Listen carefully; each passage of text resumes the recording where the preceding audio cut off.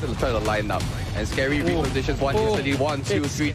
We'll see what they I think a ranked game right now. Oh, we're here on time out, potentially even an ace. into the Cosmic Divide. Deny vision, but it's What's going to do? They already breach up onto A. spray. Is there gonna be more? Goes for real. That's more. Is it? Larry, Popsos gets a hit, gets one more. Larry with 3.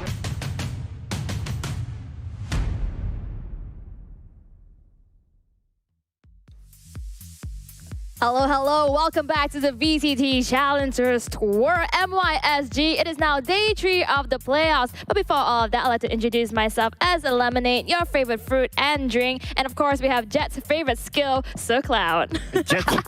Okay, I get the reference there. But anyway, thank you so much for watching today, ladies and gentlemen. We appreciate your audience and hopefully you enjoy the show as much as we will enjoy the games today, because today's games will feature some of the best teams around. Absolutely, it's gonna be jam-packed. You can see it on my side here. We have Bleed and Kizuna within the upper brackets, and whoever gets to be the victor that will advance towards the grand finals. I believe that is the grand finals, and then it's gonna be one more person joining them to duke it out with either X10 or Enigma Gaming in the lower bracket. So it's gonna be a lot of things at stake currently.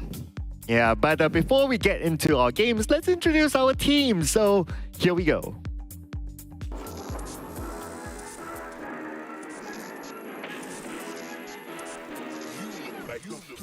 Really, y'all don't know this, y'all in danger. I'm a threat. I'm a gamble with your life, cause you know that it's a bet. It's a bet. You know I ain't letting up, my foot is on your neck. Yeah, take my word for it, it's a promise and a threat. Really, y'all don't know this, y'all in danger. I'm a threat. I'm a gamble with your life, cause you know that it's a bet. It's a bet. You know I ain't letting up, my foot is on your neck. Yeah, take my word for it, it's a promise and a threat. I ain't never really wanna flex my gifts, but I think it's my time. Let me check my wrist.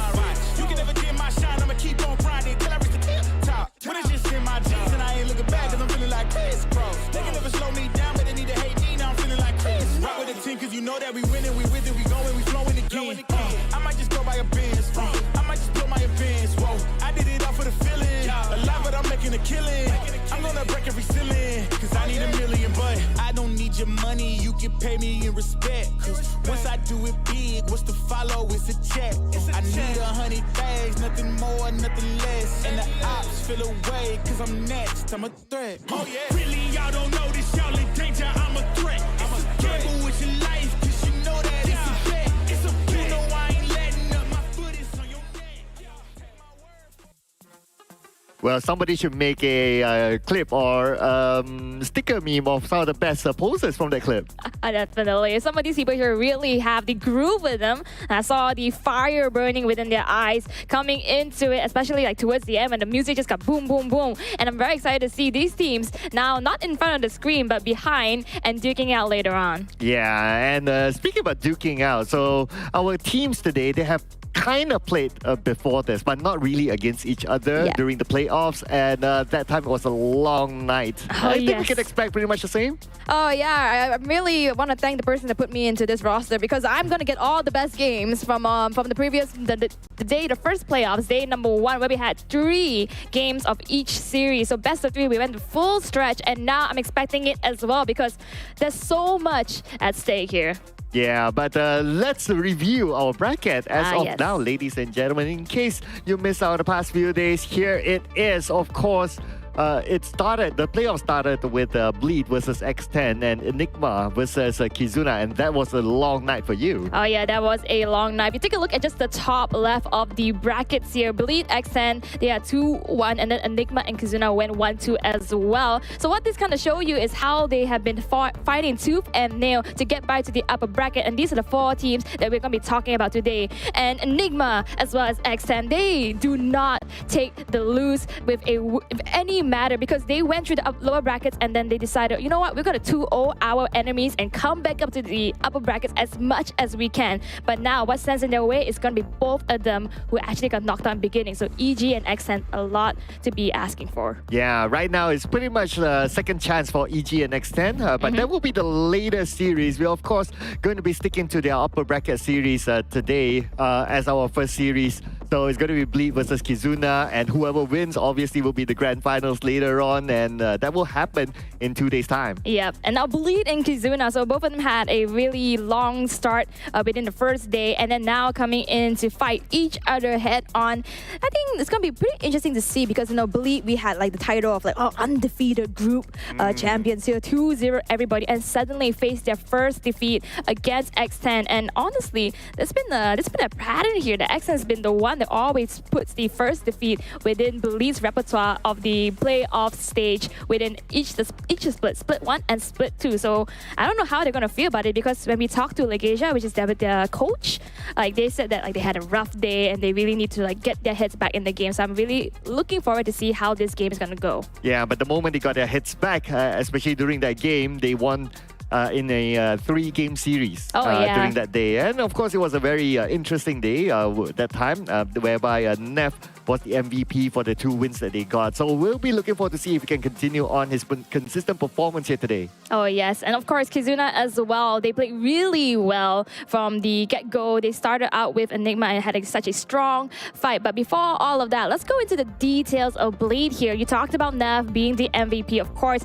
they had some insane clutches the last time around, and I think it's really push come to shove. X10 really forced them to decide, okay, do you really want this upper bracket or not? Because it was time after time again, it's like a swap between, okay, you win, you lose, you win, you lose, and it's really hard to determine who's going to be the victor because of sheer economy, right? Because you don't have exactly the credits to spend over time. And then finally, Bleed Esports, okay, you know what? I have 1 rifle. I'm going to do my job. Yeah, and they definitely know how to do the job. That's why they are this far and pretty much one of the favorites to be in the grand finals, really. And of course, besides Neff, Crazy Guy got his own MVP as well. I mean, he's an amazing player. We've seen it time and time again that's able to pull it off. And like what you mentioned before when we were just talking behind the scenes, that Crazy Guy is just something else. Oh yeah, he is just something else. And I think it really goes to show because he is in the IGL role where he is still the one that gives the shots and the calls. But besides that, he's also a solid foundation for the rest of Bleed, whereby if they do take down the lines of the beginning, like the duelists and everything like that, we have Crazy Guy to rely on. So that's what he does best. Yeah, balance out the team at the other day, right? Especially, it's hard, especially if you need to make the calls and you need to shoot at the same time, it is tough. But he still managed to get an MVP in the playoff match during 2 days ago. So the other team that they'll be facing off is going to be Kizuna Esports. Of course, there's Bryce, Kimi, Flaring, Riza, and Shinsei. And so far for these players, they've been swapping around the MVPs, so pretty balanced in terms of performance overall. Absolutely, I think every one of them had a time to shine, spotlight on them. I can't look at Bryce the same way after the last time I casted with Gideon. But it's okay, because now he is back and he's going to prove that he is here to stay, not just short-sighted. And then we have Kimi, Flaring, Riza, as well as Shinsei. I think they all do very well. I think the last time what really etched in my brain was the fact that when I saw Flaring clutch it out, he was actually sighing after those fights. And it really goes to show how much they really want to win. It's not dropping a single round. And Gideon and I, we managed to actually kind of coin the term the Kizuna stall, whereby they actually burst into sight and then suddenly they just stall out of nowhere, in like the middle of nowhere. And it's kind of awkward and uncomfortable, but it works for them. And Enigma Gaming did not know what was coming the last time around.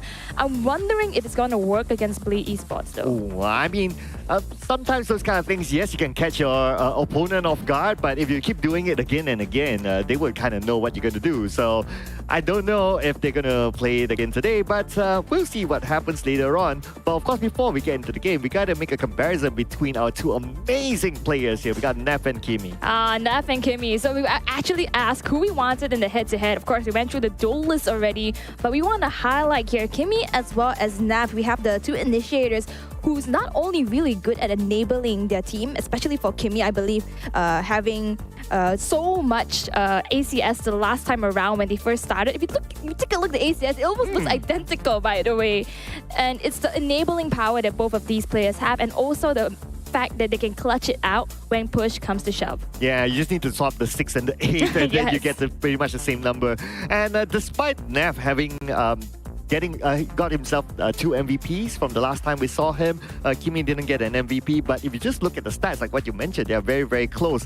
if not close, Kimi arguably has slightly better stats, especially when it comes to the KDA department.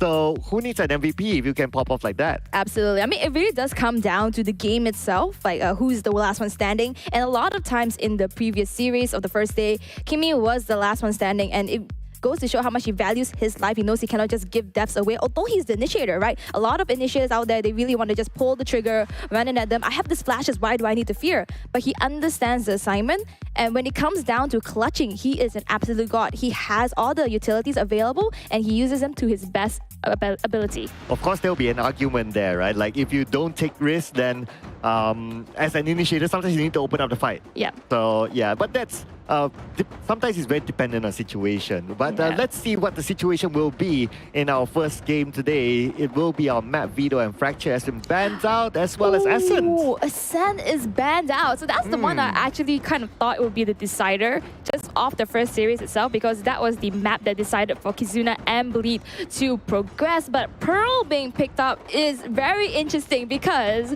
I believe, okay, I'm looking down for the numbers here, 86% win rate for the side of Kizuna, and for Bleed, it's 94% win rate for throughout. So out of 17 games, I think 18 right now from the last one, it was a 94% win rate. So it's like both of these teams, they understand how Pearl works in and out, and now we're gonna go into it. Yeah, and we have Haven as the Bleed selected map. So interestingly, inside the playoff, Bleed has not played Haven just yet. Oh. Yeah, so this is going to be the first time. In fact, for both teams inside the playoff at least, we have yet to see a Haven between these two teams. Oh, okay. Interesting. But I kind of get it. And Bine's being picked up as well as a decider map. Not very commonly seen between these two teams, but I like it, and I kind of feel that like Asia, the coach of Bleed, has something to do about this. Because the last time around when they were against XN, there were all these map favorites that were all this predicting they will pick up, but then they started going with Fracture out of nowhere. So I think it's gonna be one of those situations where it's like, you haven't seen us play, so we're gonna show you how we play. Yeah, in case you guys don't know how unoften Bine has been picked, Bine has only been picked twice inside of this VCT, so that is how rare it is. But we'll leave that for the decider map later on, which honestly, I think we might go for a 3-game series. I think we're gonna go for 6 games today, so you better get your dinner. If you have not, make sure you order it right now. Get your friends together, go to the nearest mama, and sit down and watch this, because it's gonna go the whole night. Yeah, how I wish Mamax would play the Valorant games, right? That'll be awesome. How I wish we could get like a Tetare Ikatapi right now, so we can watch and cast at the same time. Well, don't ask for it. Sometimes they might just bring it to you for the next series. But there's still time. Thanks for putting out very, very early. But here we go. This will be our agent select here. Oh, I see. Okay, so we have... well, they're just still hovering, so I'm not gonna assume anything. But what's very interesting is that there's no double controller being run here on both sides. So Scary's gonna pick up the Brimstone, and I think they're gonna prioritize having the Killjoy on Nav rather than having a regular initiator. But mind you, on Bleed's end, it's mostly flex players, so I can't even tell you what kind of role they're playing at times. Yeah, but there are some consistencies with their picks, right? So at least in the playoff, Shinsei is still sticking to his Jet. Not going to switch to anything else. We've seen Raze becoming quite popular in the playoff as well, but looks like we're not going to see that in game number 1.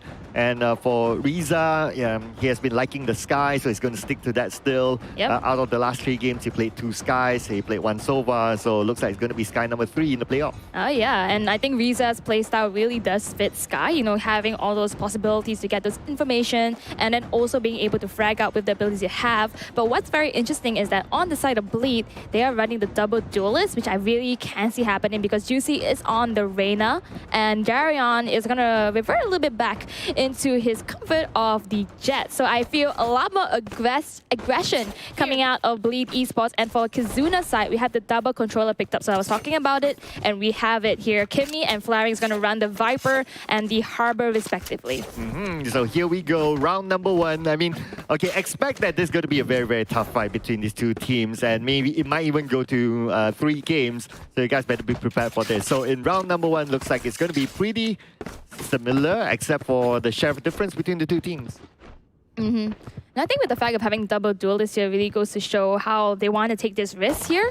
Like we saw Zan ran it in Enigma Gaming, that he would go out, use those blinds to his advantage. And you can see already the way that they're positioned. Juicy is so up close onto A's entry, but they realize the threat that is coming from Kizuna's side and decide to pull back instead of playing around the utilities. And that's enough to deter Kizuna. Okay, I wonder if Darren will go in for the lurk from the backline because we can see him infiltrating.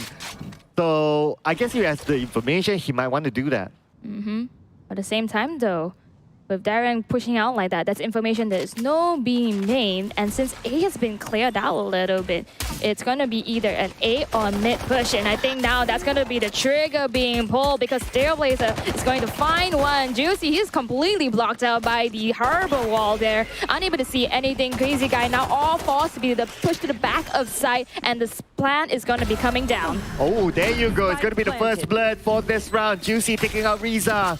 And Juicy, he'll be happy with that kill as Scary and Daryl follows up.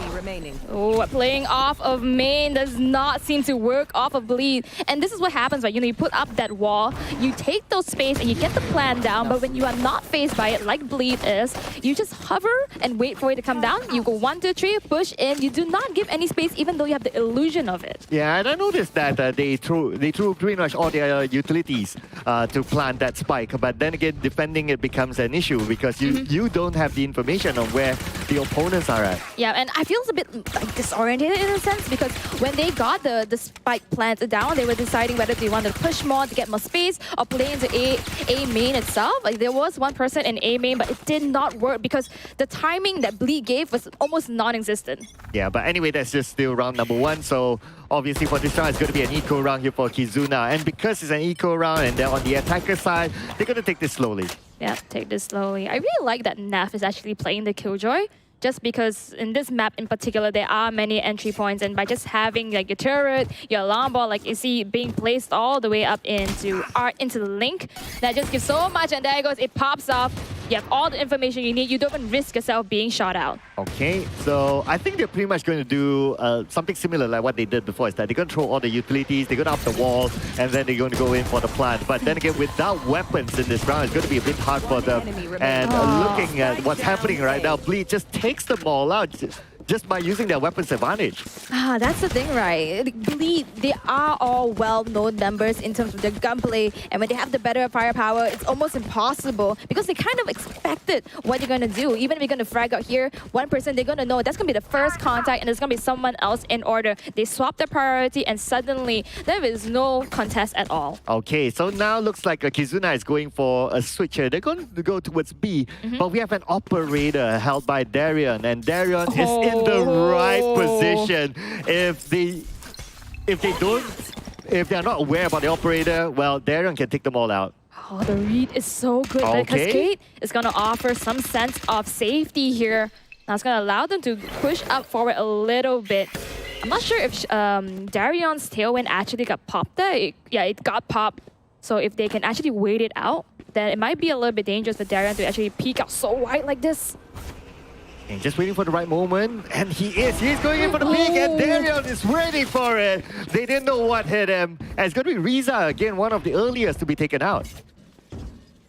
I'm just going to pull back after losing Riza. That means it's just going to be less information to be working with. No more Trailblazer. And only Kimmy, Bryce, and Shinsei as well as flaring. Shinsei does pull the trigger, but it's not enough. Flaring has his back, but he gets taken down by Darion. It's a 1-for-1 trade. And now just 2 members left. Kimmy and Bryce, they are forced to look in the battlefield that they have little visibility on. Okay, Darion backed up a little bit, so now he's waiting for his other teammates to come in from multiple angles. Just waiting for it to go down. Yep, that is it. Kimmy will start the plan. Oh, he gets one. He tries again with the Spectre. Kimmy is stuck in no man's land, though. The Molly is going to just ensure he is going down. Yep, and that is pretty much well coordinated by Bleed, if you guys think about it. They were very, very patient when it comes to the retake. But they are actually really smart. I believe Bleed, by having just Neff placing his utilities up in mid, do not have to look at it at all and then push out a little bit to A main. No one's there. Okay, then it just leaves by deduction B main. Okay, and now because Kizuna already knows that, okay, there's an operator there, and obviously this is an eco round for them. Interestingly, they are still going to go towards B. And for B long, if you have an operator there, and with the weapons that they have, it's very hard to penetrate through. Absolutely. But I think it's also because Flaring does have the ultimate, but they do not have the artillery. So it could be one of those situations where they are just conditioning the enemy team, thinking, okay, we're going to keep trying B for time and time again until it actually works, but they're just going to play with their mental a little bit. Oh, the scan comes in so huge. Damn! Doesn't connect the shot though, but Crazy Guy manages to just shoot out his target. Oh yeah, that was a really, really close one. I mean, he saw his shoulder, but now looks like they're going to force it. Kizuna is still going in despite not having Riza on their side. Oh, the Reckoning does get popped out though. Could this be a good investment? Oh, now he managed to take down the duelists on the side of Kizuna. Now Kimmy, Bryce, and Flaring, they are forced to be a little bit more aggressive to get more space considering they have no more duelists alive. This is going to be hard here. 3v4. Spike planted though, but the retake, we've seen the retake happen before. So right now everyone's just waiting patiently. I believe they're just waiting for Juicy to get in position, and now they're showing themselves. Oh, this Arbiter strike is going to be huge. Bryce actually managed to get out, but the Molly as well as Juicy's firepower is going to be enough to take down both him and Kimmy. Once again, a really, really good retake coming from Bleed. Okay, if any comeback round were to happen, it has to happen in this next round because I believe economy-wise, they should even up the odds. But here's the thing. Again, because the operator is still active, I think B will be very difficult for them to enter. Yep. But does Kizuna know this though? Because on the last time round when we saw at least an operator running in pro, it's going to be either like a B main and then swap out into maybe an A main kind of situation just to be a little bit unpredictable. So if Kizuna actually reads this right, it should be good to go in A. But Nef's setup though is going to be a brick wall for them to go through. Yeah, so in their minds, they're probably thinking like, okay, B has an operator, A has the setup. Like you kind of pick a poison, right? So probably it's the A since you tried it time and time again on B and it didn't really work out. So I guess it's time for that switch. And they are moving towards A, but so far, no information yet until now. Oh, Darian just not connecting the shot, but okay, he was not looking into mid, so I do forgive him. But that just leaves Bryce a little bit more space to work with. Not knowing of Darian is that he cannot progress unless he has someone within him, with him to protect him. Okay, they're making that rotation right now. I don't know what they have in mind. They're going to go for B instead. Knowing that the operator is not inside of B, this could be their advantage if they can get there, but looks like not. They're taking a different route. Okay, there you go. No, but Shinsei, he's now taken down, so that means no more speed coming in from Kizuna, and now without Bryce as well. It's gonna be hard. Darian manages. Close. Oh, so close. Oh, there you go. Juicy gets one for himself as well, and Juicy gets a double kill. Only Riza left. So this time around, it's pretty much going to be an easy cleanup here for Bleed. And that is round number 5, given towards Bleed Esports. At this current point in time, Kizuna, I think you might want to call a timeout just to reconvene a little bit, especially since the ultimates could be available. There you go. Well, there you go. God damn, I'm an esports player, guys. Wow. You want to sign up for to be a coach? Oh, man. I don't know. I see talent in you now. I think I talk too much for your own good. Okay, but in this next round, right, it's still going to be a very difficult round for Kizuna considering their economy is just damaged. So what do you think about what do I think? Like how Kizuna is going to come back from this? Oh, okay. So honestly, I think it's also because of the reads that they've been putting out. It's been not really working well, and Bleak has been playing so well. Darian holding off the B main, and it's kind of like the default pro situation right now. It's like when one person pushes out, they have information of another entry point. So what I think Kizuna can possibly try to do is try to attack from mid. Perhaps maybe not the side of B link, but I think art is actually quite possible. And if they really want, they can even take more risks. Let's not go into A main. Let's try going closer towards the spawn. Have that unpredictability that Kizuna did so well against EG. Yeah, with any opportunity that they have, they need to find a way to deal with the operator. Right now, because of the operator that's still held by Darian, it becomes a problem for them. And because of that, they're not able to enter at all. And if you kind of think about it, it's been a while since we saw Kizuna actually passing through the half of the map. Oh, yes. But I like the confidence that Kizuna is actually displaying here because they are purchasing some rifles. They don't have the ultimates. They say they don't need it. They're going to play off of light shields here. Now trying to take some space up in A main. If you take a look, Bleed's actually pushed all the way back. Could be a repeat of the first round. Okay, well, I guess they're taking your advice right now to maybe consider to go through mid. Of course, if they were to go to B, then now the operator is there. Oh, he's so close as well. Pushing out like that, very risky, but he is confident. He's got 5 points up in the scoreboard, so whatever happens, it's gonna be kind of like you have that safety net. Yeah, I guess the safety net right now is if they can take out Darion. And Darion will be happy with their presence, but the shot did not connect immediately. Darion retreats back, and because of that, they kind of know that, okay, B only has one operator. This is their time to push it.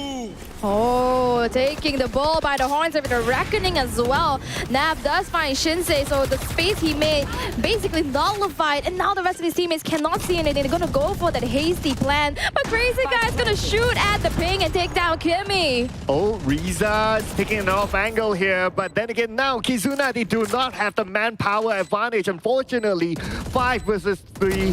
The retake, we've seen it before, flaring from behind, takes out Scary. They don't even have the utilities as well. Riza's gonna be going down. They just have to wait and pray for the timer, and getting these dry peaks here is not very good. Flaring and Bryce will be going down. No abilities though, so they use almost everything, and just to purchase those rifles, unable to afford them, that's detrimental for them. And Darren was also prepared with that sort of close quarters combat because he had a Blade Storm. So the combination of having an operator with a Blade Storm, I mean, he was in a perfect scenario for him. And this is the 4th retake, actually, for Bleed Esports. It is the 4th retake here. And now Juicy even has the Empress online. Crazy Guy with the Hunter's Fury. It's going to be so good, especially since Bryce already got his lockdown. Could use it just to destroy that, or could even use it to play around into B main if they do choose to attack that once again, because it is a narrow space. Even if they take B itself, you can just use it on Hall. Okay, looks like Kizuna, they're switching in for a different strat right now. Looks like we do have a flaring with Marshall on, so looks like they're going to try something different, but then again, the problem is still Darion with the operator here, really slowing them down. Oh, they are so comfortable playing around this. The Viper's wall doesn't do much, and it could be hindering them because now they know it's funneling into Hall, and they only have a vertical line to play off of. Crazy Guy's going to test his luck here, just shooting into the blind. Blind's going to go with the plan. Hunter's going to come in. Oh, it's not actually the default plan, but he actually managed to find flaring. Oh, Crazy Guy managed to get flaring, but now they need to go in at some point. Shinsei trace it back onto Neff, but then again, the operator is still active. It's not going to be a big problem right now, except when the operator is used in that way. Shinsei finally alive to see the plan go down, but Darion doing so much for his team with the shorties as well. Oh no, they're just playing with Scary here, but Scary's playing with him. Oh man, yeah, it is really, really scary.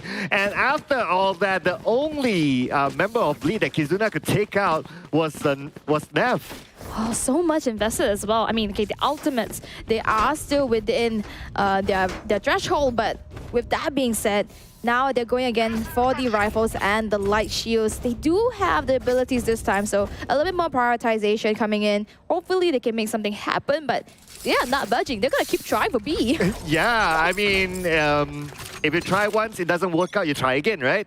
And looks like at least this time around they have the lockdown. So if they manage to plant it, then just going for the lockdown, at least that will buy them some time to reset and reposition themselves. I don't know, man. You put the lockdown, and then suddenly Nav, who has priority what? A-Link's gonna put his down there. I'm gonna get a crazy shot off Kimmy. Shinsei! Man, it fails the dash just a little bit, and that's gonna be detrimental. The ultimate's forced to be popped by Riza, just unable to make anything happen because Nev is right there. There you have it, the counter lockdown with the attackers. There you go, lockdown, but flaring double kill back to back. Looks like a Bleed got caught off guard with the lockdown. Ooh, so close. Okay, but they make it into safety, and now suddenly it's a slow reset. All right, 2v2 at least. Some hope for Kizuna to take back one round at least. But then again, Neff as well as Juicy, they're still alive though. The plan is happening now. They managed to plan it earlier on, but could it be another retake here for Bleed or finally a win for Kizuna? I wasn't actually looking at the minimap. Neff was all the way out, almost into club area. And now he actually U-turns into Bryce himself, taking down his counterpart, and the revive not enough. This is retake number 5 now. I think that's one of the best retakes we saw because finally we see them losing out members and it wasn't just like a sandstorm of members coming in from Bleed. It's finally just like a isolated fights. But it goes to show Naf's ability with his gunplay. Yeah, and I guess even though this is considered the best attempt, right, from Kizuna to plan and try to win the round, I guess it's about time for maybe to switch up something else, like leave B alone and come from mid or something. Could be, but I don't know, man. At this current point, it's looking really dim for them because this is Kizuna's map pick as well. Oh, yeah. This is. So really, you're losing 8 points to Bleed so dominantly as well in that manner. It really goes to show why it's 94% win rate for Bleed. And now looks like Shinsei is going to use the Blade Storm. He went in for an eco. But I wonder how much impact would that bring with this current situation, considering that his other teammates are kind of eco-ish as well. Placing swarm grenade. At this current point, though, you don't really want to end it at least at the 12-0. You don't want to give those points. I think playing it slow might be the way. But it's slow and steady and then suddenly explosive. That's how they need to play. Kizuna, they're usually really good at this, especially with Shinsei. But just the abilities being utilized by Bleed makes it so hard for the follow-up. Shinsei gets the first pick though. Oh, but he does overheat a little bit with Juicy ready for his Fury. Oh, and that's the counter on the Shinsei. And now it's 4v4 though, with the spike not planted just yet. And now they're going to move in. I believe they should have enough time for themselves to plant the spike. But then again, the bigger question is how are they going to defend this? Everyone from Bleed is going to come in from one side. I don't really know if that initial pick was good. Now Crazy Guy, Juicy, they're going to be the cleanup crew here, taking on Bryce as well as flaring. Riza and Kimi, the last two alive, playing off of Link as well as main. I think Bleed, they realize this. That's gonna do the default. The arm shot manages to find Riza. Kimi finds through. Not enough. Yep, another retake here for Bleed again. I'm starting to worry that the possibility of us seeing another 13-0 now. Please don't mention it. Please not. Please don't, please. Oh my goodness. But I'm starting to realize a little bit why it's so hard for Kizuna because Shinsei bursting into sight, yes, he does manage to find the initial pick. He does well as a duelist, but then look at the follow-up though. Look how far they are. You realize, okay, he gets one, he's going to go for it. The Nanostorm is right there. He's forced for it, so I don't blame him, but no one is there to refrag. So then it's a 1-for-1 trade and essentially Bleeds. Okay, we stopped the initial duelist and no one's going to follow up. We have time. Yeah, and I guess it's all about the timing, right? And the positioning of everyone else from there to kind of give him that backup when he goes for the entry. But now looks like we're going to shift it again. This time around, looks like a Kizuna, they're taking it slow. But, and they're going through mid, but they're splitting up still. Toxins going up. And that's the thing, right? When you have the double duelist, you need to take this aggression. Darion doesn't find a mark. Right behind it, it was Kimi hugging the pillar. All right, here we go. The spike is going towards B now, but Kimi will open it up and take out Darion. And without Darion, without the operator user, there's a lot of more space for Kizuna to come in onto B. You know, we talk about Kimi in the head-to-head as an initiator. Did you know he's a controller as well? And a very good one for that matter of fact. Oh yeah, absolutely. And the fact that he's still alive. But if only he still has the Viper Spit, then it will be, this will be the right moment to use it. But unfortunately, he does not. He's just 1 point away from that. I think it's the best case scenario, though sometimes utilities does distract you a little bit. Ooh, the barrel of the gun is revealed, and that's going to allow Kimi to get the ace here. There you go. Kimi really showing why. Do not underestimate an initiator in a controller role. Well, if they win in style, right? Absolutely. Yeah. And now the Viper Spit is online for him, so it's a win-win. Oh, yeah, absolutely. Okay, so now they have the Viper Spit. However, for Bleed Esports, we always talk about like how strong they can hold their sites with the operator. Well, it's not going to be an issue for them because they never lost a single round, so they can easily rebuy the operator. Yep, easily rebuy now. But the fact is that Kimi actually tried to play around with the timing there and manages to play patiently and get those first picks. And then also transferring into another. Slowly, he was able to play around his team and then get the last 2 kills. I mean, you could say it could be any of Kizuna's members, but Kimi that has the right idea. Yeah, Kimi, what an amazing play earlier on. Let's see if he can repeat that feat again. And looks like they're going in for something similar, but Shinsei opens it up by taking out Crazy Guy. Opening Crazy Guy is a really good pick though. So now you have no silver information. Bryce is going to find Nav as well. Suddenly the confidence in Kizuna is back online. Shinsei picks up the close one, Shinsei! It's it's super two on both sides, but the winning side is going to be Kizuna because 3 members are alive. Okay, so Juicy, what was he going to do here? Is he going to go in for it? Okay, 1v3. Let's pull off a clutch here. But then again, if you can't think about it, Reina is one of those agents you can depend on if you're in this kind of situation. And now, okay, no information yet exactly where they are though, but we can see how Kizuna is actually defending the site and multiple angles taken. But here we go.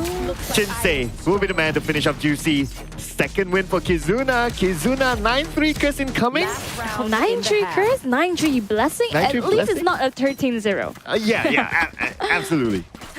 Oh, but that was so good though, because on the side of Bleed, because they picked a crazy guy off as the first one, so that means there is no one there else to have an aggressive kind of utilities to throw off for information scans. And then after that, having everybody die so fast, that means Juicy has no clue where any members of Kizuna are. Shinsei able to capitalize off that. Okay, so if we kind of think about it, like what worked for Kizuna earlier on is that, number one, they open up. Number two, they kind of took their time. They gathered the right information and then they get that first kill and the rest is history from there. So I think that that kind of formula works for Kizuna for now and that's why they are repeating the formula again. Yeah, and of course, taking a different route, bursting into mid and into Link. Suddenly gave them so much more options now. Kind of forced the side of NAF to put down the utilities through the mid side a little bit more here. You can see it's now spread out rather than just being clumped up in A, considering that Kizuna does not do the A hit as often. And also, this next round is not a round that Bleed can actually lose. If not, it'll be an eco round for them. As Juicy goes down, looks like it's going to be Kizuna again opening up the scores. But Scary is there, being the boogeyman. Oh, he's going to find one. He's so close as well. Bryson Kimi is going to make them punish. And Darion and Crazy Guy, though, is going to get their teammates back by taking out the full squad of Kizuna. Well, okay, so looks like Bleed says, nope, we're not going to go through the 9-3 curse. We're going to take it back, and it's going to be 10-2 for Bleed. And obviously, they don't need to worry about the eco round. Yeah, my bad there. But honestly, it could have been Kizuna's round as well. It's just really the clutching moments that came in from the side of the Darion and his other teammate. I can't remember his name. now I do wonder whether Kizuna might be a little bit more comfortable on the defender side after they switch things up. Yes, they did pick the map. It is their map pick. But maybe I believe the side should be on Bleed's side. Yes, yeah. it's Bleed's side. So maybe they would have wanted this side instead. Oh, and now we go into halftime here. These are all the highlights of our previous rounds. But yeah, you do pose an interesting topic there because Kizuna is running the double controller. You could say that it could either work as offensive, but it's very difficult because most of the times there's been a little bit of a momentum difference of the members of Kizuna. But having them on the defenders could be much more beneficial to having the double control, just blocking all those visibility points. And then Bleed has the double duelist here, so it's kind of interesting because the double duelist has to play aggressively as they're working out for them as the defender side. And then now coming to the attackers, double duelist, right? I mean, it makes sense. It would make more power. Yeah, but then on the other side, you have double controller. So it's like you're kind of like a trade-off with each other, right? Yep. But they are pretty much on the side that they want. And maybe this is also the side that Bleed wanted as well. That's why they have a double initiator. The double duelist. Yeah. The double duelist. The double duelist, yeah. There you go. But yes, perhaps. And also because Kizuna picked this map, I think they were not looking to drop so many games within the first half and really try to bank in on the defender side here, noting that it's going to be the one that goes along when it does have to be push come to shove towards overtime. But if Kizuna's going to want to stand a chance to really fight against Bleed, they need to start from the very get-go. You got to win the 2 pistol rounds. Okay, maybe you can lose the third, but you need to get those picks. A lot of those picks may get down 4 members, if you can get down 3 or 4. And then after that, start building those momentum. Do not give Bleed at any point an opportunity to come back and get the economy creds. In case Kizuna loses this pistol round, right, then we can kind of assume that it's going to be 2 rounds because of the eco round. That will put them in a match point situation. Yeah. So they cannot afford to lose this round, basically. Absolutely. And of course, like we saw them earlier also with the Sheriffs, they did not do as much as they wanted to. Shinsei does pick up a Sheriff here though, so I do expect him to be a little bit more aggressive, trying to win those B main skirmishes, but doesn't seem to be the route of choice for Bleed. All right, so majority of Kizuna players are clumped up at A, and looks like they're going to go in for slight push now, not really. It kind of pulled back a little bit, but it's going to be a different strategy for Bleed. They enter through mid onto A. Oh, but there's no bot here. No utility's gonna scan them out. They actually leave so much space. I'm just wondering why they left mid so wide open here. I guess it's a learning round for them to like how Bleed might play it out. So this is an advantage to Bleed. And even like for Bleed, it's like they're really, really cautious about their movement. They're like, okay, do we go A? Do we go B from there? And looks like they kind of switch up their mind. And looks like B might be their choice. And B might be their choice, but with no sounds from the entrance points of A and B, I think they could pretty much deduce it's going to be a mid push. And there you go, Darren comes in. Oh, the Lear as well. He's blinded, but Shinsei does find one before he goes down. Juicy is going to take another one, and suddenly Kimmy on the other side is going to find his head, and Nap is going to get the refrag. And now they basically opened up sight, but they lost a few members along the way. Oh, crazy guy gets flaring, and looks like it's going to be Bryce against the wall, but then again, Bryce taken out by Neff. And they could still plant in time for that extra creds, and looks like what we mentioned earlier on, the theory of losing this round for Kizuna, meaning that this second round of the second half will be difficult for them. They might be put in a match point situation very, very soon. Not necessary, man, because now they are forced to buy. So they're going to go for the Singers and the Marshals, and Kimmy's going to go with the Sheriff here. But Bryce being taken down by the turret, that's a feels bad moment. Yeah, well, they definitely need to go in for the buy, like the forced buy, because if they lose this round, then it's going to be a match point and they'll be put in a dire situation. But then again, assuming if they lose this round, then, well, the match point round is even tougher now. Oh, Juicy going to open it so huge. Shinsei losing out the Marshal as well. Now just Stingers and a Sheriff to work with. They are forced to run. They really want to close this gap. Wait a minute. Okay, I thought I saw the miss there, but looks like no miss from Flaring and Kimmy as they trade it back. My ult's ready. It's two members though. The Stingers might really come in handy here. Riza has priority off halls. So the moment they try to go for the plan, it's going to be a peek out. Bryce. Ooh, Bryce, you are really in tough corners, Riza. Finding the timing here though, knowing that Bryce is causing a distraction to the side of Bleed. Beautifully done there by Riza, coming in from behind. They didn't know what hit them, and this is a win that they must take. And because of this win, okay, now everyone's like, okay, let's chill, let's calm down. Okay, it's 11-3. I know it's a little bit far, but with this win, let's start to build momentum. Yep, they have the momentum here. They have rifles even being picked up by the side of Kimmy, Bryce, and Riza. So the investment did pay off. But they don't exactly have the shields to work around. They have light shields. Could just be enough because Bleed does not have to buy. Yeah, and anyway, this is a round that Bleed could afford to lose as well, since the gap is quite big there. And we can see that Kizuna, they're all stacked up onto A again, including all the utilities from Killjoy. But there's a little bit more focus for Bleed to move towards B instead. Slow and steady, Juicy. It's gonna slowly try to get those angles cleared out. But Shinsei already damaged. The initial skirmish is taking some damage here, but he does have the regroup from Riza to just bump him back up to full health. Okay, everyone's just scouting, getting information for now. Especially with Bleed not having weapons on their side. Kimmy takes out Crazy Guy, but Darren is there to take down Kimmy. A little bit of a trade-off there, but now for the Spike. Looks like they will move towards maybe A, but they're taking a really long route and they might surprise Bleed, but then again, Kizuna, yes, that's the surprise that they wanted. But he's smiling as well. He knows that that is the two openers he needs. Scary is the last one, holding this corner in case of any overaggression here being pushed out. He only has the classic, not much to work with. But he knows he needs to die though, because he doesn't have the crits for the next round. Left. Yeah, I guess, well, unless he really feeling ambitious. He's gonna go for it. Oh, okay. He actually manages. All right. 3 more to go. A little bit more doable. He does have full utilities, but he does not have health. They spot him out. Even with the Sky Flash, doesn't quite find him. He's running for his life. He's gonna turn around. He's gonna go for the wide peak. The Ferrari peak is not enough because Riza's gonna put him down. Yeah, I guess he kind of realized that at some point. It's like, well, my health is not that much, so there's nothing much that he can do. Unless if he's still full health, then maybe he can try. Yep. But now this brings us to a very difficult point for Kizuna. They finally got themselves to 4 points, but it's really just tooth and nail, claw their way up this uphill mountain. They do have rifles. Flying, not enough. I think he has enough. Okay, there you go.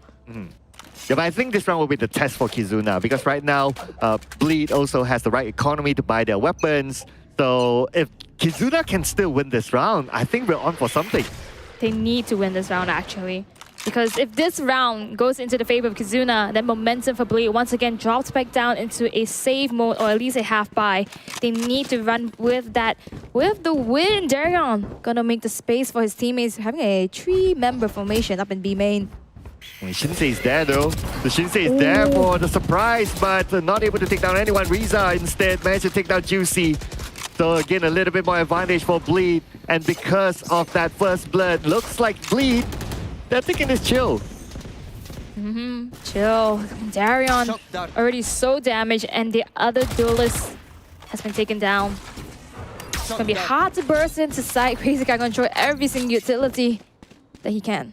Alright, so right now Kizuna holding this still very, very strongly, but for Bleed, time's not on their side though, about 40 more seconds to go, and now they're rushing towards A, which from our view would be the best choice because right now we can see there's no utility set up there onto A. So all they need to do is just enter, get that one frag, and it's all theirs.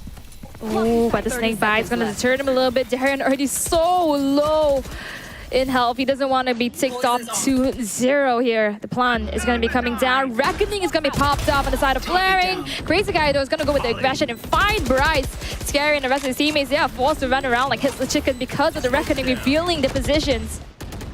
And here we go right now. The match even up the odds as Nav gets one to Flaring, but they trade it back. Shinsei will take out Darion. 2v3 and Shinsei being the sensei for this round. 3 kills so far. And now it's Kizuna's turn to go in for the retake. I like what you did there, Shinsei the sensei. There you go, 11-5, and this is exactly what Kizuna needs to do. So now if you go on to the next round, it's gonna be either half or a save, and I'm pretty sure they don't want to save here. Oh, do they? There you go. Well, yeah, there you go. It's gonna be half buy. Yep, some half buys there for Bleed. Well, going up against Kizuna with a full buy, obviously. Okay, how are they going to do this right now? I guess for Bleed, they could still afford rounds, but I guess at the point is like, can we just finish it off? And it feels like there's pressure onto them for not able to take back rounds. I mean, it could be pressure. Could also just be that they know there's a lot of rounds between Kizuna and Matchpoint. They just want to try to give them some playing. You know, this is a game after all. They just want to play a little bit. The tailwind's going to be popped off here by Darion, and Juicy is going to be his partner in crime. Entering into sight. They do manage to claim it, but they don't find anybody else except Bryce in dugout. Kimmy is right there to avenge him, but Darion, a Crazy Guy, couldn't find Riza and Kimmy. Suddenly, you don't need rifles, you just need stingers. Oh yeah, stingers. As long as he can do the job, he can still sting. And now Crazy Guy will be the one who go for the plant, and this round looks like it's going to be a strong round here for Bleed as Crazy Guy takes out Flaring. Only Shinsei left. 1v4, and I think Shinsei will just try to get whatever that he can get.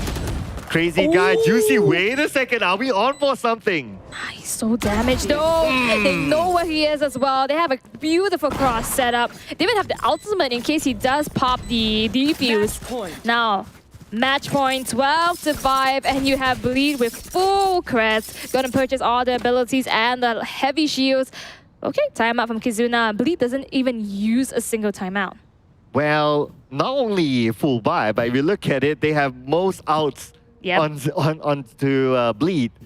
So they are pretty much, and they're only like 1 point from getting the lockdown out as well. Yep. So I think this is a round that they can play it very, very strongly. Honestly, I think in Kizuna's mind right now, it's going to be one of those like go next situation. I know it's a little bit too early to say. A lot of people would say, okay, you know, the pro players, they have a fighting spirit. But when you have to climb up at least another, well, let me do the math, 7, 8 points. It's a bit grim, especially when you see the artillery of skills that Bleed has. The only way they can really come back from this is try to have that wildcard factor once again. They do have the Blade Storm, so that means all of them have a gun and shields to play with. They also have some ultimates available. Like Visa's ultimate is going to give so much information. Kimmy as well with the Viper's Pit could totally block out a piece of A, but it really depends on the read here. And Shinsei is going to depend on his Blade Storm. Looks like it's not going to be a buy for him. I can expect him to try to use it against Bleed, but in this kind of situation, Bleed for Darien, he has the Blade Storm as well. So it's going to be a 50-50 between the two of them in case they go head-to-head. And Bleed here not going to take the risk and just run into sight. They're going to scout out just a little bit with a 3-2 formation. They don't exactly take much space, but that doesn't mean that they don't get the information as well. And no one is damaged, that's good. But no one's at B as well. And right now, Bleed, they are moving towards B. They just need to get the right information that nobody is there. And now, this is the advantage of having a Sova. He can scout for you. I guess they have enough information right now to push in. Not exactly, because you see, they don't exactly make the trigger to run in. They have to use the aggressive lockdown just for safe measures. Because the Owl Drone actually doesn't scan much of the site itself. Halls is not clear. Now the Cascade is going to be popped out. So that means it's enough time for Kizuna to rotate. Okay, here we go. It's time for them to go in, and the plan will happen very, very soon. The rotation comes in from Kizuna. Kizuna, they're a little bit of a split up here. Bryce is going to come in from the back. Everybody's going to be popped up. Okay, Bryce it's going to be big for Bryce if he can pull off a couple of kills here. They don't know that Bryce is behind, but Shinsei is going to open it up and take it out Juicy. Oh, he actually managed to spot out the rest of Bleed here. Hunter Spirit is going to be utilized there. It's going to go for one. Shinsei is going to find Nep in return. Blade Storms are still available. Bryce, he is going to be taken down. And Crazy Guy also up in his face to Shinsei. Doesn't even need the Blade Storm. And now Scary and Crazy Guy, they have to defend this bomb. They need to go. Oh, Shinsei though, going to get the quad. Is he going to find Crazy Guy and get the ace? No! Oh, no! The Molly! And the Molly! Oh my goodness, that was a close one. I thought that they could do it. Oh, really? I think all the members on the side of Kizuna really thought they could do it. But you can see Bleed here actually just congratulating each other. So it means it's been a tough fight for them. At least Kizuna came back a little bit, and suddenly they really need to pull all the stops at Crazy Guy. Again, the safety net, the foundation, the one that actually brings it down towards the end. And again, this is Kizuna's map. Oh yeah. So the next round will be Bleed's map, and that's something very, very scary. You kind of think about it. And it's almost every plant becomes a retake for Bleed. So they really know how to play, like whether it's the retake or whether it's just defending it and just wiping Kizuna off. They have everything in their arsenal. So what Bleed does so well here is that they picked up the double duelist comp. So it's going to be aggressive. And Kizuna knows how to punish those unnecessary risks. Like we saw them fight against Enigma, and they did so well within Enigma Gaming, where they actually kind of 13-0 them in Pearl itself. So it's very difficult for any breakthrough, but Bleed understands, okay, we don't get the initial pick, we're going to pull back a little bit, we're going to play the retake, but we're not going to be so close that you can find us as well. Utility is going to be thrown down. We understand that. We are disciplined, and we know when to pull the trigger. I have a little bit of a theory here, right, with the double duelist. So the fact that they know that they were on the defender side and they have a double duelist, that's where they try to open up the gap as much as possible. And when it switches to the other side, to the attacker side, then that's where they'll be like, okay, we can afford to drop a few rounds, that's okay. And with our double duelist, that's where they wrap up the game, essentially, even though Kizuna is better at defending. Yeah, that's definitely a strat itself. I think even Kizuna had the idea, right? They were not on the defender side. They're going to pick up the double controller to really block out this visibility and potential points and line of sight as well for Bleed to come in. But they just dropped too many games within the beginning because you saw them pick up pace. It's just a little bit too late in the whole entire series. But I noticed in the player cam as well, you notice that the Bleed shows a really big sigh of relief that it's like, oh, it's over. I guess at the back of their mind also, they're kind of thinking like, oh, could this be a comeback for Kizuna? Are we actually dropping the ball? But hey, it's done. It's done indeed. But if you take a look at the numbers itself, it's been close because 9-9 there on the first blitz. So any one of these teams could have won those skirmishes. It's a 50-50. But initially, we saw Crazy Guy pop up and then come back as the one to clutch it all out. But Shinsei, though, I have to commend this guy because the fight that he put in for his team has been commendable. Yeah, every time they win the round, Shinsei performs very, very well. So very well commended for Shinsei. Crazy Guy as well. Just as before we started this round, you mentioned that Crazy Guy is just different, just built different. And he's just showing again, even as a Sova, he's able to be the MVP. Yeah, with the Sova, and he's given out so much information. And not just that, he has got himself a really good KD. You can see that 17 and 9. So what this actually means that he stays alive for a lot of it. So a lot of times when you see them not actually pulling the trigger, I actually reckon that it could be because Crazy Guy is going to wait for his recon bolt to come back off of the cooldown to really use that for a retake there. Yeah, but I also want to give a special mention to Darian as well. There you there you go. go. Thank you, ladies and gentlemen. Thank you. I have to give a special mention to him as well. Because the first few rounds, or at least, yeah, the first few rounds, when he held the operator, he was the one to hold down Kizuna all by himself, and he did it really, really well. Yeah, definitely. And I think that his aggression paid off a lot because he took down a lot of picks. I believe it's either 1 or 2, and most of the times, I think it's mostly 2 actually, the majority. If he is pushing out towards that position, he is going to be taking down any possibilities of pushes coming from Kizuna. Yeah, and that was a really, really good play as well by him. I mean, overall, as a team, they function really well. Yeah. Because, of course, when he was using the operator, then that means that if they were to be rushed, then he would be in a disadvantage. But his teammates really came in and follow up back. And let's not forget as well, all those retakes in the early rounds. That was all team effort. Yeah, that's all team effort. But I really believe that composition here plays a huge factor into both of these teams and how they played and were able to collect points within their belt. But with that being said, ladies and gentlemen, we have a Haven match in our hands right after this. Let's give the players a little bit of a break and ourselves as well. Don't go anywhere. We'll see you guys after this break.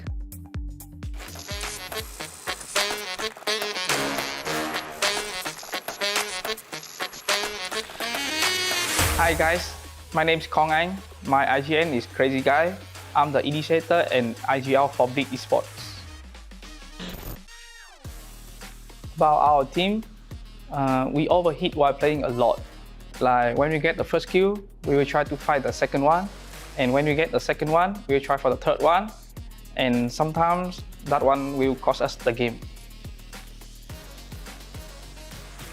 During the off time, sometimes we just go buy food and cook the meal together and play right after that. Hi everyone, my name is Derek, also known as Darion, and I play the Sentinel role for Bleed Esports. One fun fact about Crazy Guy is he actually has like one of the loudest voice I've heard ever in my life. One fun fact about Scary is he's actually known for his calculativeness and calmness in the game, however he's very clumsy in real life. It will probably be X10 because they brought in 2 new additions to the team, which would most likely bring a positive change to their environment.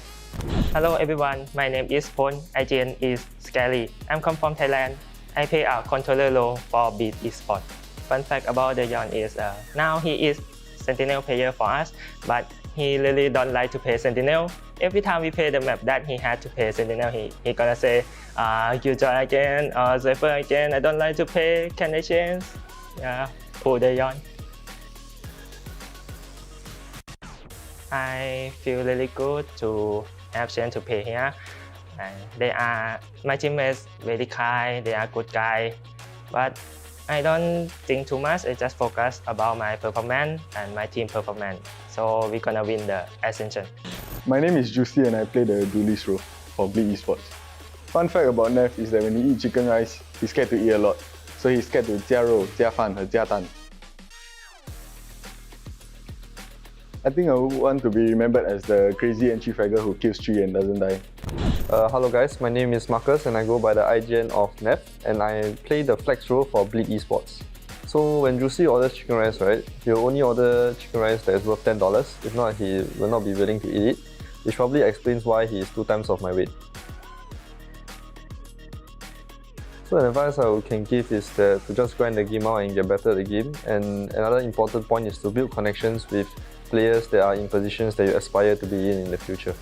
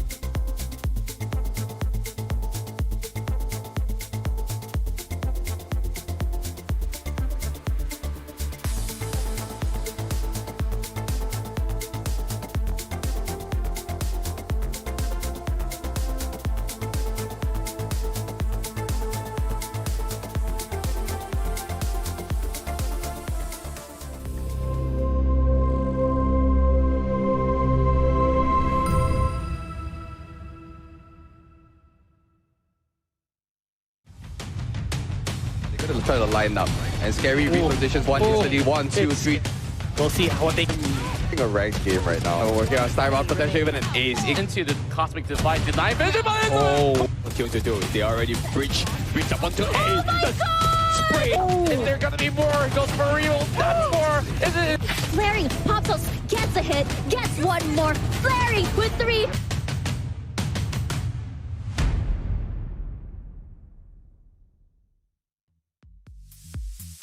Welcome back, ladies and gentlemen, to VALORANT Challenges Malaysia, Singapore, split 2, together with myself, Sir Cloud, and I'm joined at the non-desk, together with a beautiful L. Oh, thank you so much, Sir Cloud. I love the introduction here, especially when it's compliments towards me. But before all of that, we also like to thank our partners, Riot Games, One Esports, TGC, as well as Astro Arena, channel number 2. Now, you guys are joining us back in Kizuna, as well as Bleed Esports, as Bleed takes the first point of the series. And what a round it was. I mean, Bleed, they was very, very dominant in most of the rounds until when the swap happened. It looked at like Kizuna had a chance of coming back, but then again, the gap was too big and Bleed just closed it off. Yeah, I think just ending the game right there and then could have just spared them a little bit more of that mental gymnastics that they had to go through if it was to go into overtime and prepare themselves for the next one. So I think for the Kizuna, it's going to be like a GG, just go next. We reset our mentality and then come into Haven, which is going to be a Bleed's pick here. So not going to look very good for Kizuna, but I'm sure they're going to put up a fight nonetheless. Yep, we can expect that as well. I mean, if you kind of think about it, like even the previous round, it obviously wasn't a Bleed's map pick, but they did really, really well. Who knows? This could be the case for Kizuna next, that they can show their stuff, and maybe they're the ones who are like, we've been waiting for you to pick that map because we know we've been practicing on it. Man, I really applaud Kizuna's braveness for picking Pearl against Bleed, knowing they had such a great track record. I believe that in VCT itself is 100%. So they really wanted to put 1 point against Bleed. So now into Haven, this is a big question mark for me. Bleed doesn't exactly have much of a track record here. They suddenly picked it out, so I think it's going to be one of those situations where they want to just shoot into the blind, see how Kizuna does. They don't really play this map as much. We don't play as much, but we know we are better players, so it's the confidence here. Yeah, and speaking about confidence, right, I wonder if Bleed will still have the confidence of picking a double duelist after this. Mayhaps, yeah, that's the word. Yeah. Mayhaps. I mean, we've seen like from before, right? Like how aggressive they can be, and even when they're on the defending side, how good they are on the defending side. So it could be the case. But let's be sure right now as we jump into our agent select, ladies and gentlemen, and we're gonna start it off.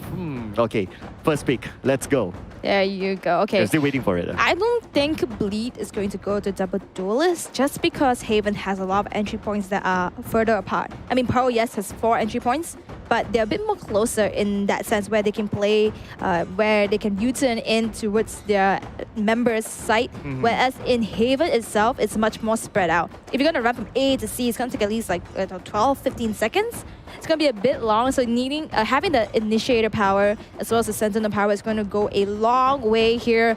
Both sides looks to be almost the same except for the Astra being picked up by Flaring and Scary taking the Omen. Yeah, and other than that, Shinsei is still going to stick with his favorite agent, and that's going to be Jet, and we saw how good he is with the Jet as well. You give him a Blade Storm and he's all good, even though. But I guess it's going to be, again, it's going to be Juicy as well. And Juicy, like what we saw earlier on, he played a lot of operators. He hold down the long area. Stop you right now. Okay, I understand. Okay. Okay. It's Darion, actually. Oh, sorry. Yeah, Darion. Darion. Yeah. No worries. It's the agent. I know, right? Yeah. So it looks like it's a little bit of a switch there. Yeah, it's a little bit of a switch. Correct, it almost seems as though Darion just went, okay, I had my fun on Jet. Juicy, you're the duelist. You can go ahead. I'll just play a little bit chill around here. Yeah, that's what it looks like. Okay. Let's see what will happen here as we get on to our match and whether Kizuna can actually pull off the comeback.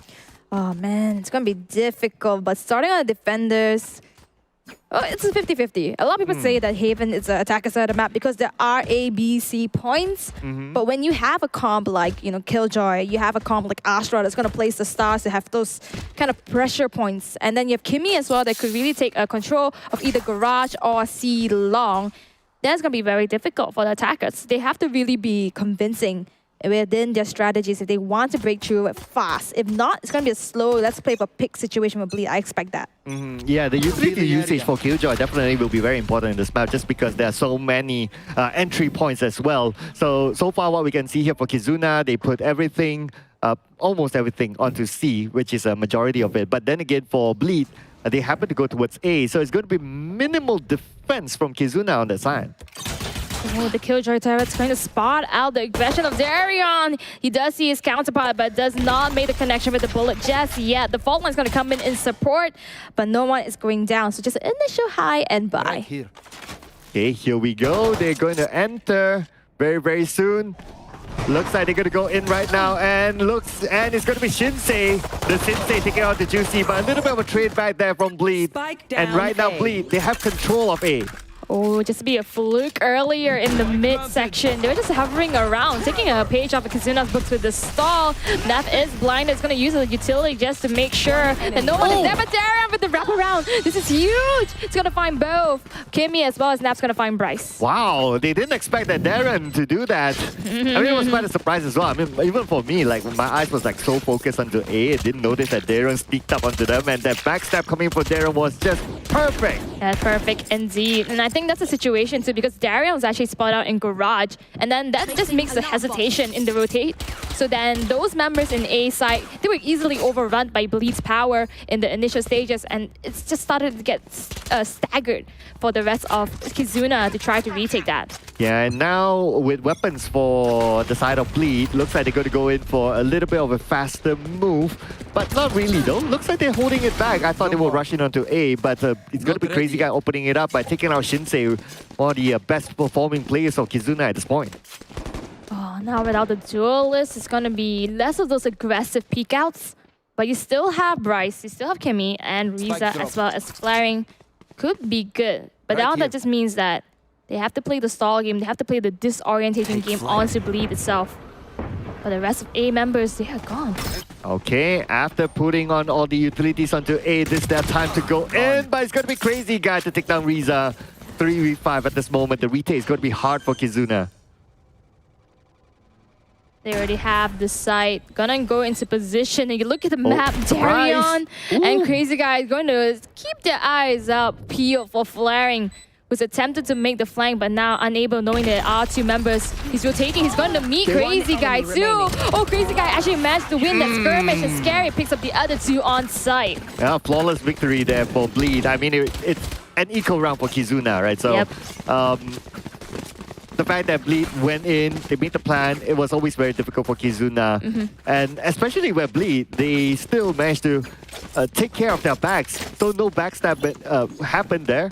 But then again, it was a round that Kizuna could still afford. And now with the economy back onto Kizuna, now with the guns that they would like to have, this is where I think we might see a different sort of result. But look at the impact that Darion actually made. Because he actually rotated through B mid, they are forced to place the alarm bot there this time round. That means Garage is open for any dry peaks. They're going to block off with the smoke here. And now it's going to be Bryce. He's going to be receiving the brunt of it. He's going to be flashed out. He almost gets it though, but Darion's going to find him first. Yeah, rushing in through the double doors, and now they're heading towards C, but C is well guarded enough. So they still need to take out the rest before they can really plant. The spike is still at C long though, and C long moving in, but they're training back and forth, but Shinsei is still there. Riza gets onto Darion, flaring and Riza down, and now Bleed has control. Oh, now it's gonna look grim for Kizuna, because that's gonna be the third round. They even bought, but now it's gonna be free gifts for the side of Bleed. They even have the ultimate available for Crazy Guy here. The Hunter's Fury is going to be huge as the attackers. You can plant it down and just play the post plan here. But together with Darion and Neff, it's like nothing even happened. Yeah, and in fact, they could do that as well. But I think they're going to save the Hunter's Fury, considering that is a equal round for Kizuna. They might want to use it later on. But if in any case they were forced to use it, yeah, they could still do it. They can go in for the quick rush in, put in the plan, and they could still step back from there. Bryce doesn't even have the nanoswarms available, so he actually purchased the alarm bot. Not going to go for the setup early this time. He's going to try to get the information and just play off of that. Very similar to the way that I believe the Egoist plays. Yeah, Egoist plays as Killjoy, where he actually does more reaction than initial setups. Juicy making his way up into B. Okay, so it looks like it's going to be a different setup here for Bleed. And Bleed takes B for themselves, and now it's defending time for them. And like what you said, they can still play for the post plant. And look at where the position of Crazy Guy is. He's way behind because he knows he has Hunter's Fury. Yep, nothing to worry here. Playing off the utilities that they have. Even the Aftershock is able to hit into the site of B because it's such close quarters. Splatter for Zambariza with the Guardian is going to make the first initial opening. But Darion just playing the shooting range here, finding Zeus. Scary joins him in the fray. Gets another one, and Crazy Guy finding the last of Shinsei. And who needs the Hunter's Fury, right? And plus, they do know that they have the economy advantage anyway, so the Hunter's Fury is still not used. I thought that at some point, because Crazy Guy, he didn't really move. And my thought process is that, okay, he's ready to use the Hunter's Fury, but no, the discipline of using the Hunter's Fury was there. It was shown by Crazy Guy, so he didn't really need to expand that.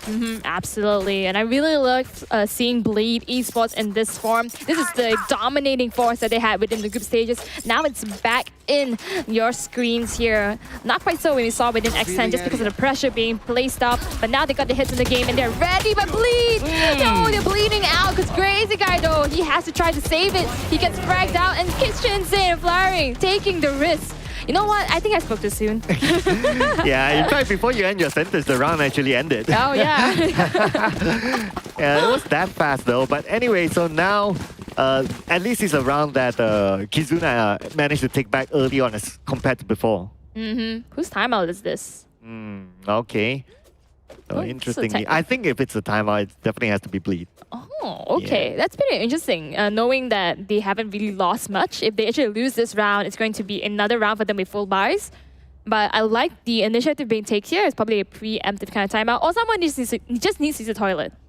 Yeah, just like me, right? Right. Yeah. Do you need to use the toilet? Well, I'm almost there. Yeah, I guess maybe next round or the next two rounds, depending on how many games we're going to play. Yeah, you heard Dan. Yeah, you heard me there.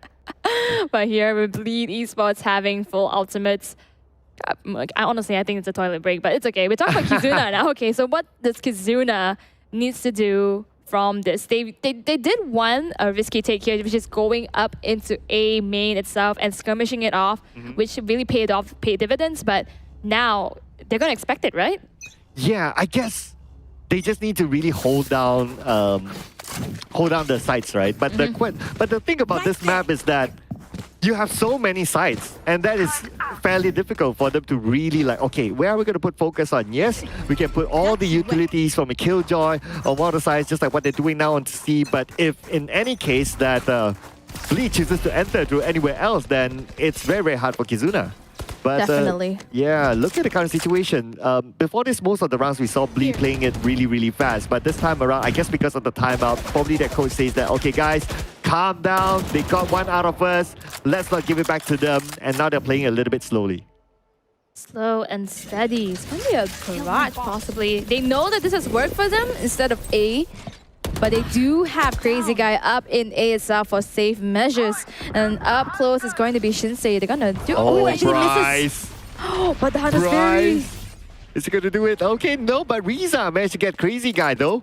And now Bryce can actually come from behind, but no, he's just going to hold on. He's just going to wait for his teammates to come and join him. The way that Bleed's actually playing, they got so much possession of C that they can afford to play towards the back of sight in case anybody pops out. But if they put themselves in the wrong position and the likes of Shinsei as well as Flowering crawls up like that, they're going to find them in the fray. It's going to find Darion, but Scary and Juicy, there's something to say about it, taking down their teammates from the back of sight. Juicy. Wow, beautiful by Juicy. Shinsei came from behind, but then again, he only managed to get two. But the counter coming in from Bleed. And Bleed managed to defend their plant. Not an issue for them. And they still have the Hunter's Fury. Still have the Hunter's Fury. But that's really smart from Bleed's side because you saw the wildcard factor that happened there where they went towards C side. They did not play the usual default. Instead, they played towards the back of sight. And I think Kizuna actually had the right idea to crawl up from long when nobody was peeking out towards it. But unfortunately, the rest of the members of Kizuna just did not expect the firepower to be towards C T. But I really like the idea of Kizuna actually coming from behind. Shinsei, I think it was on point. But it's just that when he got that 1 kill or 2 kills and then the rest of them, they were behind the box at C. That's why he couldn't get enough information on where exactly they are. But speaking about Shinsei, unfortunately, he's the first one to go out. And so very difficult. There are a bunch of smokes being dropped up, so that's going to deter them a little bit. But if any time a site has worked out for Bleed, it's going to be A. Okay, right now they're taking this slowly again, but this time going towards A, but not via A long though. A little bit of a switcheroo here for Bleed. Looks like Kizuna, they're still holding it on. And they kind of expected that they might come through the double doors. We can see that Bryce is really taking care of that, but surprise to Bryce, it's not going to be there. Now that's going to give the indicator. It could possibly be an A, but take a look at that. Bleed is so disciplined. They really want to get that first pick before they run into sight. They really understand that if they just run in and take the side without any casualties on the side of Bleeds of Kizuna, that is going to be detrimental for them. So now having 2 members down of Kizuna is going to be giving them the upper hand. Okay, so it's going to be Spike Planted. And let's not forget, they still have the Hunter's Fury. So we can see Crazy Guy falling back and just waiting for the right moment. First, he's taking out the backstab. Second, if any defuse were to happen, the Hunter's Fury will come out. Pushing all the way.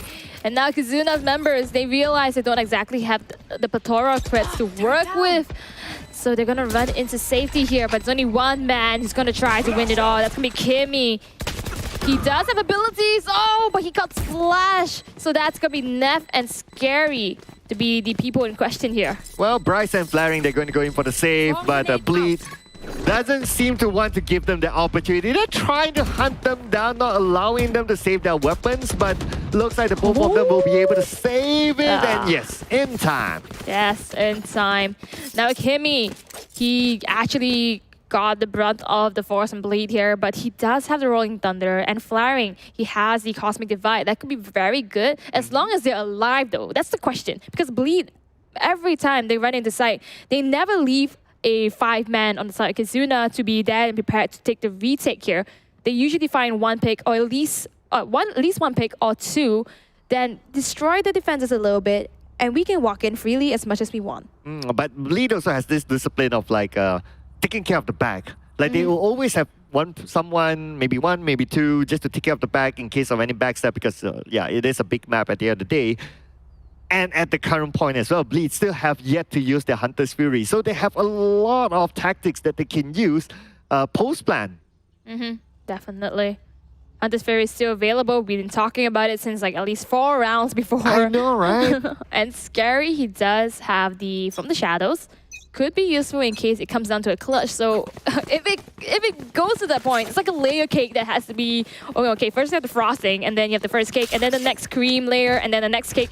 Bleed has so many plans if it really needs to come to that. Yeah, they're really well set up at this point. And plus, they don't throw all their utilities at once. It's like, okay, they sparingly use it, knowing that there's still many rounds more to play, and they re-strategize the utility usage. And now Bleed, another slow, steady round for them. But look at the movement here for Kizuna at A long. They're pushing a little bit, and it's going to be Shinsei at the forefront. I like the smoke actually coming in from the A long, just in case that Shinsei might have gotten like at least an operator or something of that sort. He does have the creds to possibly afford it. Instead, he only has the Vandal, but he's pushed all the way out. But the Owl Drone might spot him. Oh, he doesn't want that to happen one bit. They're gonna just convey that to the rest of his teammates. And now they are moving into Garage. I guess with that information, they know that, okay, at least 2 of them are behind us. That means 3 of them in front, and that could be an advantage. But Bryce wants to trade it back onto Juicy. Bryce been taken out, and this could be an opening for them to go inside to side C. But Reza is there to take down Neff. Oh, but without any Bryce, that means there's no setup that's going to be used here. I don't think he put it down, so that's the good part. Not much invested. And Ariza taking out that pick. Does review the spike here. Scary has to try to skirmish with him. Here we go, and Reza wins it against Scary. The spike is still down. This could be the round for Kizuna. Oh, there you go. Kimmy is getting taken down with the Phantom no less. But Crazy Guy right behind. Wrapped around into Ness. He has to do the very important job right now, though. Retrieving the spike, or at least taking out 2 members. Kizuna knows this, though. He's running away. He doesn't want to give it to him. Behind, it's about 6 more seconds. He won't have enough time to plan anyway, so he might probably want to save his weapon or try to get a couple of kills in the process. Nah. He has to try to go for the double kill over here, trying to get Riza and Shinsei. Just unfortunately did not get the right read. If anything, though, the silver lining is that he does manage to take over the rifle from this round. Okay, so what worked previously is that I guess it all started in from... I believe it was Riza who get the first kill, or was it Shinsei? Anyway, it came from the back. So a little bit to my surprise is that there was information given towards Bleed that, hey, someone's behind us. They could come in from behind, but they were really focused on to getting into sight instead. I think the fact that Riza was the one to get the kill onto the spike carrier, nonetheless, suddenly they had to stall, whereas a few of the members of Bleed is already split towards the site itself. Then it's just difficult to just push your attention and your focus. Oh, but Juicy's gonna find Shinsei. He's trying to try for the same old trick, but Riza is right there behind him. Oh man, at least the spike this time is still in the hands. So as long as the spike is still with you, that's okay, that's fine. But now they just need to take out Riza, who's currently inside of A. But Riza is falling back, knowing that he does not have the number advantage against Bleed. I think this is pretty good as well. Actually, they do have the number advantage. They just lost Shinsei here, 4-3. Oh yeah, but they have the ultimates. And playing it safe here is gonna be good for them. Yeah, they have the number advantage, but all of them are on C and B, so it's all Riza there. But now with spike being planted and Hunter's Fury being used by Riza, tries to get it, but not in time. Oh, so close. He does manage to tag Neff. That's gonna be good. That means no more armor to work with, and he knows that.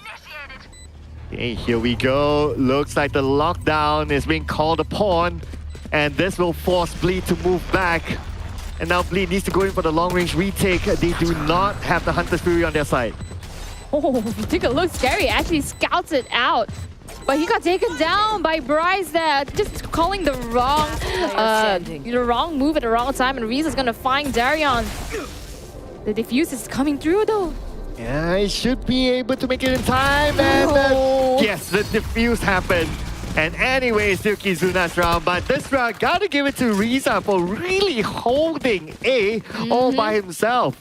You know what? At this current point and situation, this is the battle of the IGLs. Because Riza and Crazy Guy, being the solid foundation for both sides, have been really proving why Sova is such a great agent, especially when you are trying to give those calls. Oh yeah, absolutely. Because he's able to gather information, right, for himself. And then imagine if it was someone else using the Sova and the information was gathered, still need to pass it on to IGL thinks and decide after that. But if they are their own IGLs, then well, they can decide on the spot. Absolutely, and it's the confidence and conviction when it comes to those decisions that they make.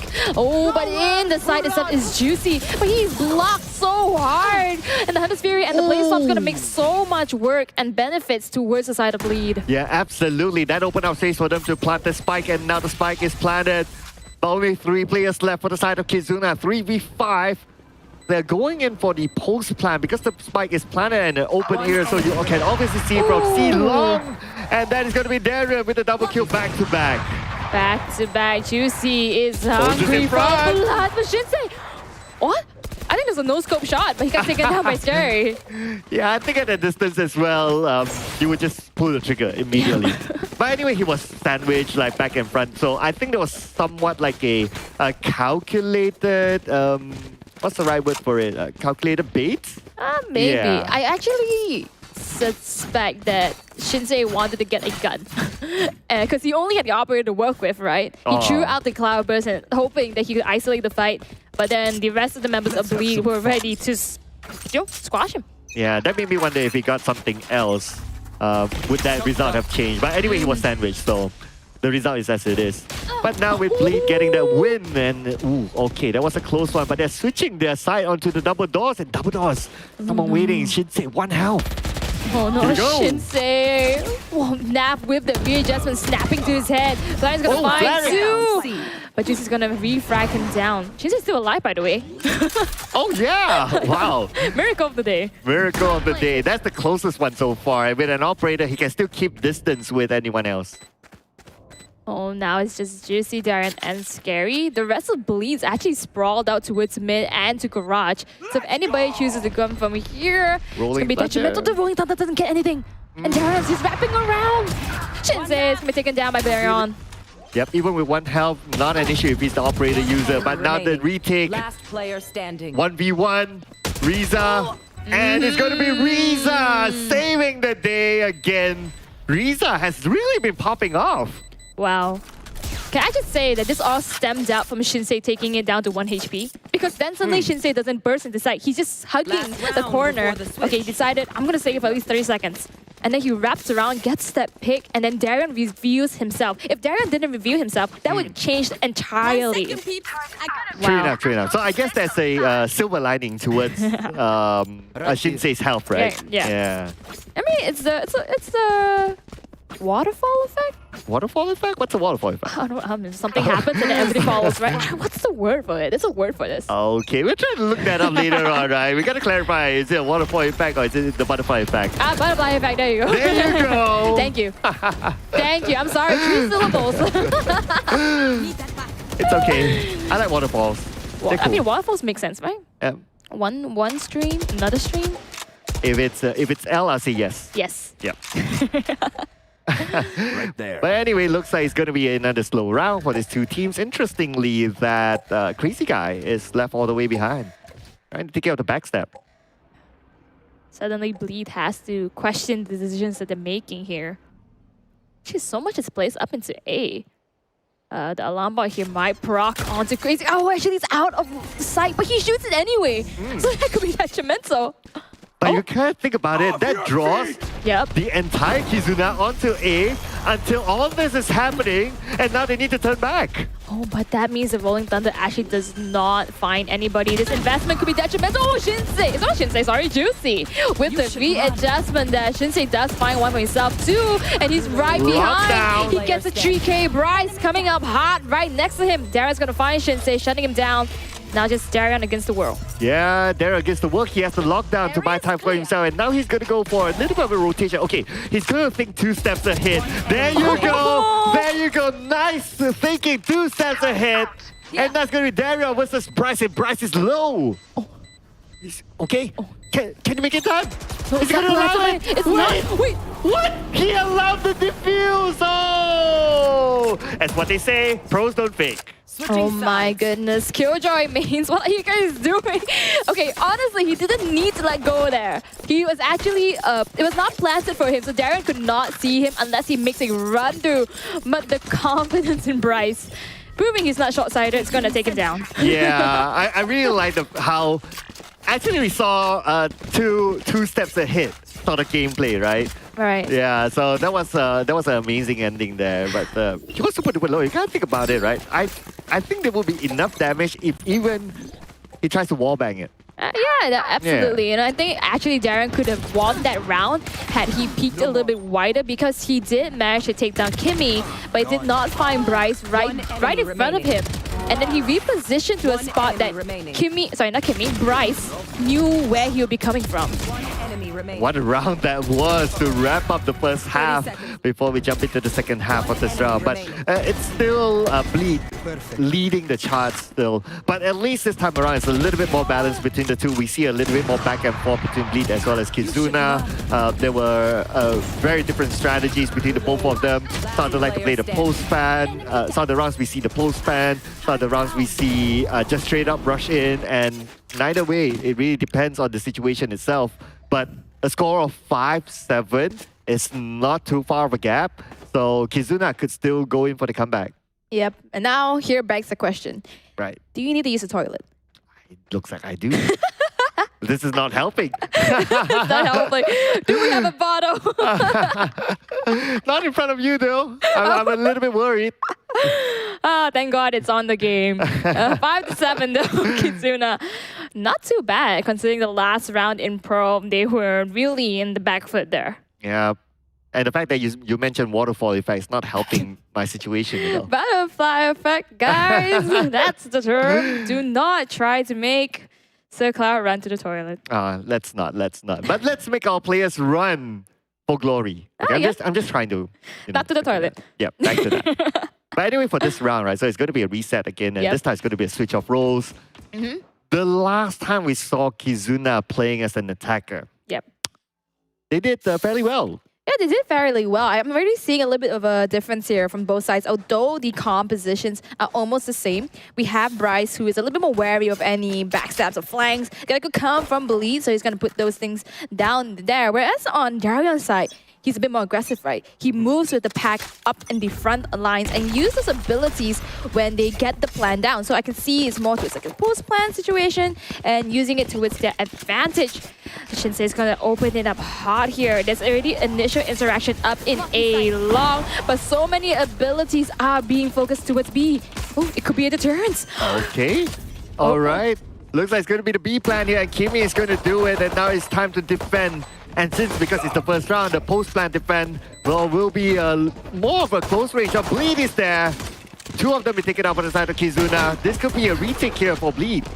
I think I just realized what happened there because Shinsei had such a good opportunity, but Bryce is going to be fine too on the side of Bleed. He is half HP, and that's more than enough to take him down. Okay, for the record, right, Bleed has a good record of winning post-plan fights. Yes. Yeah, so this is just one of it. And so far, from all the rounds that we have seen, all the pistol rounds have been won by Bleed. And for all the rounds that have, all the pistol rounds that have been won by Bleed, the second round has always been won by Bleed as well. So I'm just putting out the stats here. Nope. There's one? One? Okay, one? Oh Pearl, yeah, there's one. Pearl, There's one. yeah, Oh yeah, the second half of Pearl, yeah. All right. I went I'm through gonna my give that. encyclopedia over here. Thank you, thank you. But I just want to mention, I don't remember, if you recall the situation, we saw Shinsei actually went into A-Link, like the top right of the core of the map itself. And then suddenly he saw Neff, but he was Gravity Well, that's the word, yeah. Gravity Well pulled to the other side. And then he did not find the pick there. And suddenly it was detrimental. He tried to go for it, but he got punished by the people and members of Bleed and A itself. So I think that initial miscomm from his team, because that was Flaring's gravity pull, gravity welder. Yeah, I guess it's also the fact that Bleed is really good at the retakes. And they got a lot of retakes today, especially in round number 1. And this time around, Kizuna looked like they wanted to go into B, but now they're switching their strategies to go through the double doors onto C. But look who's waiting! Oh, Scary Rip, the Spectre! Gonna find 3, Darion's gonna find 2 for his own. He actually pushed all the way out into C long, did not check. I guess you can say it's 3K and a 2K for the members of Bleed. I mean, even if they checked it, they don't have the weapons advantage. You're going up against the Spectre from that sort of corner, and obviously Scary would have the first sight onto you, and we gotta just enjoy the replay again. Like, look at this. One more to go. Nice blink. There you go. The thing is that Scary didn't get taken down. If Scary was taken down and they could readjust quick enough to focus onto Darion, they might be able to because of the Sheriff's sharp shooting abilities. Yeah, true enough. Yeah, but I think he's just at the corner that if you want to flick it, you have to flick it. You have to flick quite a bit. And high sense, guys. Yeah, high sense, guys. But for Scary, he's already waiting there, so his crosshair is already pre-placed. Yep. So he would always have the advantage unless you sacrifice like 1 or 2, then maybe you can go in for the trade. But you have to go in quickly, of course. It's got to be a bit slow now. Kizuna actually has the rifle advantage. But they're really worried. It's just the sour taste that Bleed has left within their mouths. Like, they don't want to be overrun or any situation like that because we've seen it time and time again. When it comes to the third round, you have the weapons advantage. If they go aggressive at you, suddenly you're on the back foot. Absolutely out of nowhere. Yeah, be careful of the sour taste of lemonade, ladies and gentlemen. Yeah, and now they're gonna go in. Here we go, straight onto A. Shinsei being so slippery. He's gonna find Crazy Guy at the back of side. Juicy is there with the ghost to refrag. It's gonna be 1-for-1 on both sides, but Kizuna is gonna be the victor, claiming A. Darren right behind though. The rest of the members actually all behind. Okay, yeah, but now who's left is 3v2. But Bleed, can they even up the odds? Yes, they can, but take out Kimi, but Darion is taken out. Now it's gonna be Neff against the wall. Neff against the world. He does have flashpoints. He needs to use it, but he drives peeks into Bryce's crosshair. Amazing stuff over there. And this is all thanks to Bryce having, just a flank watch. And the moment they actually went into proximity of it, they were able to focus towards the T side, the attacker side, right behind them in the flank. Okay, so now Juicy has an operator. But Juicy is not at the typical operator spot, which is C. It's still towards A. So this might be a little bit of a surprise for Kizuna if they went to that way. There is an ultimate for Scary. Not really much benefit. Most of the times when Omen is picked here, it's just off the fact that you can cover so much space. Darion's going to find Shinsei just wall banging from garage doors. That was pretty much a blind shot there. He was just trying his luck and he managed to get it. But that was great game size. Gotta give it to him as well. Yep. But this looks like Kizuna is still trying to go through the double doors. Or maybe try to go to B. But either way, because they don't have the numbers right now, I believe they are well spread out and they have a lot more people to gather information for Bleed. And Flashpoint comes out. Scary is not affected by it. Instead, Valorant's going to be taken down. No more smokes for the side Kizuna. Okay, this is it. 3v5 now. With the spike still way behind. But now they might enter through C. But then again, they have to take down a couple of players out the side of Bleed. But it's going to be there. They're taking out Bryce. 2v5. Scary's going to reposition here. Most of his abilities have been thrown down. The Riza is coming in from Garage. Scary reposition and ready to find Riza with his crosser. Last one's Kimmy. He's going to find it as well. Scary single-handedly blocking Garage and C. Yeah, that would have been really tough, right? Like, if you don't have the numbers, like, if you're very early on, you have to play 4v5 or 3v5, right? In this sort of map that is huge, it's hard. Absolutely. And one of the key points of Haven itself is the information given out. If you get spotted out by either an alarm bot, a cipher trip, or any sort of information abilities, suddenly it just makes your map a little bit more smaller, less to play with, because they're expecting where you are coming from.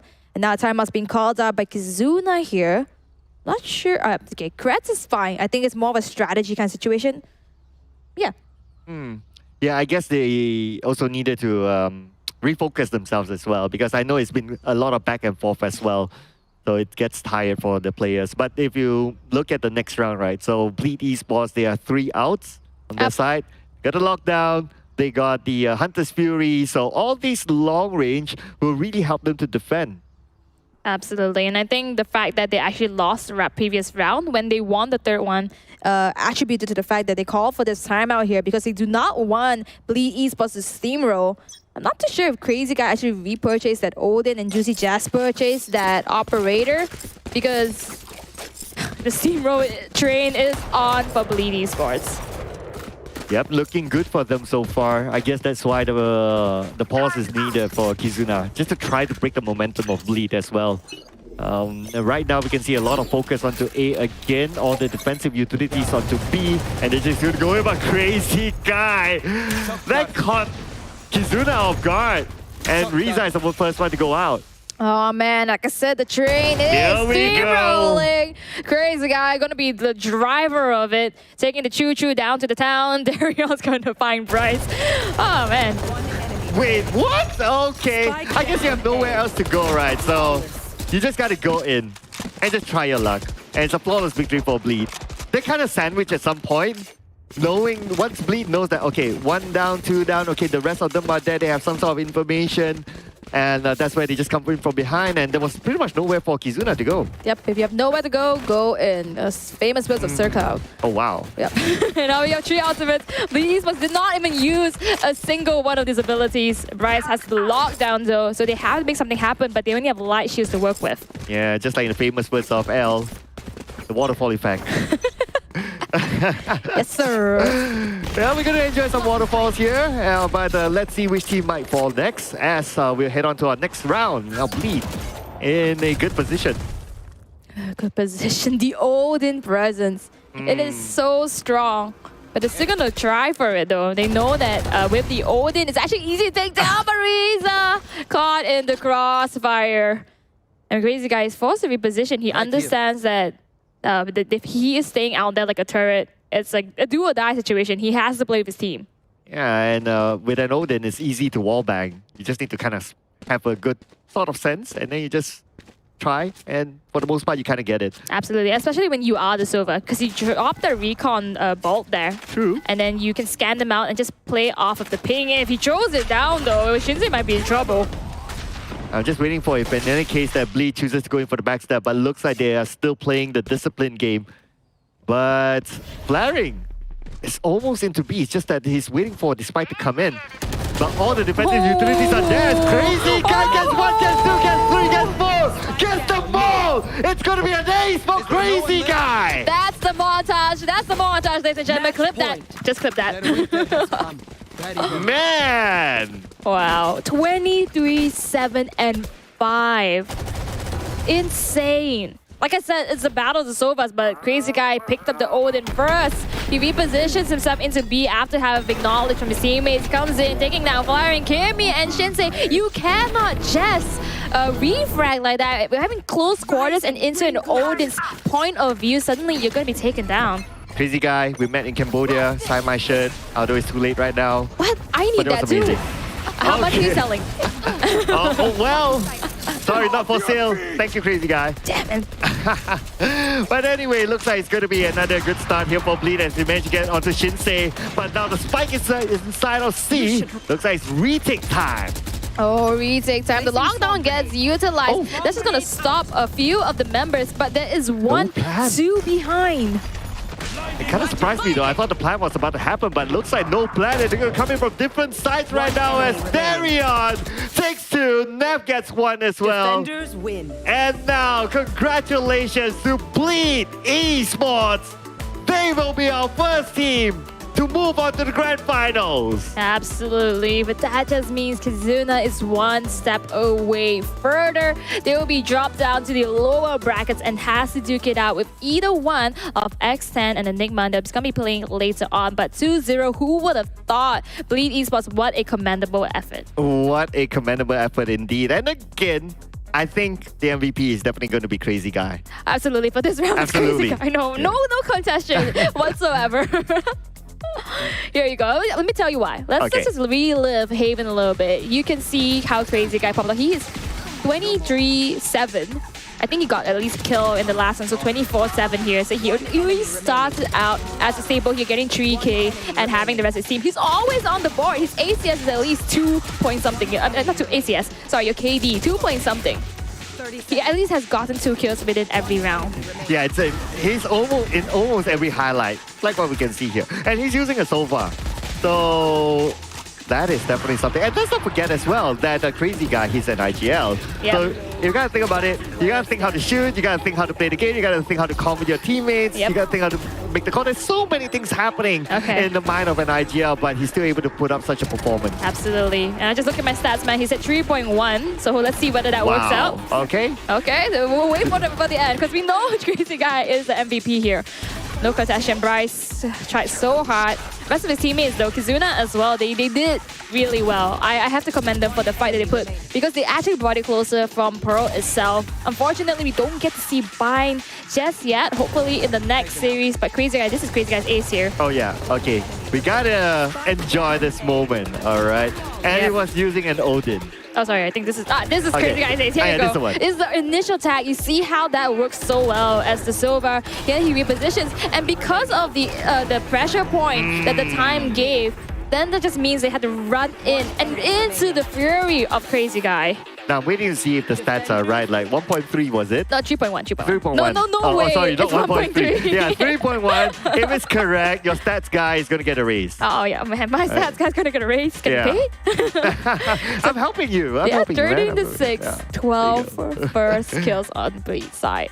Yep, and there's no 50s whatsoever, so really whoever started the momentum, they carry forward into the rest of it. Because if you take a look, it's not even 1-1-1-1, it's just 2-2-2. So it's really whoever wins one round, they get the next. And then it comes back right after when they are able to purchase. Crazy Guy here, combat score 3-4-5. Wow. Yeah, I think this time around as well for Kizuna, Riza being the MVP. Yep.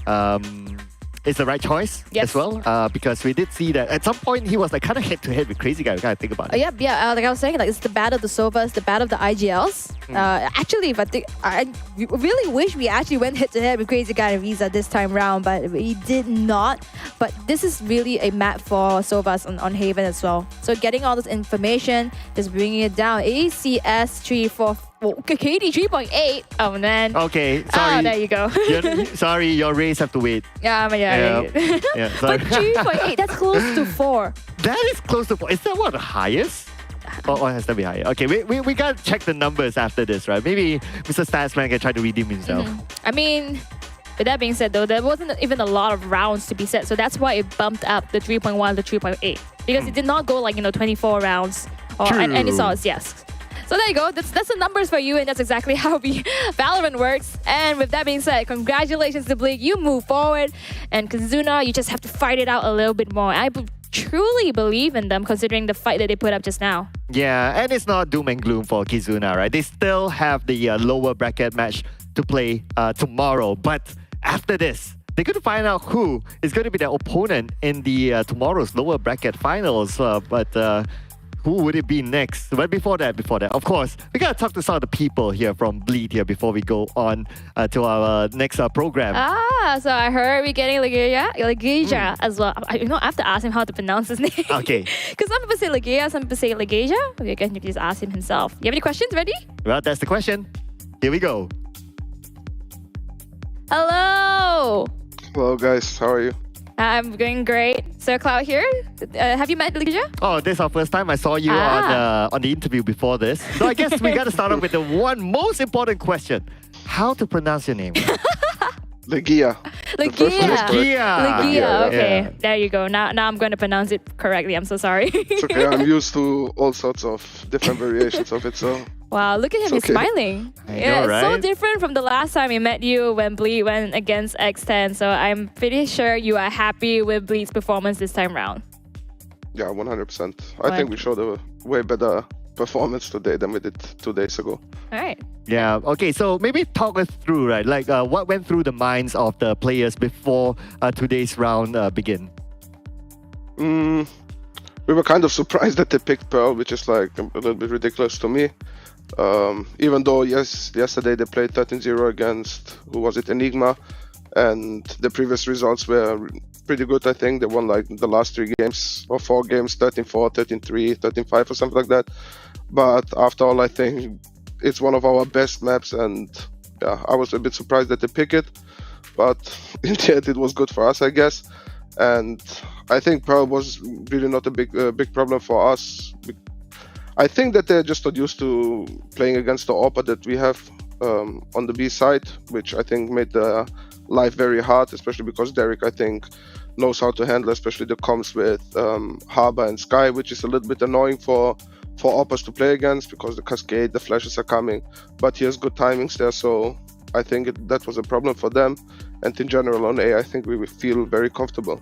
So I think our City side was rock solid today. But I also noticed, like in the voice of the players and in the mentality or attitude today before the game, that we will show a different face today than we did the other game. Definitely. And I think really having... And then on... Yep. Yes, so and then on Haven, I think it's also one of our map picks. So I think the map veto just went in our hands. Of course, Crazy Guy had some great rounds with the Odin, but that's also partly our plan. And yeah, I think really, I don't see any team in MYSG to beat us if we perform like this. Okay. Wow, okay, I like the confidence. Wow, I mean, you kind of answered my question as well. I was going to ask you why the Haven pick. Do you want to elaborate on that? The Haven pick, at least. For us, it really does not matter which map. Like we play every map, like all 7 maps we play. So it really does not matter. We went for a little stronger pick for us. Haven, I think, was ever since I started playing with Valorant, I think the map suited me kind of. And also I talked a lot to Gob B, my team coach from CSGO. He was playing Valorant himself, and he taught me a lot about this map, so I kind of understand the rotations and how to approach the map very good. So yeah, I think it's a good map for us. Wow. Yeah, that was very in-depth sharing. Thank you so much for sharing a lot and even answering El's questions along the way as well. So that made it kind of easy. So before we wrap up this interview, right, would you have anything to say to whoever who's going to meet you in the grand finals later on? I have nothing to say to them. Good luck, I guess. Be nice now. Yeah. Look, I'm just focusing on myself and my team. Yeah. So I don't want to interact too much with other people, other players, or anything. It's after all, it's a competition. There is no friendship Oh, yes. unless the competition is over. So we fully focus on ourselves, and whoever it may be, we will give our best. And I don't see them beating us, to be fair. I have a question. I know you said last question, but I have one question, okay? Bonus. Go Who ahead. do you think you're going to meet in the grand finals? Oh yeah, good one. I think it's X10. All I think right. it's X10. Like Enigma, I think obviously last split they played very good, and I think they gave us the hardest time. But I think also after beating us last split, I think they were like in the biggest momentum. They had huge momentum going for them, and once we beat them like in the playoffs game, I think we took that momentum away from them, and their performance dropped quite a lot. So I think they lost their peak that they had last split, and I think that they are out of these three teams maybe the weakest. And I see X10 normally beating Kizuna. But it's also depending on the maps. Like I don't know. I feel like most of the teams in MYSG right now, they have like 2-3 solid maps that they can play, and on all the other maps they are like beatable and very readable, their game plans. So I truly don't mind whoever it is. I kind of want to play again X10 because I think it was a good game, and I want to show them how it feels when they face a different bleed than last time. Wow. It's not gonna be fun for them. Okay. Looks like it's extended. It's okay. Okay, cool. But anyway, thank you so much, Nagija, for sharing very, very insightful information from you. And all the best for the grand finals later on. Thank you, very much, Lagia. guys. Thanks for casting the game. Take Bye-bye. care. Bye. Oh, bye. There you go. He got cut off there, but I believe Bleed is not going to get cut off. They are making it to the grand finals. Oh man, you can see the stark difference compared to the first time we had an interview. I don't know if you saw it, but he was like almost going to break down. He was really upset in the performance with Bleed against X10. They made it through, but only by the silver of their hair. I mean, that is the level of expectation that he has for his players, right? He's really, really putting up there. Although it's a win, it doesn't feel like a win until it feels like a win. Yep, and like he said, this is a competition, and not unless it finishes. So I really believe they're going to come in with their game faces. Now, before we go into the grand finals, that means we have to go through the whole entire lower brackets. And with that being said, the people in question are X10 as well as Enigma Gaming. Right after this break, it's going to be a huge one. Do not go anywhere.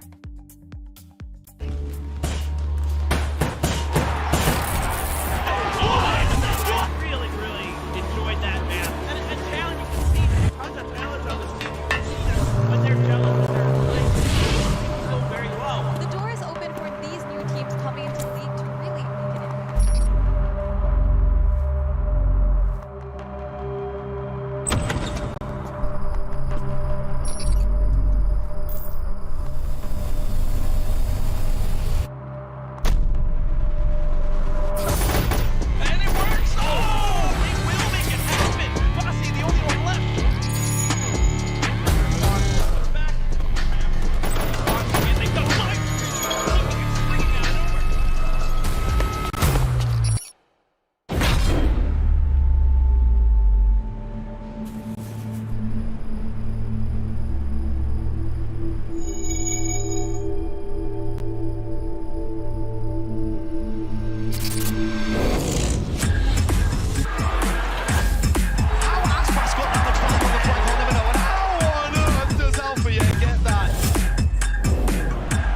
VCT Asia Pacific. We'll see you in Bangkok, Thailand. Guys, look at this! This is going to be so fun.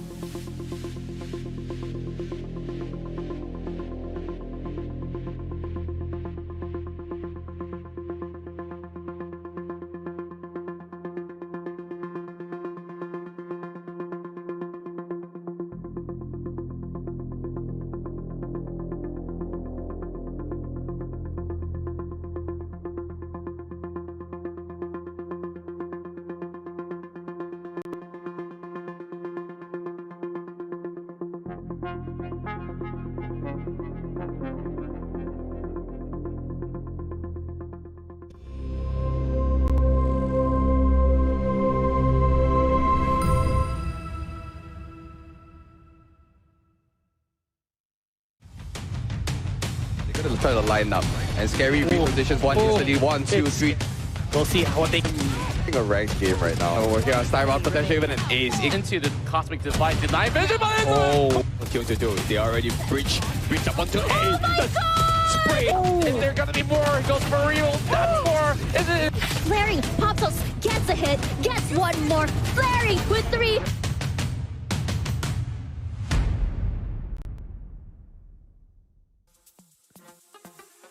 We're back, ladies and gentlemen, and we are now headed to the lower brackets where we see X10 Esports against Enigma Gaming. Before all of that, my name is Eliminate, and I'm joined by the very handsome, knowledgeable Sir Cloud. Wow, thank you. I doubled it. Oh, yeah, you doubled it. I got to top that later on, all right? Okay, I owe you one for that.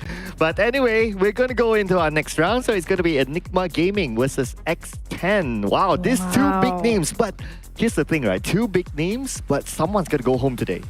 Yeah, absolutely. I mean, we talked about the trifecta, right? Back then, Gideon came in with the moniker that was Bleed, X10, and Enigma Gaming being like the top 3 pillars of the VCT MYSG, really being on the top of the list. So essentially, this could be a second, third, or maybe fourth match, considering that Kizuna just got bumped down by Bleed.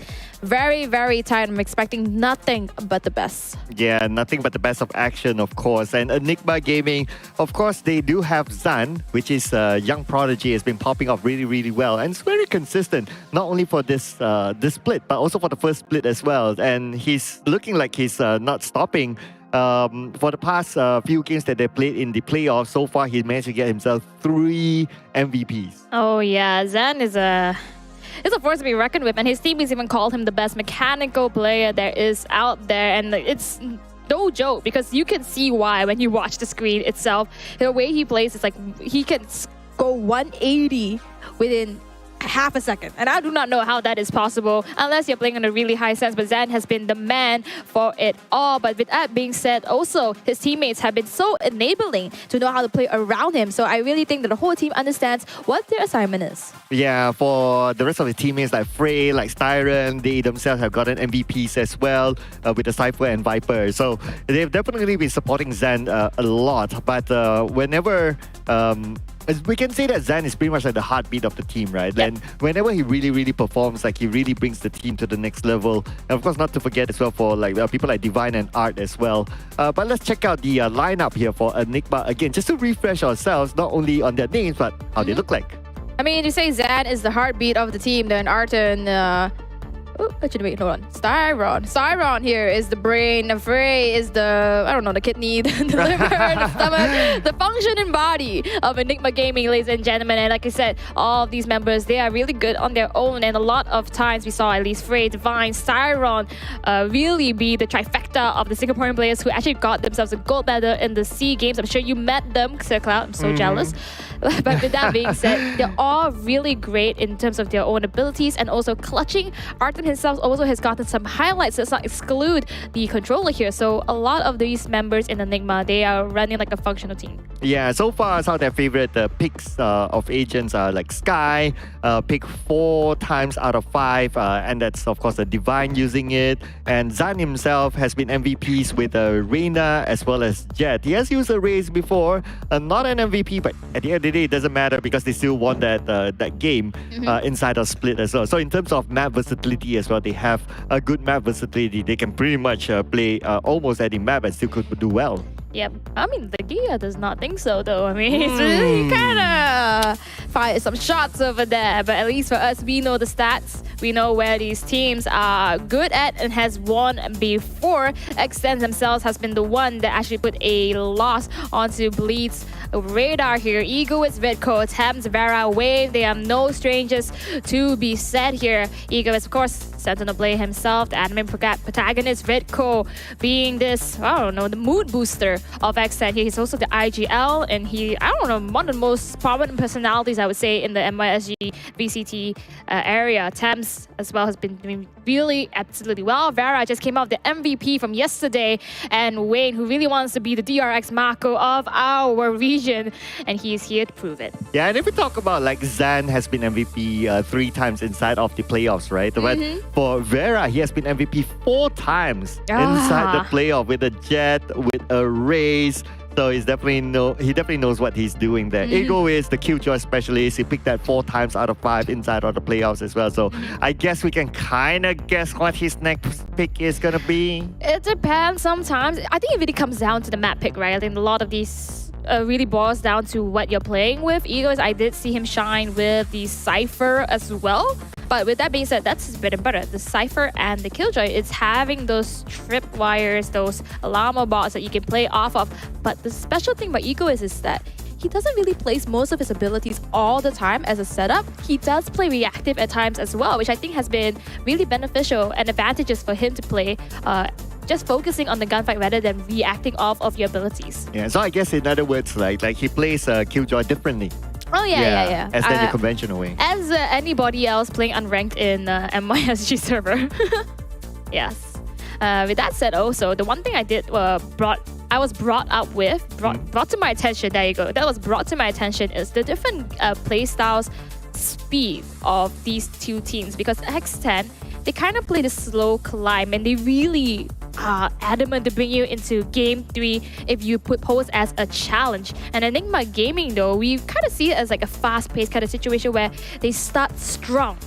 But if push comes to shove, they bring themselves to game 3 and suddenly they lose their speed. Before all of that, let's talk about Frey and Egoist here, who are the sentinels of both sides. And we talked about Egoist and how he plays. Frey, similarly, he does the same thing. But I think the clutching ability of Frey is a little bit more superior than Egoist. Yeah, we got higher average kills. In fact, if we talk about average kills, KDA, he's definitely higher than Frey. Only ACS Frey is a little bit higher, but even that, the difference is not that much. So I guess if we were to average out the stats, right, it's definitely favoring onto Egoist. Oh, yep. By the stats, by the numbers, but I think this goes to show how close both of these players are in the way that they have been contributing to the team. Egoist in particular, he always holds on to his side unless his teammates ask for reinforcements. And with that being said, that means that he trusts his teammates and his teammates trust him. And when he really has to make that decision to rotate, it's kind of push comes to shove. Yes, and in terms of agent versatility, if we were to compare the stats inside the playoffs, Frey has a little bit more versatility. He has played one agent more than Egoist in the playoffs, and that is Cypher, and he got an MVP out of that. Other than that, both Egoist and Frey have played a Killjoy and Viper as well. So in terms of that department, they're kind of like the same. I'm very sure the Frey is comfortable on the Cypher. Yes, very. Yep. So yeah, I mean with the MVP, you cannot deny that. But let's see. Speaking about comfort, right? Let's see what are the comfort maps that they might pick. And Fracture has been banned off. Oh. Pretty Haven, interesting. banned off as well. Yeah, big map out. Oh, Haven, Fracture are out. So now I'm expecting either like the back to basics ascent kind of situation, or we go into Lotus or Split. We have a Split map being picked up here. That's pretty interesting considering they tend to not do as much. Okay, sorry, the other way around. Enigma doesn't do as much. X10 though, they took this map off of Bleed, so they are feeling confident. Enigma comes back with the Ascent, the map that both of these players had to play within the decider and then overtime. So a lot to be said here. Pro gets banned out, so that just leaves Lotus and Bind. Yeah, just for the record, both teams have played Split inside the playoff and both of them have won before. As for Ascent, it does favor onto Enigma Gaming, considering they have won it. But X10, well, I guess it's a map they don't really want to remember. Yeah, so they lost Ascent before this. So yeah, the stats do show favor towards Enigma for that. But for a decider map, Lotus, between these two teams have only been played once, and it's played by Enigma Gaming, and unfortunately they didn't win that map. I think for Lotus is a bit of a iffy question on the side for X10 because this is the map that they took off of Bleed the last time round. They were kind of the first ones to really pioneer Lotus being a strategic place for the pro play scene. And then after that, it just started becoming a loose screw for them, as in they could not really get a grasp and be consistently playing on Lotus. So now with it being the decider, it's actually very interesting because, like I said, I think X10 is a bit more consistent where Enigma Gaming does run out of steam. But when it brings it down to Lotus, and after 2 very long games, if it does come to that point, then it might be equal ground. Yeah, I think this will be a long game. Oh. Yeah, we said that for the game before. Just say we said that for the game before, but I think this is definitely going to be a long one. Absolutely, because one of these teams is going to be knocked out. I don't know. I think this is going to cause a huge upset. And I think after this is going to be GG's everywhere because of how they play. Rico is going to pick up the Gecko on split. And then we have the double controller as well. So double initiator, double controller for the side of X10. Very interesting. Wow, I'm kind of surprised not to see a Jet onto Vera because he has been getting MVPs out of it. But anyway, he got an MVP before for Ray, so that's A-OK as well. Whereas for Zan, he has gotten, so it looks like he's going to go in for the race. He's going to continue on his race. The last time he played, he used the race as well. It's very hard because it's really the question of split here. You can't really bring the Jet as good as a race that could really fight all those verticalities that they have. You can really go from, let's say, A into the side itself and then jump onto Heaven. Doesn't have to take the traditional route of the ramps. So that's why race is just a little bit more prioritized. And of course, Reyna's a little bit out of the question here unless they really want to play for aggro. But the last time they did, they were hugely punished. Yeah, and just to point out as well, Divine is picking his favorite agent inside of the playoffs, and that's going to be Sky. He's used it 4 out of 5 times so far, but the win rate for it is 50-50. Yeah, looking to add that number this round. Absolutely. Enigma Gaming X10. You guys at home, you guys better make some noise. Root for your favorite team because one of these teams are going home. These are huge giants, by the way. And now we have both of them facing off. I'll just take a little closer look into the Asian select here. There's double initiator inside Enigma. But X10's composition, I think, is the most interesting one. We do not have any Sentinels. That means Egos is not even on the like Cypher or Killjoy, which the last time I saw him actually play the Viper. I understand why it works for them. It's just a little bit, you know, not in comfort, but I guess attacker side, this is what they want to use. Yeah, and for this kind of map, looks like there's no Killjoy at all for either side. And I think everyone's just adapting to the map choice, so that's A-OK for both teams. Right now, we can see that a little bit more focus onto B, but because of this map, there's an underpass to the other side, so I guess it's going to be easy for them to make that rotation if needed. But anyway, they're going to go through the mid. Oh, going through the mid. Okay, this is pretty good because now we're having mid priority. You can either go to B or fake into A, and I think that's what is going to be happening here. But we see Frey is not so easily going to buy into their tricks. This Cypher guy's going to take her down in this corner. They do check. Redcoat is starting it out hot.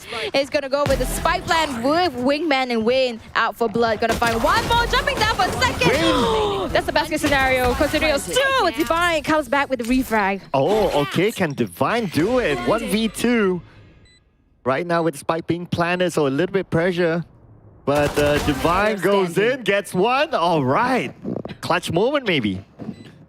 It's going to be dry peaks. I'm not sure they saw each other. Okay. Oh, they did not. Echo saw it. Oh my goodness. So we have here Divine 26 HP. The spike defuse don't come out, and it's a headshot. Nonetheless, you don't even need the 26 HP. You just need a headshot to the head. Yeah, I mean, it was planted out in the open, so it was very, very difficult to for him to defuse anyway. But it was a good attempt. It was either he went for the defuse or, well, even if we win the fight, he'll still lose the round. So I guess he was just like, okay, just do it. I think it's one of those situations where he did not know where Egoist was. And he went through from Heaven, so he could probably assume that there was no skirmish off of it. So he's not here. He might come from a screens or something like that, all through main. So when he's trying to, what he's trying to do is trying to stick for it. But a bit difficult, with that being said.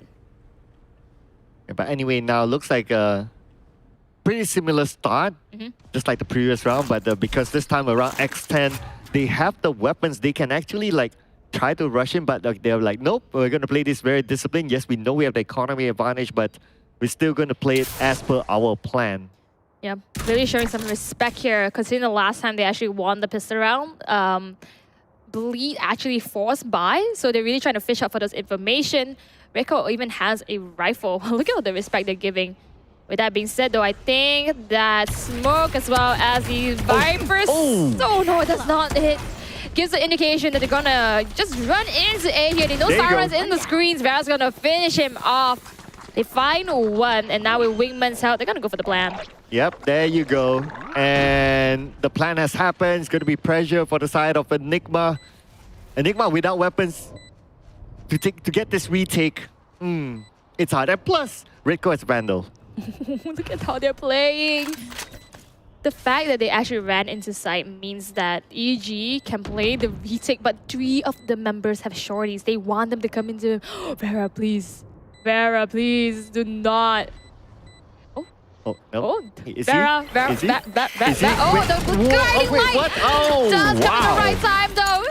Oh, does not even need to heed my pleas here. He needs his teammates. That's all he needs. That was insane coordination, not gonna lie. I mean, that was really, really on point. So now they managed to get a couple of frags, they win the round, and at the same time, of course, Frey and Zan is just going to sacrifice himself, and this round is given to X10. But now we're back onto equal terms in terms of economy. Kind of. Kind of. The only thing about gaming does have the upper hand here. They have the rifles as well as the light shields to work with, and some with heavy shields. They definitely have the upper hand, considering also Divine is 1 point away from his ultimate here. Seekers, and definitely all full abilities. The only Frey does not have the trap wire. No, I think he used it. Yeah, he used both of them. Okay, there you go. Well, let's see if... looks like a little bit of a change of strategy here for X10. Now, a lot more focus onto A. It seems like they kind of swap sides as compared to the first 2 rounds. And now a little bit more focus onto A, and they were just, well, this is their time to go in. But then again, there are some defenses there. Hey, there you go. Trap wire. Oh, but it does not accumulate to anything because no fallout was given by Enigma. Accent has position off the side, but this is very dangerous territory right now. Abilities have been used, but not all of them has converted to kills. Now they know EG is going to play the retake game. They just have to wait and anticipate. Yeah, they're going to plant it at the corner, so it's not an open plant. Redco will open it up by taking out Arton. And that is going to be the first play in this round, and Prey is going to get the next one. Oh, man. Oh, A taste of your own medicine, Zan and Styron running in. Redco, the last member to hunt.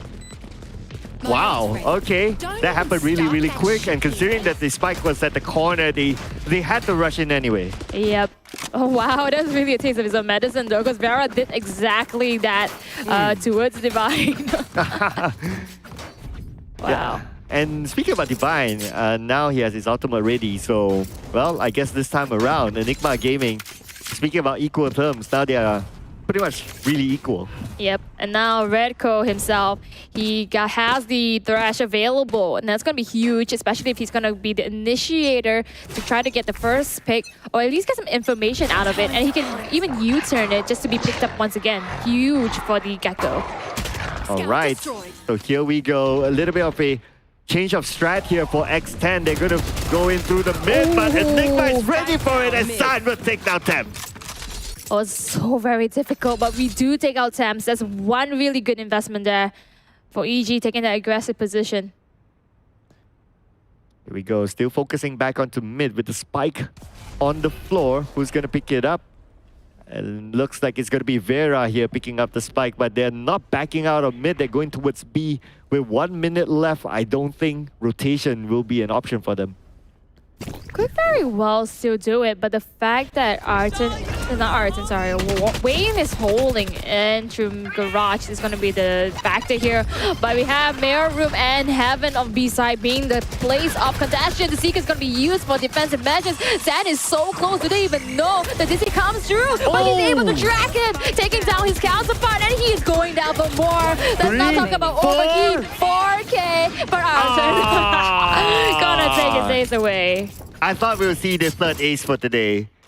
That was too bad. Yeah. But anyway, it doesn't matter. It doesn't matter. I'm sure they're still celebrating that win. So as long as it's a win, it's a win.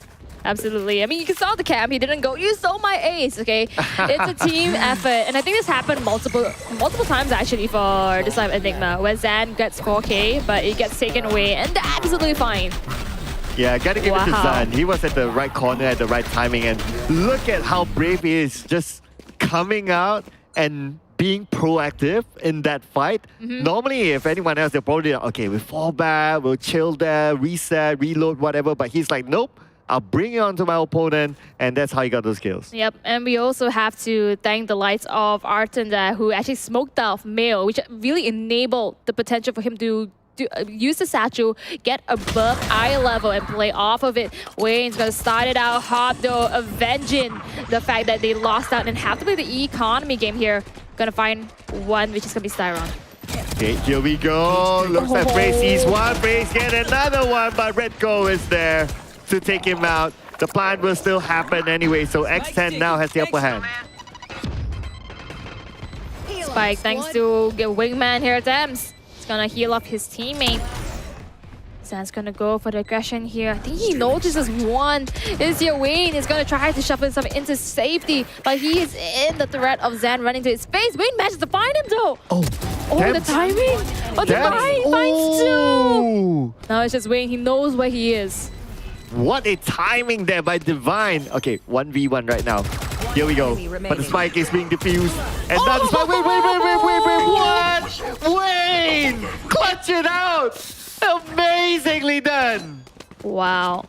I have no words for that because Wayne started out with a sheriff, taking down Zan in the beginning and then suddenly clutching it out. He really played off of it. I think the fact that they tried to defuse and then thought that he might be pushing and then suddenly turned it to the other way, but he had the cross in the right place. Manages to spray transfer both of the members on Enigma Gaming. I wonder what anything would change if he just went for the defuse. Right. Yeah, like maybe it's like, okay, maybe he won't push. Maybe he think it's a fake and I just go in for the defuse. I don't know. But anyway, that's in a different parallel universe. In a different parallel universe. The fact that he was playing only little utility as well made it all the more kinda why did we not win that round? Oh, but the Trailblazer unable to spot anybody. The smoke's really just blocking as much visibility as they need.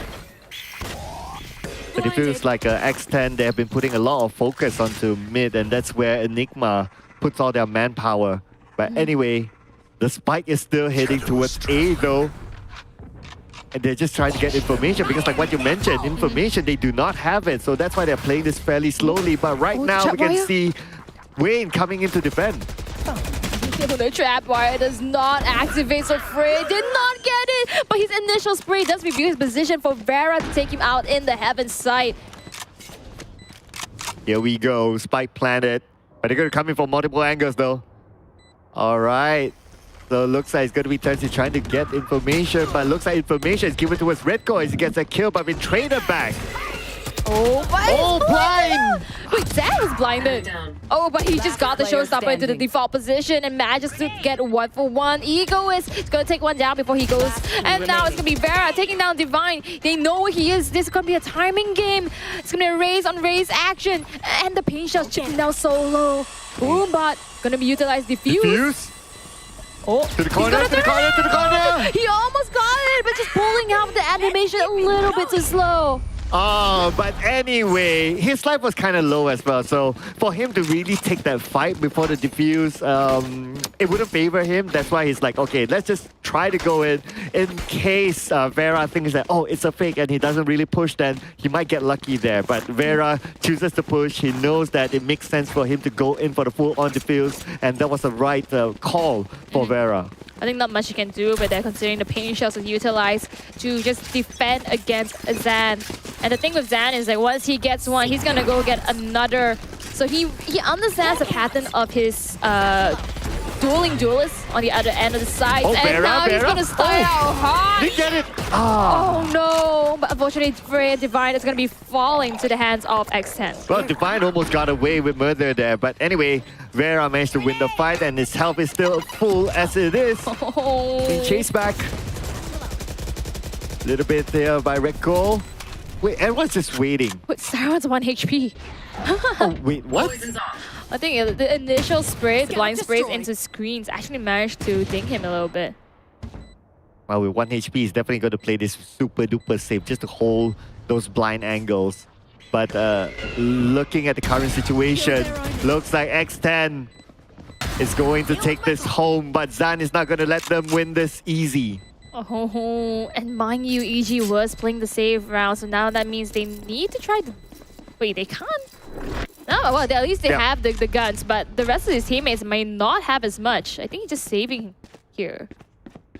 I have to do the math here. Let's see. Okay, they can buy. All right. That's fine. It's fine. Yeah, there you go. Yeah.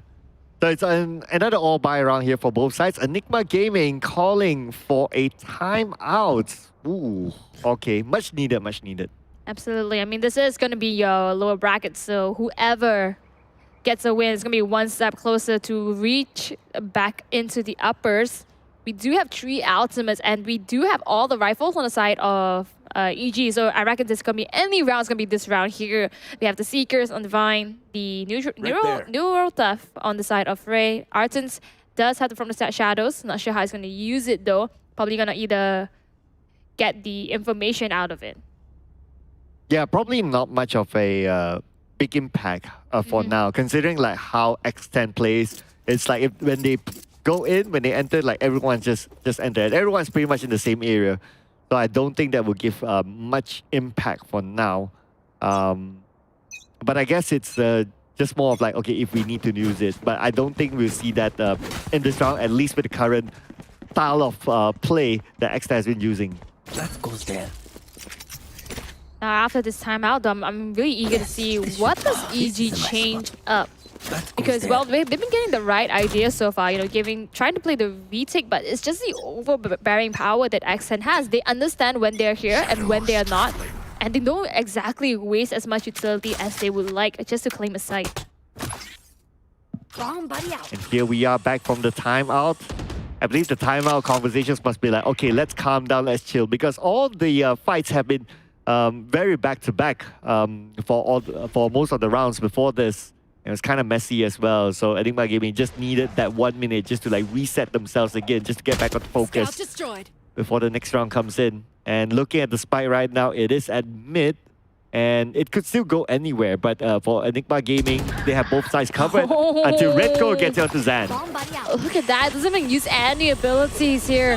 I think the initial Trailblazer could have just been a distraction that they're still holding down the back of mid, whereas they're already there. The ultimate, I believe it doesn't catch anybody, and it's in a spot where he's able to retrieve once again. They do claim B side though, but the neural depth does come out, so information is going to be relayed to EG very soonly.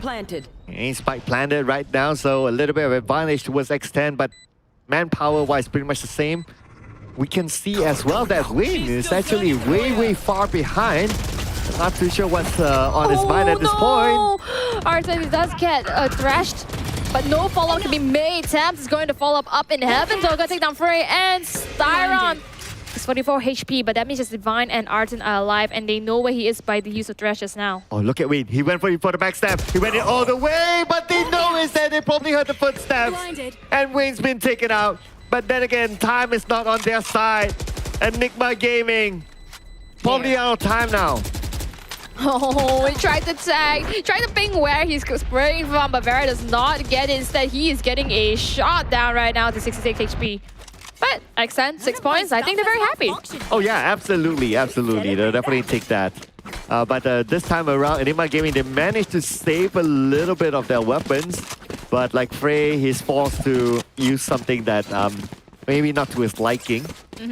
Yeah, but at the same time, if you notice that Enigma Gaming, they actually used most of their ults in the previous round. Oh yeah, they used a bunch of ults invested there, and unfortunately did not manage to come into fruition. The good news is that a few of the members are, I think 3 of the members are taken down there, and then you're forced to rebuy. That was Egoist as well as Wayne. I think X10 had the right idea, and it really does come down to the little holes that EG does provide to X10 to really capitalize on. Let's see if X10 can still continue to capitalize onto this, because looks like their idea ain't changing. I mean, if it's not broken, don't fix it, right, as the great words say. So right now they're going to still play it through mid. They want to go into B, but Zen and Frey is there! Oh, such a beautiful timing on the guiding line there. I was thinking they really gave the middle room. They cannot do it, but Zen going to get a 3K from himself. And there you have it. That's how you play the timing game. Yep, I guess the statement of like, it's not broken, don't fix it, right? Like if you keep repeating the same thing as well in this sort of game, it's like your enemies can really read you out. I mean, that's broken, don't fix it. And then suddenly it's broken. Immediately calls for a timeout. Exactly. Immediately calls for a timeout there. Honestly, I mean, if it's going to be a re-strategize situation, then sure. But it's more of they're able to start reading you now. So EG understands with the likes of Divine just popping one guiding like Zan is able to make so much happen. Classic Initiator and Duelist enabling. Yeah, so this is a timeout that's probably needed for XN. Although they have the a little bit of a lead, but you don't want it to be a situation where it gets flipped around. So you might as well call it now, give your reminders to everyone, and then refocus back and probably try out something else. Because right now, we have yet to see an entry for B main. Oh yeah, entry for B main. Could be very interesting right now, but it's hard to say because when you have Zan and Divine on those positions and they play off of Heaven and you know that Zan has the power to jump into your face with the satchels, it does come to that point. And also with Arton as well, the paranoia, holding into B main, getting this garage control could be very detrimental. And you can see it right now. I think EG even has the same idea. They're like reading into it that it could be a garage push here. Right, yeah. And looks like it is. Maybe a little bit of an active move here by Zan. And Zan is moving, but look who's waiting for Wayne. Is kind of expecting that, but Zan, the so sharper close. shooter. He actually got dinged though, 10 HP. Unfortunately, able to shoot one extra bullet out. Oh, so close. One there. Paranoia. Okay, blinded, but managed to get away, and now the push is going to happen. X10 is going to show themselves, but Arton is ready for them. Arton sees them, but couldn't land the shots. As a matter of fact, whether they're going to drop down, Divine going to find him. Redco does come into the reflag. Pop flash coming through. Redco going to find one more before he gets taken out by Zan. Okay, Ego is 1v3. Let's go. Ego is, if we can do it. Left and right, can it flick it?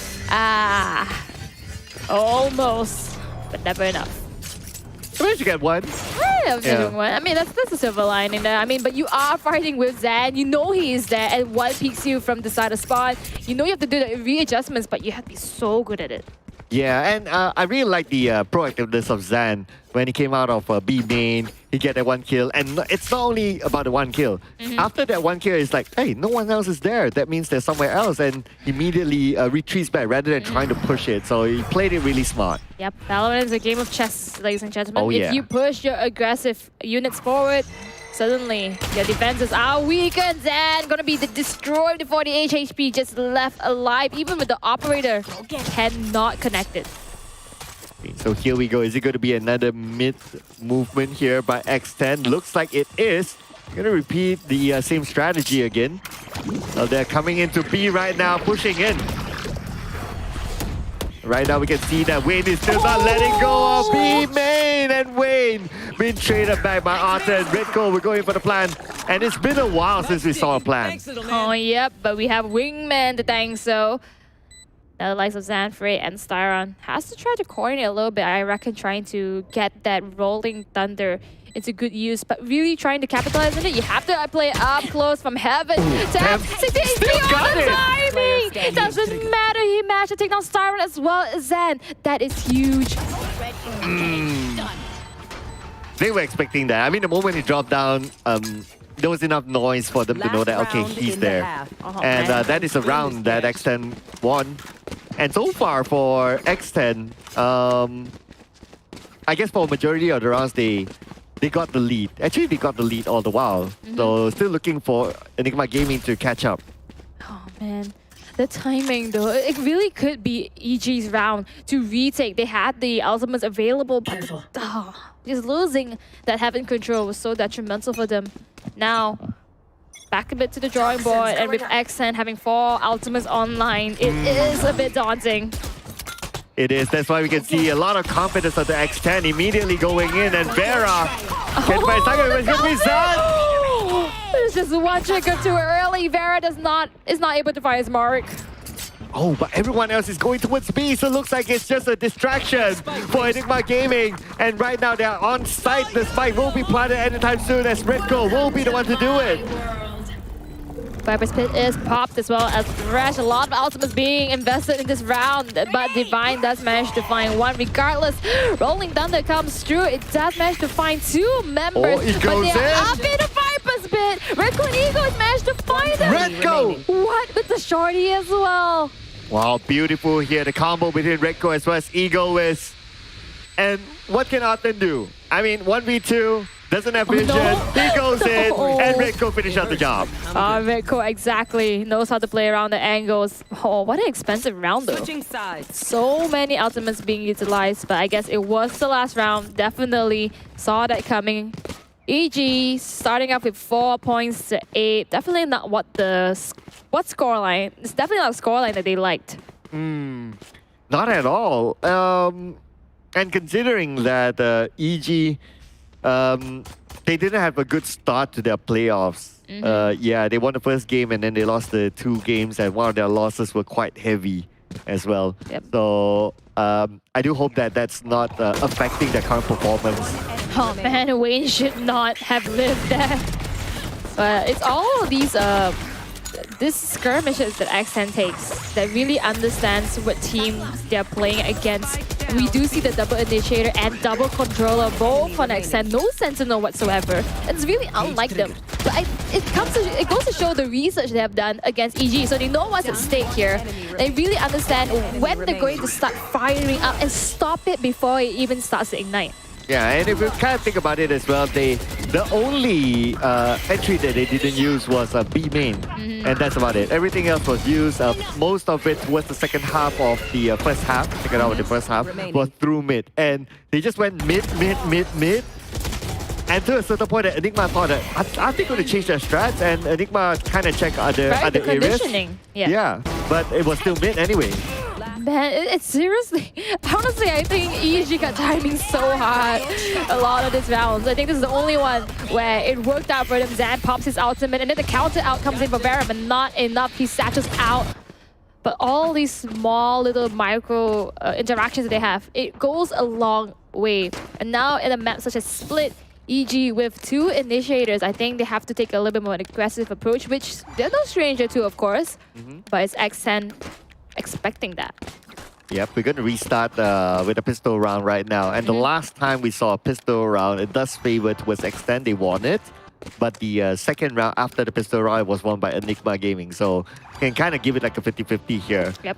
But then again, of course, they're switching sides. And it's looking like Enigma Gaming will go 5 in onto A. 5 into A. We know we have Zan. Could definitely take the mains to Heaven route or even to Rams. Which is definitely the better choice because we know we have Arten who is able to provide the smokes, but not having 2 smokers. You really want to utilize it as much as you can. The pop flash comes through, trying to make some space here, X10.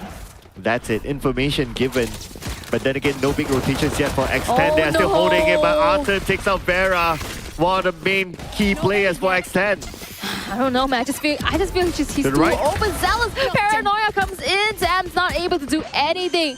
Oh man, one risked it all. Mike planted now, and time for X10 to do the retake. There you go. Yep. He was waiting for it. That means a hard check did not check that Sam was right behind him. It was a difficult one. I guess right now 2v5. They might want to try to get exit frags. That's probably the best option for X10. The thing is, though, they do need to try to die as well. Ego finds Arten. Wayne! He does find Divine, but the ghost is a bit more sharper than a pistol. There you have it. 5-8. First round being brought over to EG. It was all capitalized on Vera's risky attempt. Yeah, and Vera was, I think he kind of pushed out as well. He played the active role there, but it didn't really work out for him because EG was all 5 players stacked up together. So anyway, in the pistol round, it's very hard for you to win that kind of setup. I don't know though, because when the guiding light came out, it does tell you who you flash, like flash them, and it could really showcase how many people were there. I think Vera just really tried to go for it, and he did not have like a frenzy or anything like that. The spray transfer, a little bit detrimental. Now EG does have the guns. X10 does have 2 shorties though. Okay, with the guns, this definitely will give a bit more confidence for EG to really push it, but they're still respecting X10, not making the big moves just yet. Only want to get information first before they do so. Trailblazer out. Trailblazer gonna jump into position. I don't believe Ego is sought out. Smoke also comes in just to get some mid control. It's gonna be a fluke. Only Frey gonna hold an angle. He manages to hit his head. Okay, that was a really close one. The Egoist is still alive though. And attempts can still reset his health. It should be okay. Oh, no, but the Ritko is there to take down Zan. Oh, so dirty. Just playing up close with the help of Wayne as well. Just go up close to them. They're trying to spray him. He's not even budging. Very disciplined indeed. But 30 more seconds to go. They're waiting to execute this as Wayne takes down Frey. So this could be the time for X10 to execute their plan. But the spike is moving away. So X10 could have bought enough time. Oh man, I did not know the classic was that accurate. They're actually making a beeline into A, 14 seconds. If they jump down, they can make it, but Vera is right there. Pain Shell is going to deter them a little bit. Suddenly, they're stopped in the middle of no man's land. That's it. Timeout. Looks like they're going to save whatever that they have in hand right now. Oh, man. And Divine still managed to get one of the attempts. So that's a little bit of a consolation, I guess. Yep. That said, so much has been awarded to X10 there. They did not even have to buy. They played off shorties. That gun is illegal, man. Wow. Shorties are illegal now, eh? Yeah, man. I mean, I love the shorty as a user, not really on the receiving end. Yeah, nobody likes that. Same goes with me and Operator. We have a very complicated relationship. Yep. But the fact that EG actually didn't die there, that means that the rebuys here are very scarce. The money, the credits are really low. But Zan does not let them deter him, but one snake bite does. Cannot make him break through.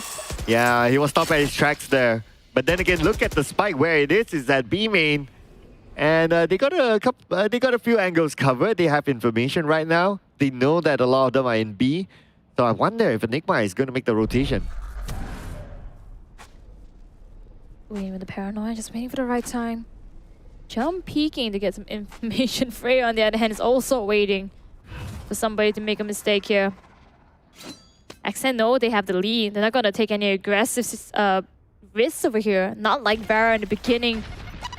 Pain Shell is going to indicate some form of entry point from heaven. Spray through, but Egoist does not connect. They might just shoot him down. Rico and Wayne, they have taken off. Oh man, the two main men inside of B have been taken out, and now the rest of them will need to come in. Egoist will be taken out by Zan. And right now, Enigma Gaming, they can't drop this. They should be able to wrap things up, but Vera will make it easy for Enigma. They did lose this extra rifle that they have, so now only Divine has the Vandal to work with. They have abilities and wrapping around them. It's Frey with the Ghost. Do not underestimate his firepower. He has the brain. Well, he came in from behind. I mean, that was kind of like a surprise towards X10. And now it's going to be 6 versus 9. Oh my goodness. Still waiting for the moment for Enigma to really catch up. Absolutely. Now, with that being said, X10, I don't know how these teams are losing the rounds that they're supposed to win, though. That was X10's rifle round, and Enigma only had the Spectres.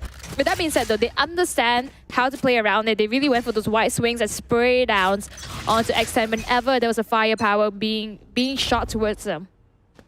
They're not really a fan of going towards A, and that is well read out by Wayne. Looks like they kind of know that X10, or more like Enigma Gaming, they're going to go towards B, and because of that, they traded off one player with each other. Smokes as well, deterring so much here.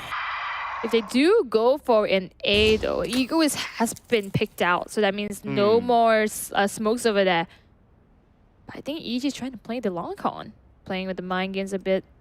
X10 not buying in one bit. Okay, they're going to go in. Nicely blinded. Redco needs to retreat immediately. But all the defense utilities are coming in, stopping EG from coming. Look at them. Are they actually both making a beeline into A? What is this hard read? Is this a hard read onto X10? Sorry, onto EG? Okay, yeah, well, looks like it. All right, but I guess Frey is going to surprise them because they don't know that someone's in the middle area.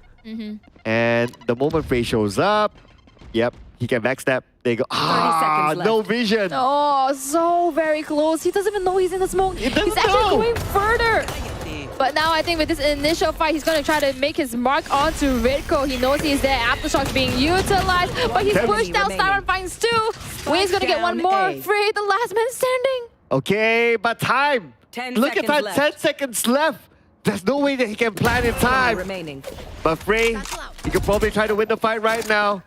But again, one more second to go. And that is it. He still managed to get the kill onto Vera at the end. And time. One of my cameras is broken. That is happening. Why is it that Frey got timing there? If he came out a little bit earlier and got the likes of Wayne, suddenly it might have shifted so many things because there's no more covers they can play with. Then he can wrap around and possibly get at least two. But he missed the window of opportunity. Yeah, I guess it's sometimes the stress and the fact that you are 1v2 at that point, right? So you tend to play a little bit more cautious. Yep. And yeah, that just happened at the end of the day. If only he had like 5 more seconds, then probably he would be able to plan. Once again, gonna make a breakthrough up to mid. Not sure if they're gonna go into B or A this time. This is a usual 1-3-1 formation. Bit of utilities being utilized. Hams this time playing up close to defense. They usually leave this open, so playing the conditioning game. Gigo is gonna find Zan. Now you have no more initiator duelist. Only Styron to rely on. Oh man, this is hard. This is hard for them to even get in, but looks like they want to try to surprise Extend from behind, coming in through mid. Connect this up onto Haven, but Thames left it. Oh man. This game has just been a push and pull, but EG just one step lesser than Xen. Xen always knows what they're gonna do. Even the hard read just now when they rotated to A, they literally both beeline at the same time. I know, right? It feels like that's what happens when you're putting top tier teams together. Like they have the same mindset, same wavelength. 30 seconds left. It's just the reads. Frey. To the left. Surprise! Knife. No, okay, he moved. Neural theft in order. He knows one is close. He's even the man with the spike. This guy is unafraid. Ego is gonna find Frey. It's a 1-for-1 from both sides. The bloodbath, but X10 manages to come out as the victor. I think that's the closest round they probably has gotten at this current point. Oh man. If only there was a knife. Nah. No way. I mean, we saw aces today. If there was a knife, then my day would have been complete. I think my gaming gonna call the time out here. Knowing that Xen is 1 point away from match point, it's much needed, I would say. It's a bit difficult currently because if you can see on the board, they purchased a rifle, but not the full shields. And that essentially means now, are we going to go for a half buy and play for the full buys on match point and try to bring this in overtime? Or do we go all out now, stop them before they even hit match point, and try to get the momentum going for us? So all these questions are going within the head as they call this timeout. Yeah, that is a really, really tough call to make. But I have a feeling that Enigma Gaming are on to go for the half buy at most and leave it out for the final round in case they don't win this round. Just looking over at the numbers since we have some time here, Zan has been really pulling it off despite them losing for now on the losing end versus X10. 19 kills, the most out of everyone. Yep, and that's exactly what Zan is known for. We have this famous term that we coin, you know, the hands of Zan. Every time, any gun in the hands of Zan, he's able to make something happen out of it. Yeah, the hands of Zan. Okay, first time I hear that. Let's see if the hands of Zan can pull off something miraculous here to come back against X10. But right now, we're back onto the game and looks like the strategy is pretty much still the same for Enigma Gaming. They're going to go through mid and Ego is just there waiting, but Ego is blinded. Buying some time. Flashpoint. All the abilities funnel into heaven, but Divine's going to come out of it. Taking down Egoist, for that matter. Zat's so close. He can't see, just in front. He finds him, At least giving him a warning. Redco finds one more with the Vandal. He is totally blinded off his mind. Oh man, the paranoia kind of blinded him there. If not, he would have gotten something out of it. And now looks like another blind. He's going to be blind after blind after blind onto Vera. And now Vera still managed to get it onto Divine. Equaling up the odds, 2v2. Cover going out. EG really knows this is the round they need to win. If not, they're going to essentially hand over match point to X10. Going to go all out, being so confident here. It's going to be Vera and Thames, the last two, Duelist and Initiator. At least they have some abilities. They have the Satchel, but other than that, not much can be said. Ooh, spike planted anyway. So right now we can see the spike is in the open area. Tripwire destroyed. Now both teams really holding it back, but time is running out. And looks like the move is happening here. And there you go. Vera will be the one to take off Frey. I have no idea where Arton is. So Arton coming up from main. Oh, he does see Thames. He knows he has to just play with him. He takes him. He gets him, but not enough time. If only, if only, if only. But even if he went in for the defuse straight up, we can see that the peaks were happening, so he couldn't do that. Nah, I mean, he knew he had to play with the time there. He taking the time, he's just gonna move and shuffle around. Now, bringing back to life the dream of winning this first series for EG. Xander's had a showstopper as well as Divine with the Seekers. And they have the momentum going. You can take a look at how the second half has been going. It's been a push and pull. It's very, very difficult. And the fact that X10 actually started off with 8 points has been so much more advantageous towards them. Absolutely. I mean, they have the comfort of at least 4 games, but I'm sure they want to wrap things up because we still have the next game after this, regardless of the score. And right now, we can see focusing onto A, a little change of strat here for EG. That was a pain shell's kill onto Zan. Humongous. Thames together with Vera. Gonna be the force to be reckoned with up in A side itself. And now Redco waiting, holding it. Oh, Frey! They really check the other side and Redco took advantage of it. 2v5. Looks like it's looking good for X10. Last player standing. Thames finding Styron. Wingman just walking around. Arton did not get scanned out, but at least he had an idea of where he could be. It's 30 round, by the way. Oh yeah. You mentioned about like we didn't get a thrifty like in the rounds before, right? So now you got what you asked for. And it is match point now, ladies and gentlemen. Next 10, one more round to go before they take home this round and bring us on to the next game. I'm sure on the side EG they don't want to do this, but ever so hard because now they have broken buys, just really scraping the bottom of the barrel here. Showstopper is available for Zan, and we saw that happen. The 2 days ago that Zan has made something work out of it. There you go. Fire in the hole and the party has started. Does not find anybody. Thames right on the side. He's gonna go for it. Oh, the timing. Big push. Thames! Trigger discipline is all you need. Styron and Zan gonna make quick work of them, but Egos and Redco as well as Wayne, they have exactly the idea of where they're hitting. All right, Styron is going to go in for the plant on the inner side of A. So right now it's pressures onto X10. Can they wrap things up? They still have the man advantage. Oh, Zan shuffles into safety. Molly as well. Gonna take him down. Styron, last man standing. They know he's the planter. He's gonna play around the side. He turns it the wrong time, but Redco is there to protect him and also protect the dream of running it back up to the upper finals. Redco smiling for us. He knows what he has achieved, getting the first map off of EG. All right, mission done for X10, at least for the first round.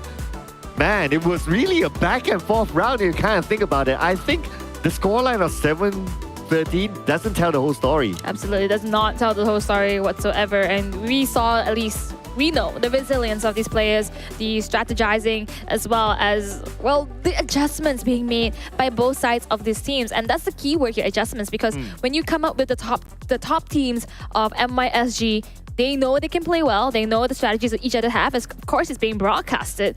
But how does it come down when we are playing against each other? Yeah. That's the question here. Yeah, obviously if it's broadcasted, you get to see exactly where everyone is at. But when you're in-game, then it's really all about the game sense. But let's check out the highlights before we get onto the stats. And I must say still, despite the scoreline is as such, Zan really pulled it off. Yes, Zan has done so much for his team, and he always has been. A lot of people say it's a Zan show, which is currently what you're seeing here. 4K and then Austin taking the last one. But I think essentially what X10 has just been so good, and this is just, I just believe they did their research and studied so well on EG's playstyle. They understand where to stop them right before they even start their momentum. Most of the times they actually manage to catch them in the wrong timing. We always talk about how EG plays into the beat of their own drum. We have, of course, Zan as the heartbeat. But I see XM playing a little offbeat forward, I guess both of them are drummers now.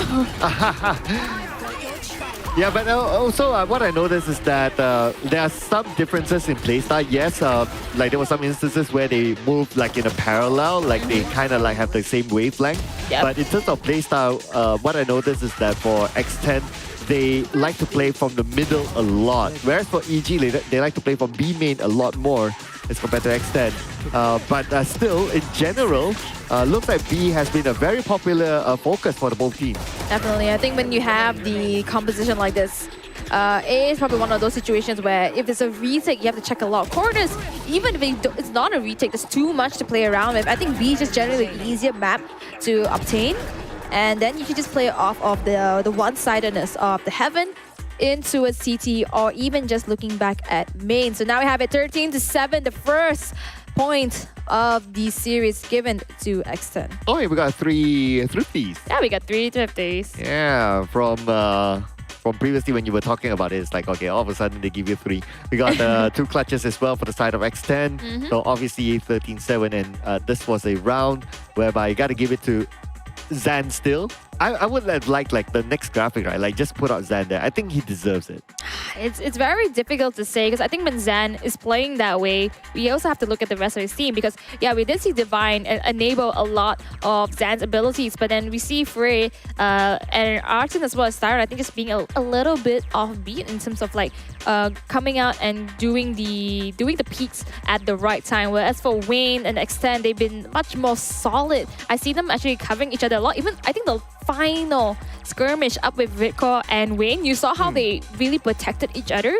Now that is essentially the key as to why XN has outbeaten EG. Yeah, and I think it's really, for me personally, I feel that it's very hard to pick an MVP out of X10 because I feel that a lot of them have been playing very well, like Wayne, like Redco, even like Thames. Vera had his moment as well. So in essence, X10, I think they really perform as a unit, if you kind of think about it. Honestly, I feel like one of the top players, the 2 top players you can talk about here in XN is going to be Wayne and Ritko. I think Ritko did so well. He has a 17 to 12 KD, meaning that he doesn't have 5 point. There's only a 5-point differential. During the beginning of everything that has happened, there you go. There you go. During the beginning of when everything has happened, he has enabled so much of his team where he starts off with the plan with the wingman, and then later on by surviving, because he usually hovers around A site. And then by surviving, he can actually play a lot of those clutches, and he's done so well with his new team so far. Yeah, and keyword, new team. Yeah, new team. So new team, but yet he's still able to continue on his performance very, very well with the team. We can see this. The synergy is there, like how they position themselves and how they also kind of like back up each other. And that's what I really like about this gameplay. And he definitely fits well into the puzzle of X10. Yep, and mind you, by the way, this is actually these 2 teams actually duked it out within the group stages, and Enigma actually came out on top. So I think this is definitely revenge for the side of X10. Now, with that being said, can they close revenge and serve it as a dish served cold? We'll have to see after this break as we go into the second map.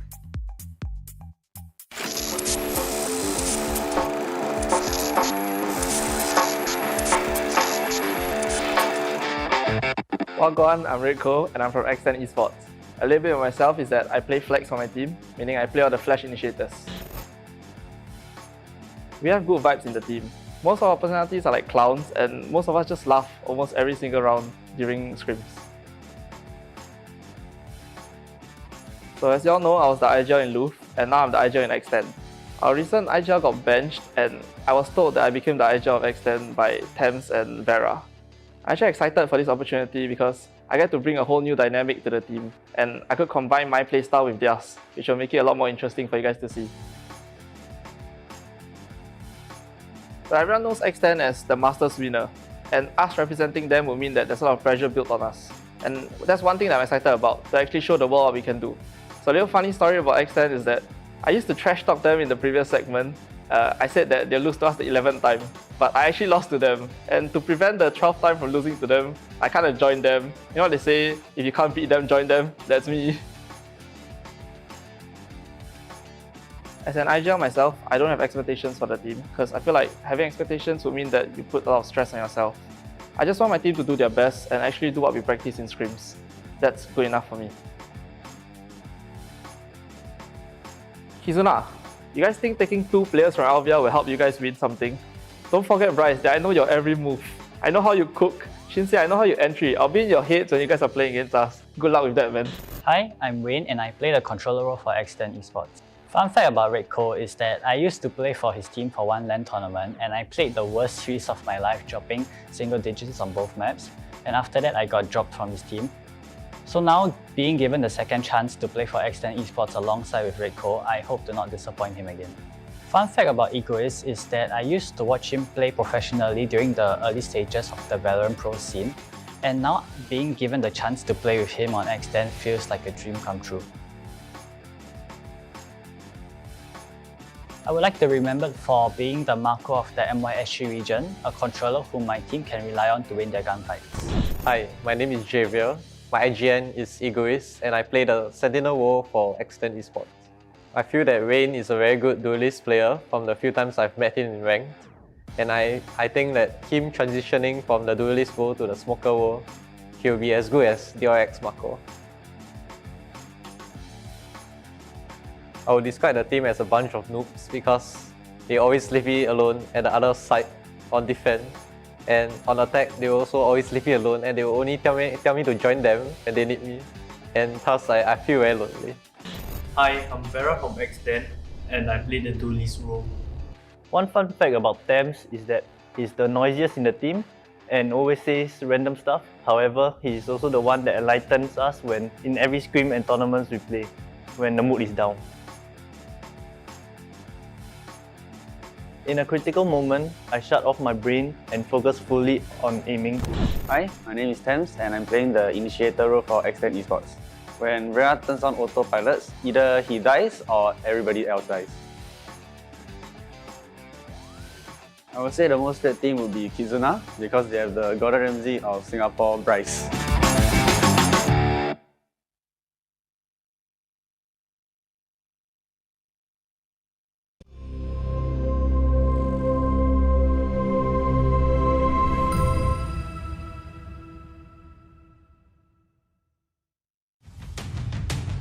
They're gonna try to line up.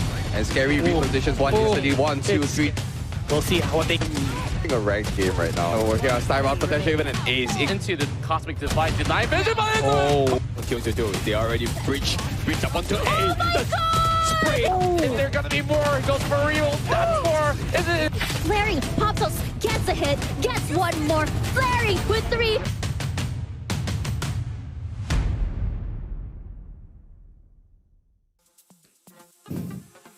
We back, ladies and gentlemen. This is the VALORANT Challengers Malaysia-Singapore Split 2 playoff. Thank you so much to Riot Games, One Esports, TGC, as well as Astro Arena for partnering with us. My name is Sir Cloud, together with your favorite cosplayer, who she says if there's an offline VALORAT cash, she's going to cosplay for you guys. So fingers crossed. Oh, man. L. Oh, man. I hear the crowd laughing. Man, I don't know, man. We can start with the crowd fun, I guess. Well, to make that happen. Yo, you guys listening? But thank you, Sir Cloud, for pointing that out there, you know, starting with the public announcement. But other than that, we have XN and EG. They are really part of the main event here. Let's head over to the Asian pick. The next map is going to be Ascent, where both of these teams has duked it out, went into overtime the last time round when they were in the playoffs. XN, who lost to the likes of Bleed, and EG, who won. And of course, no surprise here, this is EG's map pick, and they are picking again, well, exactly the same. it's Ascent, man. I mean, there's not much we can talk about it. Like, I talk about this all the time. Like, Ascent has just been there for, years. years, and basically perfected it with the double initiator comp. You cannot stray away from this composition. You can change it like the wing, like a wing. It's not a wing, like Omen. like the Omen for an Astra maybe, but this is probably the bread and butter. Yeah, and I guess both teams having the same mindset as well. And if we looked at how these two teams played previously, they were at times having like the same mindset, the same wavelength. So I mean, we are talking about the top teams, and like what you mentioned before, they are like one of the trifectas of VALORANT, NYSG. Absolutely. So same lineup, no surprise. I mean, for myself at least, I do predict that either one of these teams or even Kizuna. I mean, obviously, right? Because it's the lower bracket. I do predict that one of these teams here is going to be the second place of the playoffs. I do not know who, but just judging from the performance, I really think that this is one of the second, third, fourth rounds of the placing of the playoffs so far. X10 has done so phenomenally well, especially since Enigma Gaming as well has came out so strong off the playoffs. Unfortunately, just got the better of Kizuna's wrath. And then now we are here, back to where we started. Ascend. But I also want to point out that the Bleeds coach had a prediction that X10 is a team that they'll meet later in the grand finals. So it looks like his prediction is still on point. I mean, just saying. It's just the first point. And EG, knowing them, they're not going to go down without a fight. And we're already starting to see the ignitions going. X10 actually playing quite backwards here. I think they kind of expected a B push. Not going to push out to mid or even on to tree. And straight away, hold that thought. Yeah, right away in, blinded, unable to see. Zan can't even shoot down the turret. He knows he has to reposition here. Playing around his teammates. He's going to use that frenzy towards his advantage. Taking down Thames. Wow, that was just game sense there by Zan to take down Thames. He can't really see his target, but then again, Vera takes out Zan. Instead, Frey trades it back with Vera. And now 4v3 with the spike being planted. So right now it's pressure onto X10. They need to get in. No, too suppressing. No, let's do it. Boathouse by Arton got his teammates back. Sarman's gonna come out strong as well. But Rico. Wait. It's gonna be taken down. Anyway, if Styron got taken down, there's still other players from Enigma Gaming too. So the results would have been the same anyway. But anyway, for Enigma Gaming taking home game number 1 previously in the first round, it was X10's win for round number 1. Sorry, it's EG's win for round number 1. And now with that being said, Spectre has been purchased. But Wayne's gonna play with the sneaky deaky of the shorties here. And also together with the Sheriff onto Thames' hands. It's gonna be a little bit of a contention, especially since they are the ones that are defending here. Okay, looks like he's gonna go through B again. And without weapons, well, Enigma Gaming might want to push in, but they're just waiting for the utilities to be tossed out just behind the smoke. And that sees Thames. Thames. Their aggression though, I guess it's one of those situations where you just have to take a risk. They do manage to take out one, and that's gonna be Zan. Actually a huge pick for the side of X10. Alright, looks like they're gonna go in, but Arton will take out Wayne in the process. Almost getting a second one. Vera was waiting for him. Oh, Eco is getting so much out of this. Honestly, those are all saves, and Frey is the only man standing. I think that's a win for X10. Oh yeah, absolutely. I mean, that was a close one though. But I guess they were also really confident in the fact that they have weapons in hand. That's why they kind of like rush in. But now the situation would change, because now X10, they have the weapons that they would have wanted. Now Enigma Gaming as well, same. I guess with that said, right, and also punishing Enigma Gaming off of that initial push. Both of them are actually able to purchase rifles. Only EG with the half shields, but when you get the perfect aim and you have the artillery the same amount as each other, who needs the shields? Oh, okay. Just waiting for the right moment. Wayne senses someone there. And there you go. Wayne gets the first peek, but Zan, his shots are sharper. Oh, Zan almost getting Redco. He gets taken down though, not after Redco finds 2. Here we go. Looks like they are still going in. Gonna go for the plans. Yep. Still 1 minute on the clock now. No Storm gets dropped down, but Artis is not able to find exactly where it is. To the right. It's kind of close. Wait a second. I don't know yet. Somewhere inside of hell. And right now trying to find his target. Frey is still on the outside though. A lot of time being spent here trying to find each other. No kills just yet until X10 Egoist Tab shows up. them shows. I like the fact that they played around each other as well as together with Thames just giving the initial information and no one was able to peek out. They had Arton down into hell but not able to make much of it. The timing was just a little bit discoordinated there and X10 was able to make use of the heavy artillery that they have. All right, yeah, I mean, that took a while, but the moment like everything was executed, especially for the side of X10, it was on point. I guess they were just trying to get information before they actually make those moves because after the information was gathered, we can see that Enigma Gaming, they kind of stood at where they were from the last information that was gathered by X10. So they made the best out of that. That being said though, EG not able to buy so many of their guns as well as the utilities. Gotta prioritize a little bit of what they have. Even Zan does not have the ultimate available at this stage. But he usually does, just because he got picked out so early within few of the rounds. Again, focus onto A, so it looks like it's going to be a fast entry here by Zan. And Zan is going in, and they can't find his target. Vera and Rico gets one for themselves, and it's going to be Wayne coming from behind. Surprise, surprise. Spikes down Divine, the last one with the Stinger. He is holding down in hell. They know he has already made his way in, and there's only one place he can be underneath where we stand. Yeah, and I believe it was Wayne as well. Like he made a fast move to backstab Enigma Gaming, knowing that with the information that Enigma Gaming played a fast game, they enter towards the areas of A fairly quickly, and they know that, okay, behind is kind of clear. So Wayne took advantage of that. That was really on point by Wayne. Yep, and the confidence I'm seeing from X10 here now is impeccable. Suddenly, after winning the first map, and even losing out the first 2 rounds, they realized, okay, just a pistol round, just a fluke. We are going to start the momentum and keep it going. We are the ones who want to get out of this lower bracket. Yeah, and at least right now we can see that X10, they managed to equal it up with Enigma Gaming. So if they win this, then they will overtake Enigma Gaming. It will be the first overtake between these 2 teams today. Wayne gonna find his counterpart. That means no more smokes on the side of EG. Zan also just now with the Blaze Storm, just not as confident fighting against Vera. I'm seeing a little bit more discipline, a little bit more holding back right now. But without your smoker, it's even possible to make your way through. All right, with the Blade Storm right now, Zan waiting for the right target. But he's pretty much all alone. His teammates are just a little bit too behind. But he's going to enter first as per usual. Can he find his target? Nope, he can't. Oh, and looks like Vera spawns on Zan first, and the Blade Storm did not give him any return. The timing. Why? Oh my goodness. If I was Zan right now, I would just say, man, the world doesn't like me at this current point. Oh man. Afraid Divine Siren has something to say and avenges its fallen teammate, taking down 3 members of X10. Spike being planted though, so right now they're going to toss out all the utilities to defend this site from Rico as well as Wayne. Wayne, the MVP from the previous round. Can he pull off something here together with his buddy?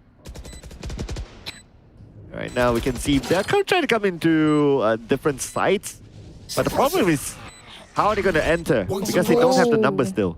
They know one agent is suppressed. The other one, they could possibly be from the CT or market itself, but Wayne does find Frey. Rico gets taken down, but it enables Wayne to open it up. No, but the time he's gonna play the ring around the Rosie. Styron just playing around, and Shorty is there in space. He takes it. There is no time for the defuse. Let's even survive. Does not manage to do so. I guess even if they didn't play ring around the Rosie, like it was if it was a straightforward kill for him, there wouldn't be enough time anyway. If the initial interaction went through, then Wayne could have, because it was already so close to him. If after that, then no. There's no way he can do it. Like that first initiation, it has to hit, that's all. Yes, the first initiator, because it was not even half. So it had to be the full length of the defuse. Yeah, if it was half defuse, then maybe he would have enough time. But anyway, that was that. So Enigma Gaming still maintains their lead against X10. Cover going out. Right now we can see that Enigma Gaming, they a little bit of a switch up of a strategy here. Are they going to go to a market? It'll be very interesting. But then again, if you look at this, in market, all the defensive utilities from Killjoy is there. It's not going to be easy for them to enter just like that. I think they realize the threat as well. I mean, if any Killjoy main is going to let them know how to play, it's going to be Egoist. going to be a likely alarm setup there. So unless they're going to try to creep up all the way to the alarm bot and then burst into B site, it's going to be a bit difficult to do so. Not sure if they notice as though that at least 3 members of X10, they are actually having around A site. So they're giving mid for free. It's just really dependent on how EG plays. It looks like, speaking about EG, they are switching it back onto a B main. But look who's there. Egoist is waiting for it. So information gathered right now. They know that Egoist is there. Blinded. Egoist. No longer blind, but Zan will still take him out. Zan, the man, taking out so much, but Zan's taking the aggression, running through the aggressive lockdown and finding 2 as a reward. Styron managed to take him down, but not without taking a lot of damage though. The Divine and Styron are there. Wayne, 1v3. But Styron and Divine, they're kind of low. Right now, the plant will happen. But Arton, he's on full health right now as it goes in. But Divine peeks out at the same time. Absolutely. What a great show coming up from EG here. Not gonna let down so fast. They're relentless. Well, I guess before the start of the series, we did talk about like, this feels like a 3-game series. So far we're still on that track. But yeah, we still have many more rounds to go for this round. Yep. Let's see. And previously, actually, the storyline that kind of like laid out was like, Enigma Gaming will run at you, but then slightly lose steam towards the end. But X10's a bit more consistent. Suddenly, it does seem a little bit the other way around, where we want to see Enigma Gaming prove themselves. That they can take the second map and then the third. And I'm really hoping that we get to see that. Because now X10, they are on saves. Switching up their focus a little bit there as Frey is left behind to check any backstab that might happen from X10. But X10 is not interested with that. Still holding their ground, disciplined enough. Wayne, I notice he likes to play around this area, try to get the surprise onto EG. Yep. With the seller, it's quite easy to just get some high risk, high reward here. But Smoke might just showcase his location. Oh no, it's just the timing there. He got flashed out, but Zan was ready for it. And also because he showed where his smoke came out from, they knew where to look at. Oh, Zan is out for blood. It's gonna find more with Arton and Divine. High risk, high reward, also high risk. Yeah, it looks like it went towards more of a risk than a reward earlier on. And now 3 wins back-to-back for Enigma Gaming, giving them the 5-2 lead at this point. And they still managed to plant the spike, so that's a little bit of a bonus for them. But X10, they needed a breather here. Yeah, I'm going to call that timeout, especially knowing that they just came out of a save. And now with the operator invested into Vera's hands, looking to make a difference here, especially also since the Egoist has saved his lockdown from the round before. Hunter's Fury is picked up by Temps, and Reiko also has a null command, so very easily could shut down possibilities such as the side of Styron having the Hunter's Fury, but then both sides have null command, so that's kind of interesting. Yeah, true enough. I guess this is also where X10 is looking to see whether they can overcome that as well. But okay, so let's talk about like what do you think would be X10's move, or how would they want to come back from the 3 losses back to back? Honestly, I do think that right now X10 is being a little bit shifty, whereas they do hold space, but the space they hold is usually the site. Yes, they do have the abilities such as the nanos and the alarm board as well, all set up around mid towards market.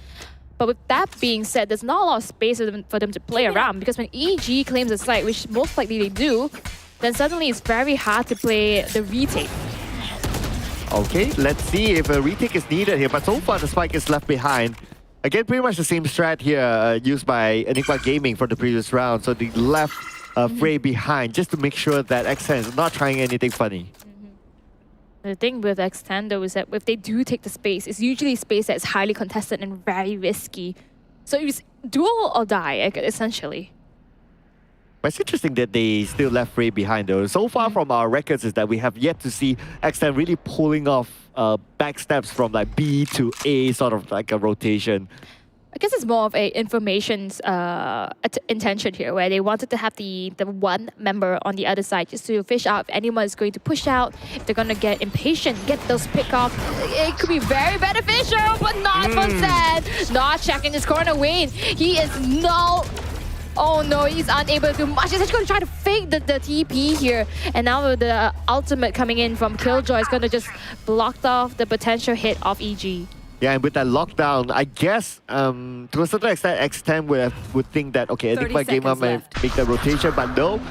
Enigma Gaming is still going to focus onto A. It's just a matter of how they're going to enter right now. Probably starting off with this as Spray gets onto Wayne. Gonna find another one here. Divine's gonna pick out Egoist. The null command, so much has been done. He's been taken down, but he's still able to give some information Hunter's here. Fury. Hunter's Fury popped up, unable to make much. A spike gets planted down. I think Divine actually gets res. No, he actually does not. Oh, there you go. He does. He does get res. There you go. So, looks like it's gonna be 3v2 with the spike being planted at this point. Like for them to really enter and go in for the retake. Let's see what they can come up with, but it's going to start off with Vera taking out Divine. 2 more to go. Both of them in hell.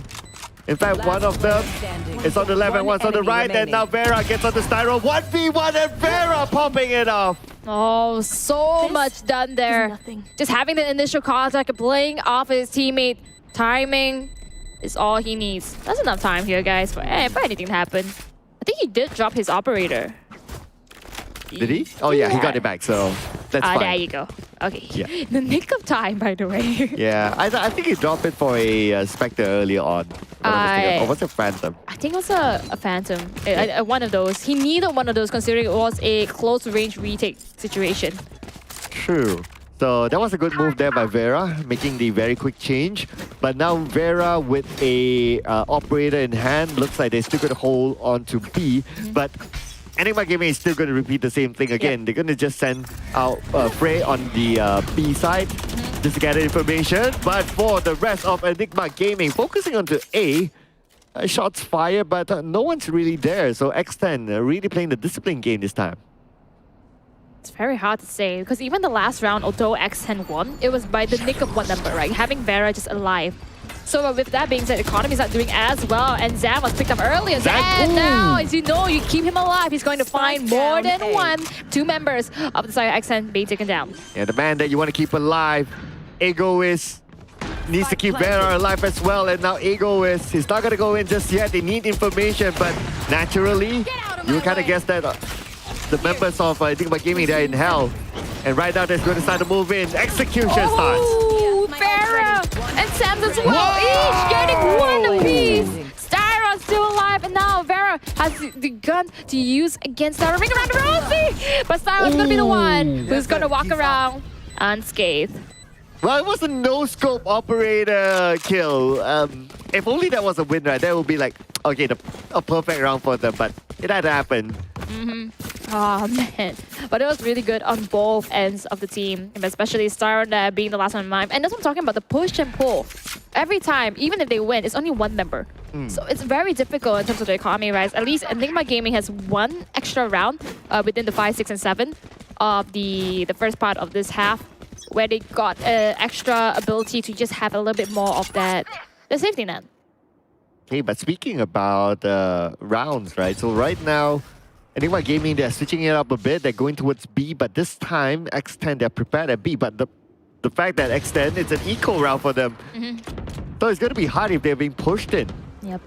It does seem to be more of like an X10 extrapolation where if they have no crits, they're going to take a little bit more risk because they have to die nonetheless.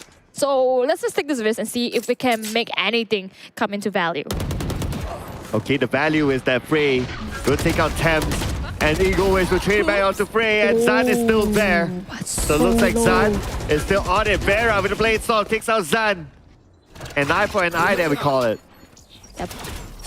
Taking down Zan, suddenly stopping their aggression, and Arson does manage to fish out Wayne, though is trying to go for a sneaky flank. That's going to give a lot of information that Teresa is open, considering he usually plays that. And now going to make a beeline into A. Potentially, though, Rico's going to meet them at the other side of the Sheriff, but not enough. Does not find success this time. Well, again, it's going to be Vera, the last man standing. Him with the Blade Storm. I don't think he has a proper main weapon just yet, so it's going to depend on the Blade Storm right now. Never mind. With the null, the knife is nulled. Yeah, nullified everything. Yeah, suppressed, nullified, can't fly. Styron is ready for it. And that's going to be an easy kill there for Arten. 3-7. Enigma Gaming looking good. Oh, so unfortunate there. If he just got the timing a little bit right, he might be able to clutch it out. But kudos to Divine using that 0-point knife. Yes, he goes 0-point knife, getting the Blaze-Storm away. Yeah, that was definitely on point. If if the Nullify didn't hit right, I think it would still be the same because anyway, Enigma Gaming, they have like 3 players still alive, so they can cover multiple angles anyway. Here. 3-7. Round number 11, just one more point before the last round of the half. So it looks like the other way around. Whereas before it was 8-4 onto X10 side, favoring X10. Well, now EG is on the 7-point. Right now, a little bit more a disciplined moment for Enigma Gaming. And they're playing through mid this time. Probably going to go to markets and try to surprise X10. But all the defensive Killjoy utilities are at B, waiting to execute it. Taking down the Alamo board and now making a huge impact onto B. And that's going to force the lockdown coming in from the Fray. Temp's going to go to the peak. He manages to find Zan, but Divine and Arten is going to take down 2 members there. Okay, Divine now pretty low on health, and Egoist is there to take him out through the wall bang. The spike will still be planted. Time is bought. Wade comes in from behind to take down Frey. Arten takes down Wade. And here is going to be Egoist 1v2. Egoist does know Arten is here though, but on the other side, Styron is not ready to receive it. He doesn't peek out. He didn't expect it. It's just the way the positions are being played by Styron as well as Arten. Just being so separated, unable to play off each other. Egoist clutching that round. Nicely done by Egoist. And he has enough time to defuse, obviously. I had to focus for a second. Bringing us this win for X10. Last round before and now it's going to be the last round before the switch. So this is definitely going to be an all-out buy for everyone. All out buy, indeed. Oh, the Enigma timeout. Interesting. Okay, I like this. We are really utilizing all the timeouts that they have. Only Enigma has it, the timeout in reserve. Gonna pop it before they move over to the next round. Understanding what's at stake here. They are 3 points ahead of X10. They were looking to make it 8 points. So, I mean, at least 4 points ahead of X10 here. And really try to get this second map. This is the map that they picked out.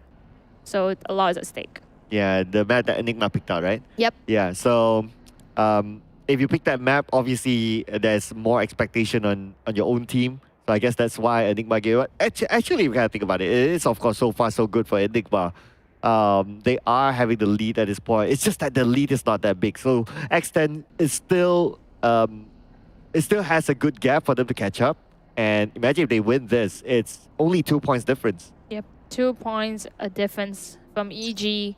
And if they win the pistol round, essentially you close that gap, and then you have to try to win the rest of it. Yeah, but this is the round before the swap, so everyone's just going to go all out here. I mean, and we will expect that all the utilities or the ults will be used as well. I don't know if Thames can go all out though. I mean, he does get the guns and everything. Okay, yeah, he got a drop, so that's great. And then Light Shields on the side of Vera, Egoist and Red Coal. I think my gaming, they have upper hand in the ultimate. Zan gonna start it hot once again. Molly, everything else does not matter. Zan's gonna play around no man's land and find 2. Oh, can he get another one? Zan is still alive though. Vera traces him out to Divine. And Zan is kind of low at this point as he's been taken out by Vera. Vera's been so well playing with these elevations here. Entirely stopped the push of EG, and now the rest of the members, they're making a beeline onto B, considering that Frey has already scouted the area all the way with his lurk. Yeah, it's going to go all the way there. And everyone from X10 is still putting focus onto A. Well, I guess that's also because Arten is still there, but Arten, easy for him to get onto B. Ball is getting destroyed. That gives some information to Egoist. Nano's gone. Behind B. Oh, gonna play a little bit slow here. Not gonna wait for the teammates to just reconvene to do the attack. So Arten's smoke here is gonna dissipate, but he does have another one just to use for safety. Nanostorm's gonna be popped off. Styron also has the abilities to just scout out. when they come close. Yeah, and the spike is on the inner side as well, so it's going to be a little bit more difficult for X10 to get it. They must win the fight. No choice for them at this point. Trying to go in for the wall bang, that's going to be Siren. But time's running out right now as X10 needs to make the move. Ego is trades it back. 1v2. Is there enough time anyway? No, there isn't enough time. So this round is definitely going to be given to EG and he's just going to have a good time. Ah, man. With that being said, we're back to 4-8. On the other side though, 8 points towards EG. Now looking a little bit more relief compared to the first time round. Gonna swap sides, and I think X10 did as best as they can. I'm actually questioning why was the rotate was a bit too slow, considering it was a bit too late within time, and the Nanostorm also got destroyed. But that's not something that appears in your notification. It's just something that you see within the minimap, so you have to be aware of it. Yeah, I guess for this next round, to a certain extent, X10 they can't wait to swap sides. Yeah, to a certain extent. Yeah, I guess because they have the same sort of lineup, maybe with this sort of setup, it's more attacker advantage or attacker focus. And if X10, and if that theory is right, then maybe X10, they can't wait to swap and we might see the better X10 in the second half. It's difficult to say because when you are playing a mirror matchup, both sides know the ins and outs of how this comp works. And they're expecting and they're predicting all of this. So you kind of have to predict the unpredictable, do the unpredictable, you know, get one step ahead. It's all these mind games, man.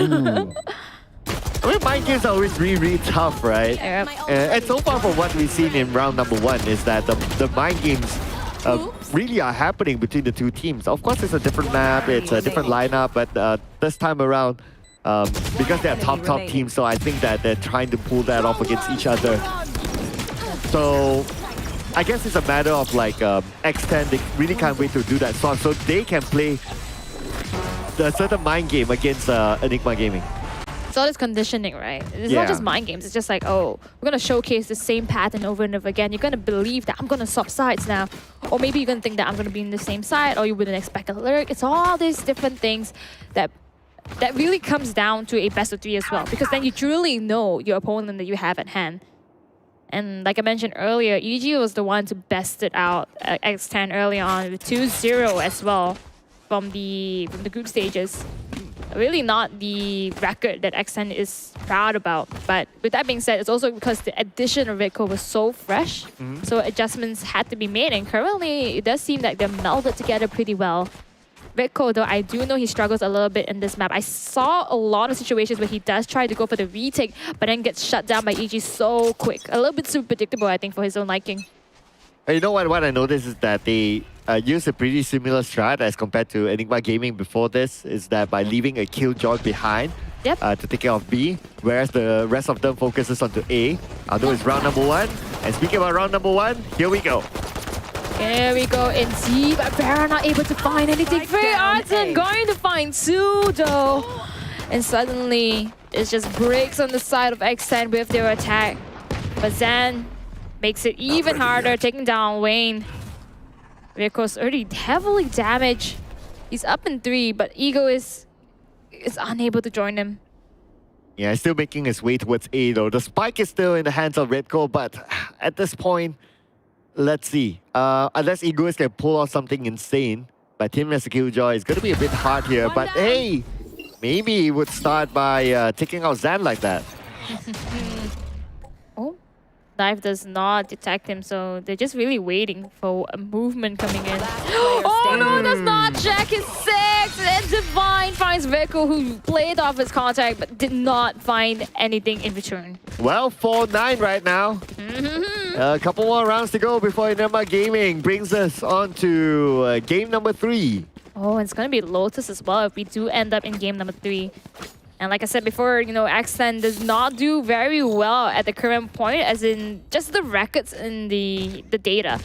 But with that being said, it doesn't mean that they have not. EG, on the other hand, as well, lost out that map towards Kizuna. So both of these teams are going to be starting from ground 0, I believe, on the next map. Maybe a little upper hand to X10.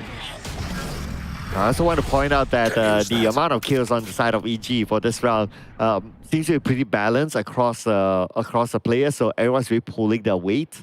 And so far, even with the swap, they managed to defend it really, really well. And now X10, they are forced to be in an eco situation. And this is not a situation that you want to be in, but Vera not going to give up just yet. That's a marshal against a pistol. Excuse me. Illegal. Excuse you. Right now, that was a good one there. I mean, by taking out Zan, that lowers the firepower for the side of EG by a fair bit. See, everyone's really holding their ground, but a lot of the defensive utilities are placed on A site. Probably going to take some time until X10 goes in, but time's not on their side. About 40 more seconds before timeout. So gotta go in. Gotta pop the nano. Just as cute for it. It's gonna find Redco. Okay, just look at this. 30 Looks like someone's going to make the move and it's going to start in for Frey. Tyron gets onto Vera. Egoist trades it back. And again, there's going to be Egoist against the world, but Enigma, they're ready for it. We are talking about another win for Enigma Gaming now. At this current point though, X10.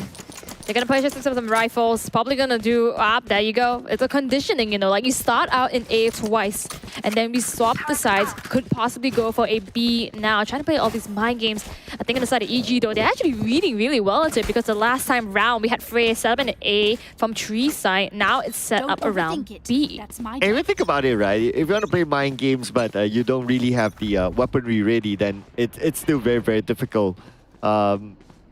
At the end of the day, mind games is more like, okay, just movements, where do you go, and so on and so forth. But when it comes to like head-on fights, without the right weapons, it's still a disadvantage. And it looks like EG still played it really, really well. But now, they are on pretty much equal terms, with both teams still holding it on, not making the big moves yet. That was actually really good, a good attempt. Coming in from Styron over there, getting the initial tag, and actually managing to tag Thames a little bit, just not able to make the headshot from the Sheriff. Good try nonetheless. Now I think they realize the threat is up in 3. No one is actually pushing out Arton. Instead, Arton may be pushing out his own smoke. He's unable to find one. Zan comes in, help reinforcements. Try to go for the tracking. This guy's game sense is insane. Wayne is even better. Wow, Wayne is there to take them out, and Wayne is not done yet. Can we see an ace here? Wayne! Okay. Almost getting an ace. Managed to get 4 kills, but that is good enough. The rest of X10 should be able to wrap things up and the defuse. Whoa. Why be DRX Mako when you can be X10's Wayne? Just saying. Wow, okay. Oh man, but Wayne really proving that to be the lurker here. A lot of times Omen is the one to be the lurker, so having Wayne doing that has just been immaculate. Catching the timing of Zen and the rest of the teammates of EG there. Bringing the score to 5-10. Yeah, absolutely. Wayne, the MVP from the previous round, still putting on a good performance here, but they need a bigger performance because right now, the gap is there. There are at least 5 rounds gap between these two teams. And let's see how this will change this time around as Divine will hold an operator. But the operator will be at A main instead, and that's where X10 is not at. Llama Bar gonna just notify the rest of the teammates. Vera's gonna find Freys. No more Killjoy utilities. Vera a little bit blinded, but realizes that the rest of his teammate is coming in through. Then Styron's the only one out in the middle of the site. Okay, they don't actually find it. Don't clear him. Blind. Styron finds one to play around the smoke. Styron finds the second. He's alive. He's gunning away with murder. 3K. Giving me a 4. Arts is gonna find him. And now we have Egoist taking down Zan. Oh man, a good start by X10, but a good defensive retake by Enigma Gaming. And now the spike is way, way behind. It's going to be hard for Egoist unless he takes them all out. With 40 seconds left, 1v3. And multiple angles are covered anyway. It's almost impossible. Turret was not recalled, so nothing to play off of. She sees a spike. Ego sees a spike. Both are incredibly low though. Divine's the only one with full HP playing off of main, but this is a really hard cross to handle. Straight away. Got it. Finds Divine, 30 HP, 10 bullets. Gotta play time, 14 seconds left on the clock. Only 10 Just bullets. check every single corner, but no one is peeking out. 10 seconds left. Only 10 bullets though. enemy Would it be enough? remaining. Okay, one more to go. Ah! That would have made a good story there if it was able to clutch it out. That was really, really close. My heart can't take this, man. But you know what? MVP of that round, Styron.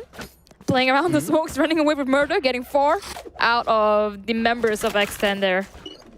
I really like the fact that Ego is really checked all his corners. Like he's not letting any stone unturned there. Absolutely. I mean, that's why they are the best of the best here. They got the fundamentals down. I think both sides are struggling in terms of creds right now. At least on X10, Ego does have the 5k alive because he did manage to take down 2 of EG in the previous round. But X10 calling this time out probably because it is 1 point away from match point for EG here. It's the right time to call it right now. And it does look like they're going to go in for the buy. And they're not saving it. They don't want to leave it for the match point round. So they really want to track back there. And I think it's a good move because the gap is quite significant. I mean, we're talking about 6 wins gap between X10 and Enigma Gaming now. Isn't it just deja vu from the first round?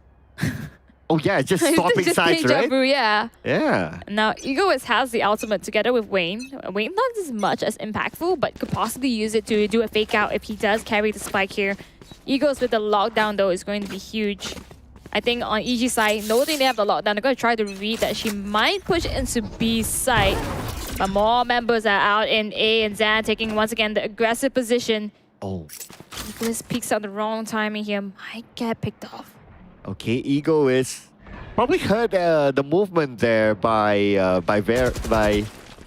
Zan, so that's why he's not really pushing it any further. But Wayne is going to start it off by taking off Ray, and now they're going inside of B.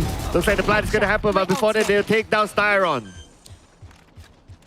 B sides open for business. No ultimates invested just yet. 5-11. 3 members alive on EG, all coming through from CT except for one. She's going to make a wraparound onto main. Okay, here we go. Yeah, a little bit of a blind out to Vera. So Vera still saw him. Oh! 1 enemy remaining. Manages to swap the aggro.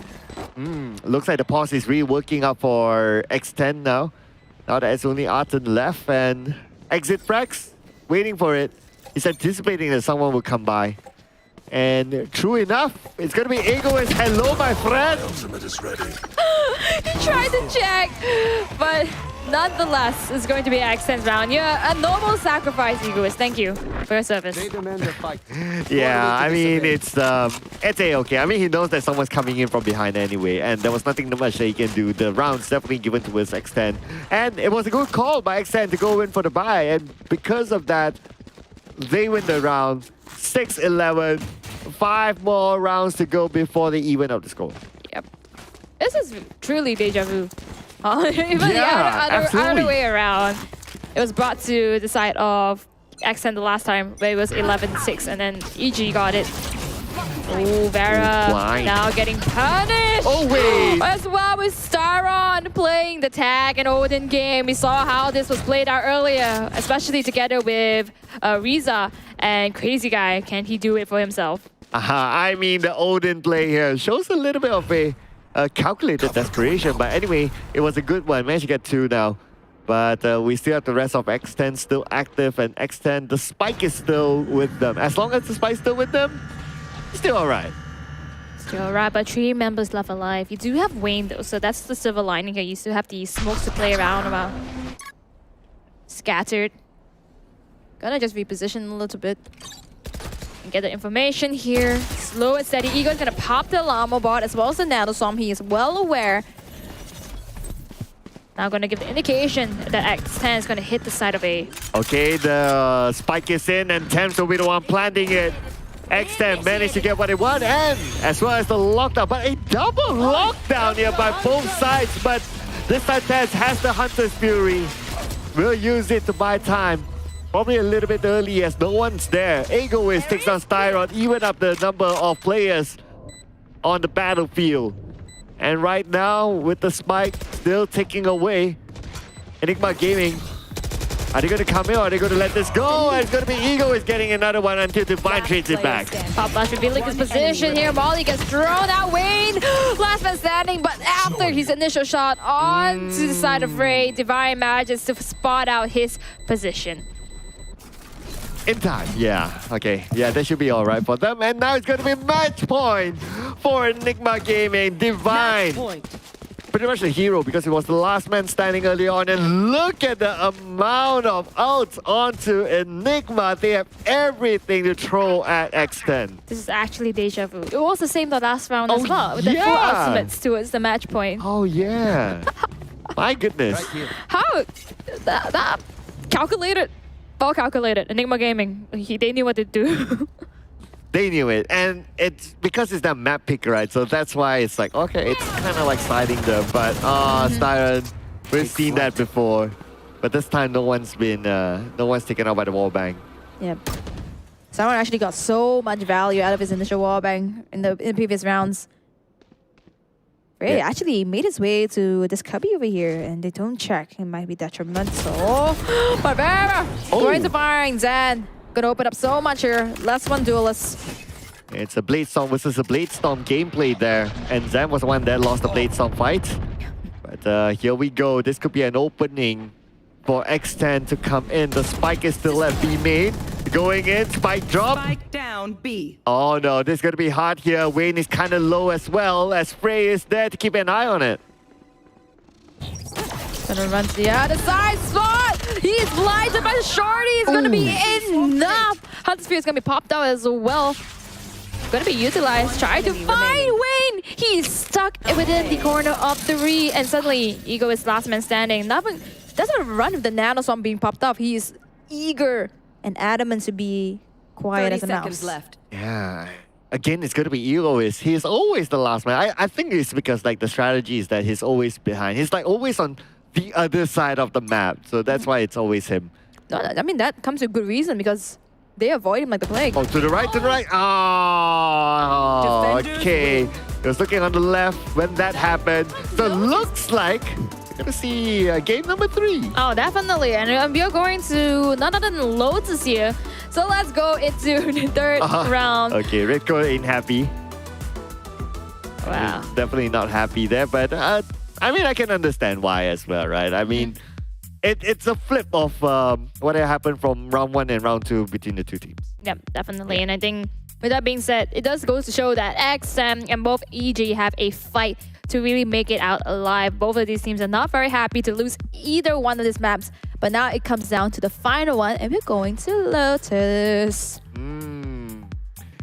We kind of predicted this, right? Like we kind of knew that because these are some of the top teams in the VCT. So coming to game 3 with elimination on the line, to me, it was expected from the start. Yeah, 100%. I think all these members here got their fair share of highlights. The people I really want to highlight though is Styron, and getting so much value for his utility that he utilized. Not even just that, just the way that he's been playing, he understands that Ascent, yes, it's a close quarter area, but with the help of, Arton just blocking out so much, even Frey, being able to read out so well to where they're going to be pushing in, all gave this information, all read it so well, and it goes to show how EG is able to play in this kind of close-knit kind of maps. Exendo not too far behind, and I think valiant effort as well, as you can see here, and their all members had a great highlight point.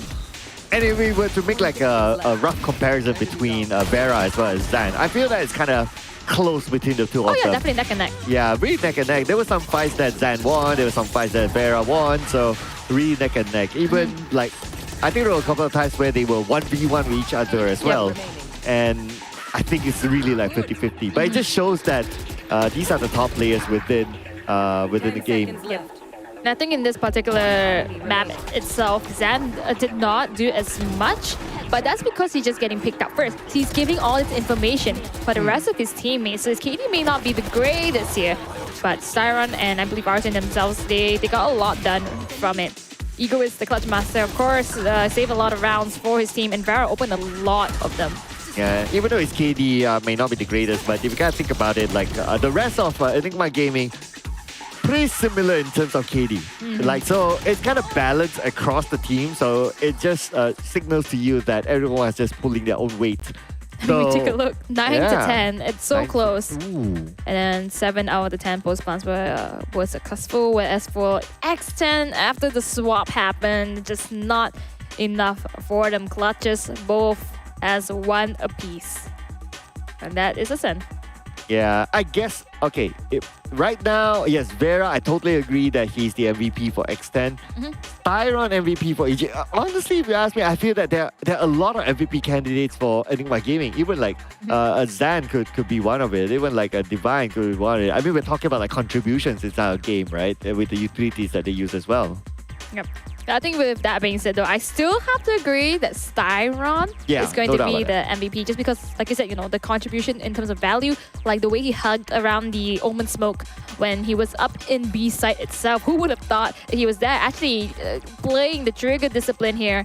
And we have Styron being the MVP of this match, 273 ACS and 2.1 KD. So that means at least in every round, it's going to be 2 kills. Well, I mean, the average. On average. But yeah, so this is going to be Styron, Enigma Gaming getting the MVP with a Sova. Now, next round is going to be huge. Absolutely. And somebody's going to go home for sure. Someone is going home, and pressure has been pumped up. I think this is the best case scenario for us, because now it's a bit more even, because now you saw that X10 is a little bit more broken in terms of losing the second round when they could have easily closed it. And then Enigma Gaming, usually they do lose steam. The last time they lost on Lotus is pretty bad as well against Kizuna. So a little bit more even, I would say. Yeah, I read Red Coast's reaction as well earlier on. I kind of worried for if he can actually reset himself in time. But anyway, I think the break time came just in time for them to reset as well. We'll be back with round number 3, ladies and gentlemen, who will be eliminated from the VCT. My name is Sir Cloud, together with Al. We'll see you after this break.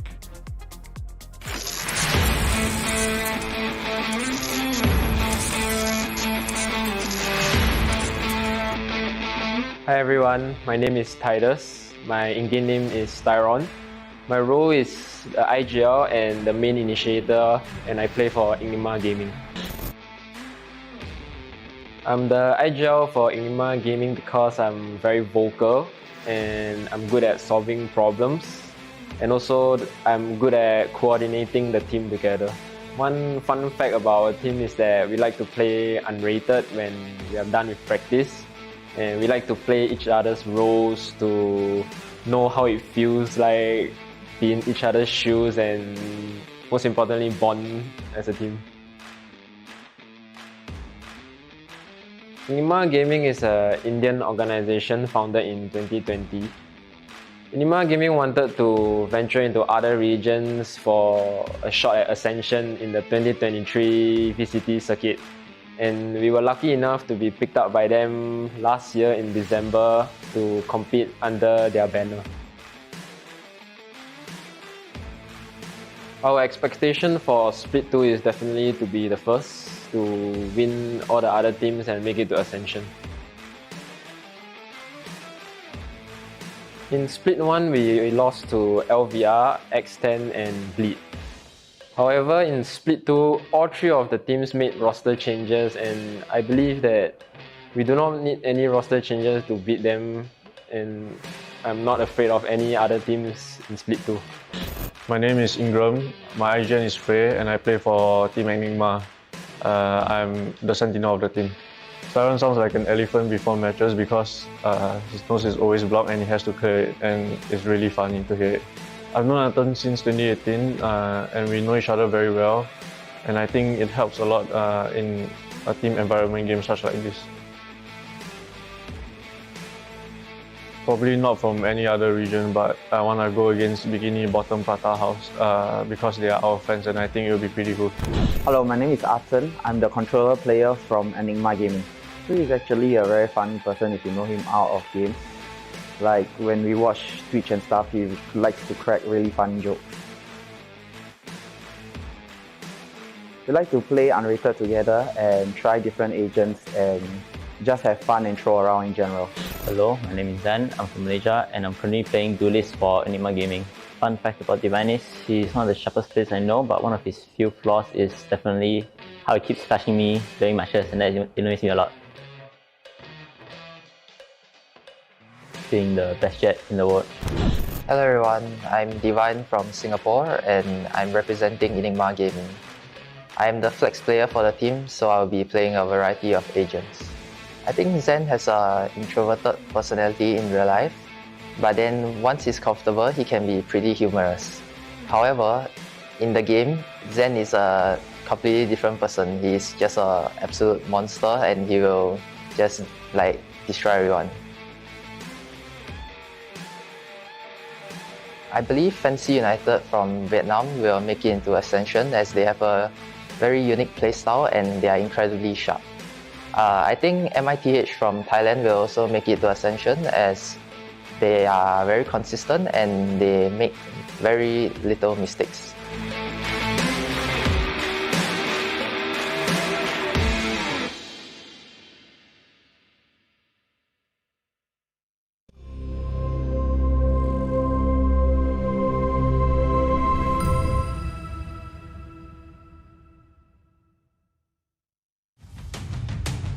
They're going to try to line up and scary repositions one instantly. 1, 2, 3. We'll see how they can. A ranked game right now. And we're here on Starbound, potentially even an ace. Into the Cosmic Divide, deny vision, but What's going to do? They already breach up onto A. Spray. Is there gonna be more? Goes for real. That's more. Is it? Flaring pops out, gets a hit, gets one more. Flaring with 3.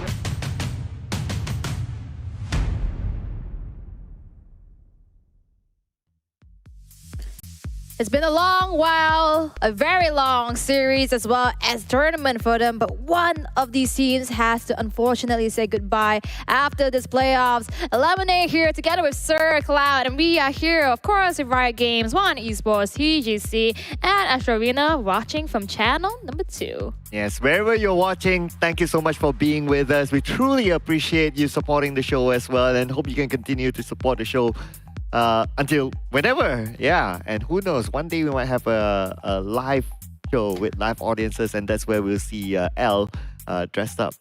I don't know if that's gonna happen, but if it does, I do hope to see both X10 and Enigma, because boy oh boy, has this whole entire series been such a roller coaster of emotions. Both X10 and EG has took one map off each other, and now we are going to the final decider, the newest map in the VALORANT roster. Of course, we have Lotus. Okay, this is going to be a scary one, right? Because it's neither team's map. Yeah, it's neither team's map, but I would say both of them have their merits on Lotus itself.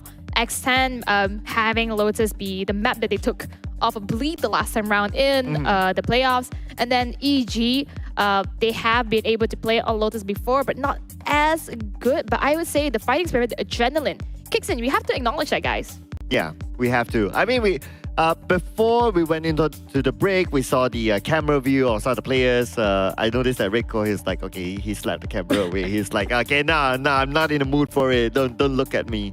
And I guess sometimes that's like a motivational factor, right? Like, he's fired up. He really, really wants to win this. And sometimes that can be a factor in determining how they perform in the game. Yeah, absolutely. It could be definitely, don't look at me and I want to fight to the very end. On the other side though, on EG, could very well be like, we won this round, guys, we can do it. Let's keep this momentum going and take it to the lower bracket final. So a lot of these come into play. And I have to ask you, Sir Cloud, Lotus, fan or hater? What are you? Hater. Hey. I don't like it. I want to walk out of this. You'll be surprised. My favorite map. What's your favorite map? Bind. Oh no, that's not surprising. I like Bind. You like Bind too? Yeah, I like Bind. Hey! Yeah, Bind, brother. Bind is fun, yeah. Bind is good. But it's the least picked map inside the competitive. Only twice. That's because, well, Bind was away for the whole first half. Oh, true enough. And then later on, it's only picked a little bit. And then now decided we're going to put the third Bind game within the radar of the VCT MYSG. And this is really, really fun because well, not the third one. Why am I talking about Bind? Hold on, I got mixed up. Sorry, Lotus. Lotus, yeah. I thought you want to express your love for Bind, but that's okay. I do love all these maps. But Lotus itself, I think, is one of the fun maps to look at. I was talking to Gideon about this, and I said, okay, number one, the colors are much more nicer here. Okay. So even if I lose, I just feel I'm in holiday mode, you know. And That's then, a way not to touch grass. I guess so. And besides that, I really like the rotating doors, like those mechanics. The fact that we have a B, but it also serves as a mid here, which is very interesting to see because although sometimes B is definitely a site of choice to hit, when a push comes to shove, come down, and all the utilities are funneled into it, it's very, very dangerous. So very similar to Haven in that sense. But I would say the links, the connections that we have from A lane to it and C lane itself from B does make it a little bit reminiscent of Pearl for me. And I guess that's an interesting thought as well. But okay, do you like this map? Oh, I love this map. You love this map? Even have you buy? not told? Like how much? I'm trying to gauge here, like how much do you like? So Bine's like here. Okay. Like Lotus is like here. Oh, okay, so Bine is still up yeah. there. And of course, Lotus has a waterfall, so. Okay, the waterfall effect. The waterfall effect. Yeah, Absolutely. liking that. But when we think about it now, though, let's think about Asian comps. We're going into Lotus. So the last time round, I think we saw the Vayne being picked up by EG here, which we saw Zan. Yeah, Zan plays Reyna quite a bit, and I think here could definitely be of good use, especially when you are duking out in either the mound area from Seaside or even rubble area of a site there. So you're going to get all these possession of those spaces there to really start initiating your plan, and having the extra blind coming in from Reyna could be very useful. But the same could be said about Jet and Raze because they really close gaps really fast. Yeah, and Zan so happened to have played those agents inside of the playoffs as well. And if he does pick a Reyna again, he has at least 2 MVPs with the Reyna. So he definitely knows how to do it. And one thing I think good about Reyna, especially if it's used by a player like Zan, like how we see his playstyle, he really likes to go in all alone, opens up the fight and all that. Reyna is a very self-dependent sort of agent, has her own heal, and if that's the Empress, I mean, then it takes up to the next level. So I think that kind of agent does suit Zan's kind of playstyle. Yeah, but I think you bring up a really good point that he's a self-dependent kind of agent. And when I think about it, at least for the past 2 maps, I saw him actually relying a lot into Divine's hands to really initiate a lot of these. So I think with that being said, if Divine does pick up the Sky, which he might pick up the Sky most likely, and then Zan can go for just an agent to focus on creating a lot of space like Jet or maybe Raze, then it could be much more better considering that's the momentum they already started with. That's the momentum they won the previous round with. Yeah, but I would say that for Vera, if in case he does make a selection, he might go in for the Jet, and looks like the answer is okay. No, he's going to go in for the Raze instead, and that's not too bad because he has used the Raze once inside of the playoff before this. Yep. The question is now that we have 2 initiators on the side of XN. Okay, pretty standard. Yeah. 2 controllers on EG. Okay, that's the one that I was thinking about as well. Divine Zan, okay, not too much difference, but 2 Killjoys. Cypher here not as picked up, probably from the changes as well, but only an Omen in the hands of Wayne. Okay, so very different picks this time around. So what do you think? Which picks do you kind of like more? Which picks do I kind of like more? Okay, I think with that being said, actually maybe a little bit of EG here. Just having the double controller is very useful because then depending on where they're starting, I did not see whether I think they're on the defenders. So I think they learn a little bit from the mistake here. They're just going to play the double controllers, play a lot of those defensive space priority, and having the Harbor as well as the Viper, I believe, can cut a lot of that potential, and enabling Zan here is going to be the key, as well as having Divine and then 1 Sentinel, which is the Killjoy, to lock down the entirety of site. It looks like a really solid defense to me. Yeah, and I think that also because like these 2 lineups, they're fairly different, right, with each other. I think we'll start to see a differentiator. Now, whether it's better, whichever lineup is better, sometimes it's very subjective. It depends on the execution as well and what sort of playstyle they would like to play. Yep. And I think looking at both teams, if I were to remember, like a Raze was used by Zan. I think it's also one of the, if I remember correctly, it was Raze or Zan. Raze was on Vera. Vera was on Raze. Vera was on Raze. Oh, okay, yeah. Vera was on so Raze. Zan, Zan's on Jet. Zan's on Jet. Yeah, Okay. that's exactly why I was thinking about, okay, maybe the Jet could be a bit more useful. And we did see Zan that did pick up the operator, could very much be very dominating when it comes down to maybe holding down C. We did see it being contested last time when it was being fought. But with Kizuna, and then later on, if you do have a, maybe say like a push out from the attacker side, even an operator could be very beneficial. Ooh, okay, yeah. But Zan, okay, definitely, I don't think we'll see Zan with the operator. He's definitely not that kind. Maybe he tries. He tries. Yeah, he tries. But I think looking at his playstyle, at least from the rounds before this, it's like he really likes to go in first. Oh, yeah, And- definitely. and yeah, it works out for him. He's still able to get those frags on the board. Definitely. And, but I think that a level of unpredictability is also what they need sometimes. True. And also because it just works much more better on the Jet because you have the tailwind to shuffle yourself into safety if ever it does happen. So finally, we have the game countdown starting. This is going to be the final match for one of these teams of this whole entire split. So let's welcome Enigma Gaming as well as X10 as we go into Lotus. All right, Lotus it is. Okay, so let's see here. X10 is on the defender's side. And looks like X10 is on the defender side. Okay, Enigma is on the attacker side.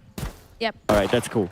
So right now, looking at the current split, I guess it's more of like information gathering first, since this is the first round between the two of them. So they want to like try to learn what are the patterns between these two teams. Yeah, looking forward to see how the trend will be, which side will be favored more. And considering that the spike is towards C, C could be a focal point. And there's more defensive items on C as well.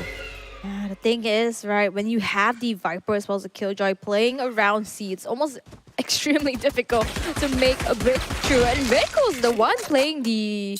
Oh, wait a minute. Okay, I mistakenly saw this here. Actually, there's two controllers on both sides. Okay, so now it's pretty even footing. The Right.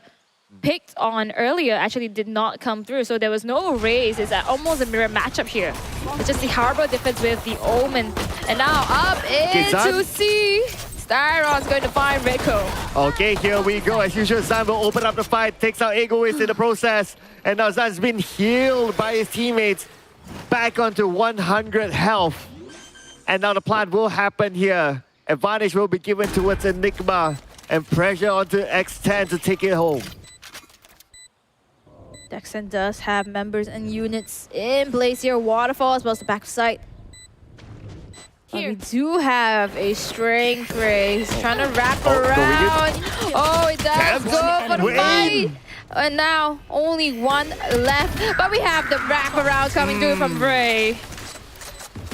Nicely done indeed. And this round is given to Enigma. Just like the previous round as well, they won their round number 1. So it looks like they're carrying on that trend onto this map. Extremely great stuff from side of EG here. Really taking the momentum that they had from the previous round and bringing it over, like I mentioned the last time as well. Now full utils as well as buys the anti-eco for the side of EG here. Exton does not seem to want to contest this. I think only Thames is going to try. And this is exactly the same strat that actually shut EG down the last time when they were against Kizuna. Just right now, they have more confidence and conviction. Yeah, still Thames with the Marshall here. So it's going to go in for the long-range defense. The spike is still towards C. And I guess the interest will still be towards there. Now we have very minimal defense from X10 onto C, but they're making their rotation right now, knowing that nobody's really there and no one's making noise from the side of EG. So maybe they are considering towards C. They are prepared right now for them to come in. Slow, steady. I think that's a huge indicator that Zan's already on to site. They have to relent a little bit here, giving some space because they know they can't exactly contest it. They have shorties. But Vera as well as Wayne, they are not in position for it. Gonna play that sharp angle if they choose to be aggressive here. Zan's gonna find one, Divine gonna find two. Reiko gonna get it anyway and finally pushing out with his shorty. He's gonna pick up a spectre of himself. Okay, here we go, 2v3. Vera as well as Wayne. Vera very, very capable of fragging. No escapability. He just needs to find his target, waiting for the right corner. Oh no. And now, okay, wait. Oh no. Okay, knife. Nah. No knife. Oh, I was hoping for it. And Frey needs to be stopped. Suddenly, his pushes have been coming into fruition. We saw this happen against Kizuna, but it was always one person up in B, even when they planned, and just stopped him in his tracks.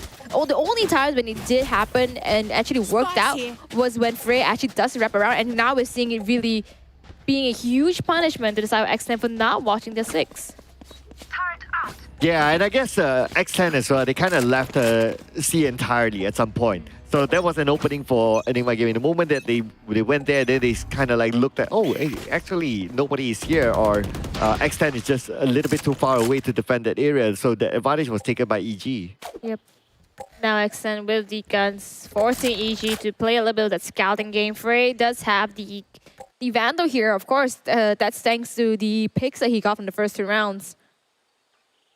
Look at the discipline. Yeah, very, very disciplined now. And at the same time, X10, they kind of, I think they kind of learned it from the previous round. That's why they put a lot more defensive utilities there. They allow Egoist to still stay there. But now the entry might happen anytime soon. The spike is still in the middle, and Zan takes out Thames at the same time. Plans coming through. Wayne actually holding now. But a lot of the members up in B, trying to fish more of their prey, trying to get any gun. Wayne going to start out with the shot onto Artin there, taking him down. All right, here it is, 4v3. Zan was super low before this, but his life was healed by Divine. And now Vera is coming in towards the right, and Vera takes the first shot. Vera takes down Divine. Oh, right behind him is Zando. He has to play for it. Gets it with the 1 shot, and Tailwind into safety. Then Wayne is going to even get Styron as a extra bonus there, as the defuse even come through. Yeah, it was Red Core getting the defuse in, and now at least they managed to pull one back. The 1-2. Right now we can see that Zan has a Blade Storm. He's not going in for the buy.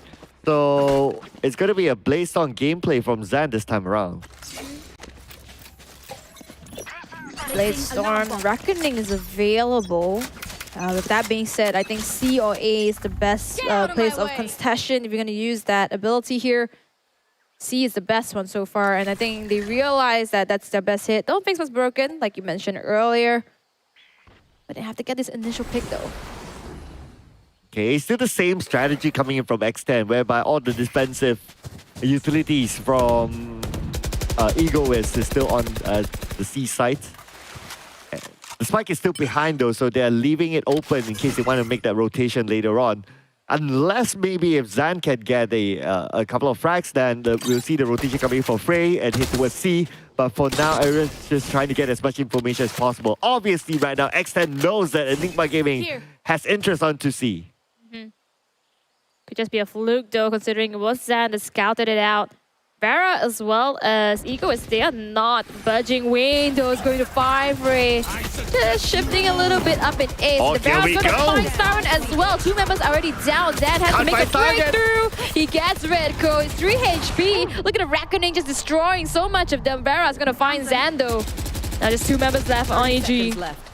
Yeah, just going to buy time right now, and the spike is going to move away. Probably going to make a big rotation, but Divine is going to take out Thames. Egoist takes out Divine. Now only Artin left. He has to win this fight before he is able to plant, unless he goes A, but he does not have the information, so now he's at B. The spike's still in hand. Going to focus on to planting, because time's on his side, but it's going to be a fake. Oh, there you go. X10 going to take another point towards the scoreline here. 2-0. Not 2-0. 2-love on both sides here. Yeah, they definitely have no love for each other until the fight is over. I'm sure they have some friendship there, but it's just until the fight is over, correct. Like what Legia said. Yeah, Legia just giving us more insight about the mindset of the players, right? Like, as long as we're in competition, we're not friends. Everyone's competing for that one title. Now between X10 and Enigma Gaming, of course, they have played a couple of splits together. So right now, they want to try and show who's the bigger boss here. And Vera just showed up on Zan, who actually did not expect the operator here. And he had the Vandal as well. And now Divines picks it up because he saved the last time. And he got the best target possible at this point. Yeah, he got Zan. So meaning that for Enigma Gaming to really enter, they don't really have anyone.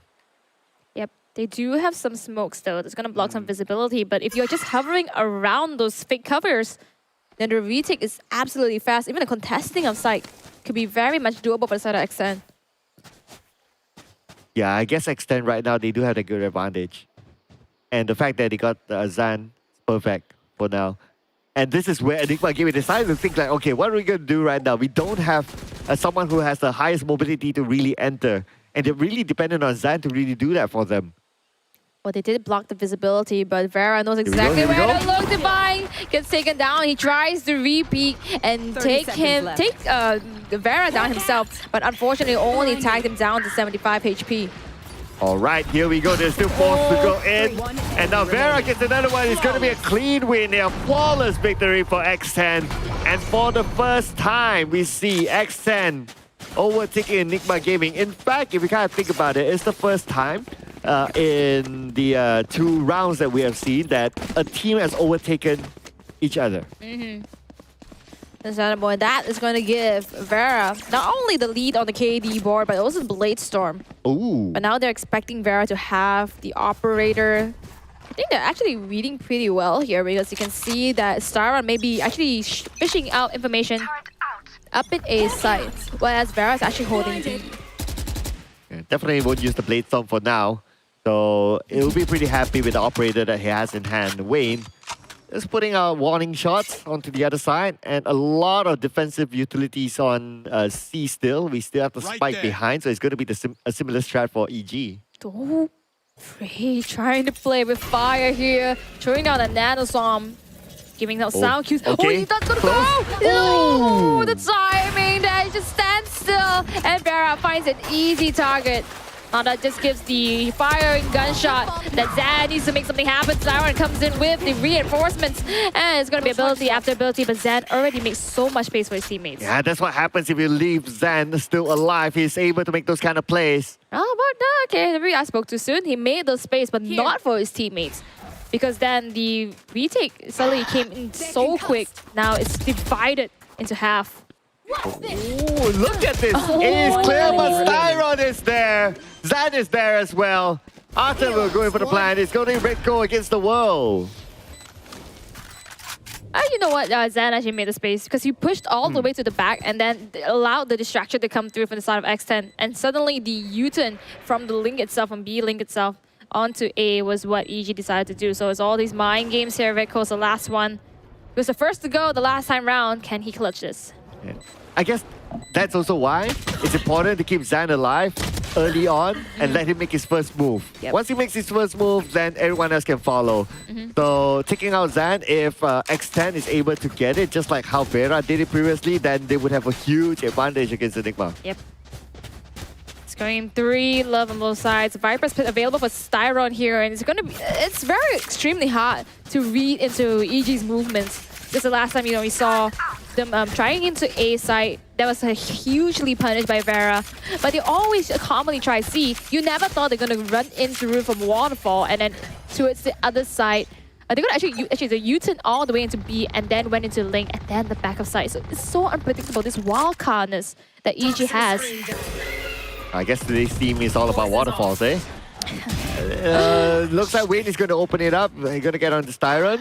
But most important is that Zan is still alive, so anything can still happen here. We saw how the U-turn happened in the previous round. By keeping Zan alive, he's able to just go in all the way behind and become a distraction. But Vera takes out Frey. Ooh, this is going to be hard for Enigma Gaming now. Indeed. Styron and Frey are taken down, but at least with a solid team of Initiator, Controller, as well as a Duelist, could be very well done. Zan just needs to find a huge opening. Unfortunately, does not quite find it. And the fact that Zan went out the moment he flew in, then it's going to be hard now. Okay, just look at this. Wayne is there. Okay, the footsteps now heard. Now blinded and oh no! If only Wayne walked. If he walked, they still didn't know that he's there. Oh, it's very difficult. He did try to go for the aggressive play that now possibly providing the 30 opening seconds left. for EG, but the small door here, little trap is open. The trap door's open here. But Thames is taken down, so no more Odin. Vera's already there though. Nice bait there. 2 shots from the operator for Vera, did not connect. Now there was a fake plant. But anyway, time's not on his side right now. He has a plant in about now. He knows he's getting pushed, getting punished. He finds one, tries to readjust, but Redco gonna take him down. And that is X10 again, taking the lead. They're really going back and forth right now. I mean, the thing with the word lead, right? I would expect, okay, they are making a gap and then a bigger gap, but this is just like an arm's length race. It's like I grab onto your foot and then you grab onto mine and we're seeing who can be on top.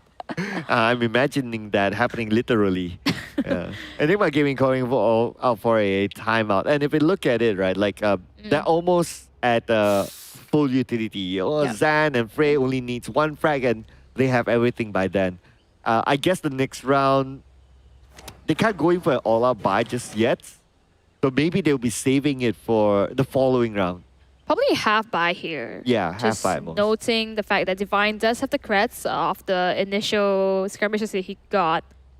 And well, on the side of X10 though, just because they got the 3-point win in consecutively, that actually gave them a lot of creds from the rolling of the creds process when you actually win in order.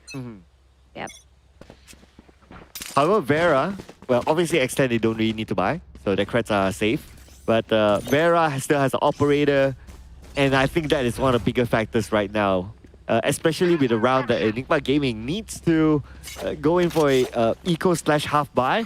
So Vera with the operator, if they can't take him down, I mean, at least at one side, it's going to be hard for them to come in. If you look at the way the EG is playing, it's buy what you can, but make sure you have enough creds. Cascade's gonna be invested here. Gonna give a lot of space. Actually pushed all the way back, but Vera pushed out and takes down Divine. Oh, what a shot! Even Arton does not budge one bit. You can try to block his shot, but you can't block his shot. You can.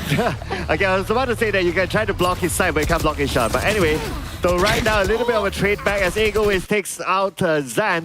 Tyron takes out Egoist. 2v3. And right now looks like the Viper split being called out as the spike being planted. Oh, Seekers are also utilized to get this advantage and information, but Redco's gonna find Siron. And now one left. Frey taken down to the wrath of the Odin. And it's going to be Redco defuse. Nope, he's going to pass it on. So Wayne is going to take it back. And 5-3 right now. Do you consider this now a gap?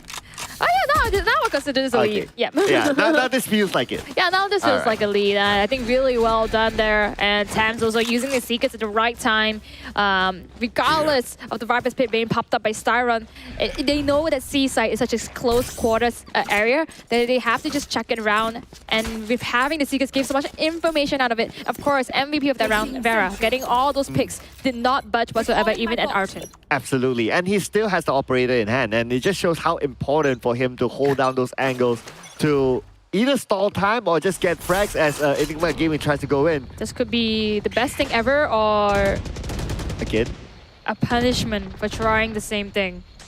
Okay, he's trying it again though, but a little bit different. Early on he really kind of pushed out, but this time he's staying inside. Here. I think he saw the weapon. Oh. Okay, he has to go. They gave it away. He has to go. He's getting hunted. Zan understands his assignment, running into Vera's face. No operator against us today. Yep, and that's what happens if in such a close quarters combat against an operator, you just need to go onto his face and take him out just like that. And now it's Spy Planet for the side of Enigma Gaming. They have the numbers advantage as well. And they still have Zan, who can definitely frag. They don't check Redco. Oh! They don't check Redco. You get punished out of that lockdown, being invested. Egoist and Redco. Such a huge duo, making so much happen for Frey. He's alive and he's going to find the Down. lockdown. Oh no, that was very cool finding a lockdown. Okay, yeah. So that's it. Okay, guys, ladies and gentlemen, that's all right. As Wayne goes in for the defuse. Oh, wow. And this is X10 6-3. 6-3, the lead, the gap, it widens. I think even for Verco, the focus has turned into a little bit of a sigh of relief. But cannot let go just yet. Every single point, every single round, it matters. EG though. Ooh. They don't have the best buys, broken buys all around.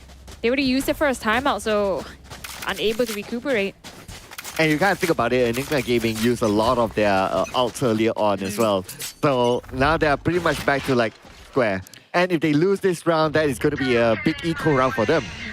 But they at least understood why they used those ultimates, because you want to try to break the economy of EG. That was EG's buy round. Now they only have half creds, at least half buys to utilize. They have Guardians though. I think really acknowledging the fact that Vera is such a strong threat. So the Guardian could really be a good counter towards it. Okay, let's see if they can bring on to Vera, because Vera now is holding on a different side. He's holding on B instead, but Redco is there. They probably didn't expect that it's going to be Redco instead. And with that one takedown onto Zan, we did talk about how important of keeping Zan alive early on, and now without Zan, just look at the movement from Enigma Gaming. They are falling back and trying something else. Oh, Vera punishing them for even trying to think about rotating. Divine?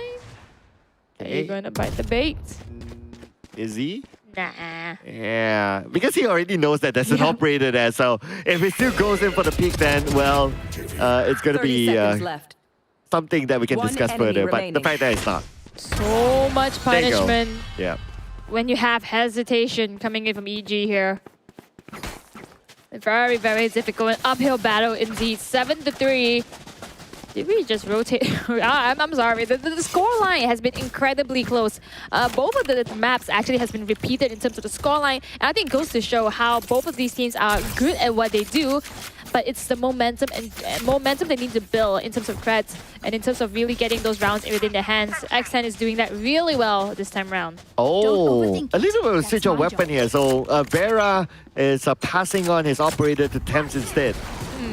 Oh, different strategy here. That means Vera might want to go in for the aggressive move. He is moving further forward. Oh, aggressive move or not. With the Odin, you may not react as fast as you like. But I think that's deterred the likes of them. If they come in with numbers and strength, Styron and Vera could really get a bang for their buck. Sorry, Vera could get a bang for his buck.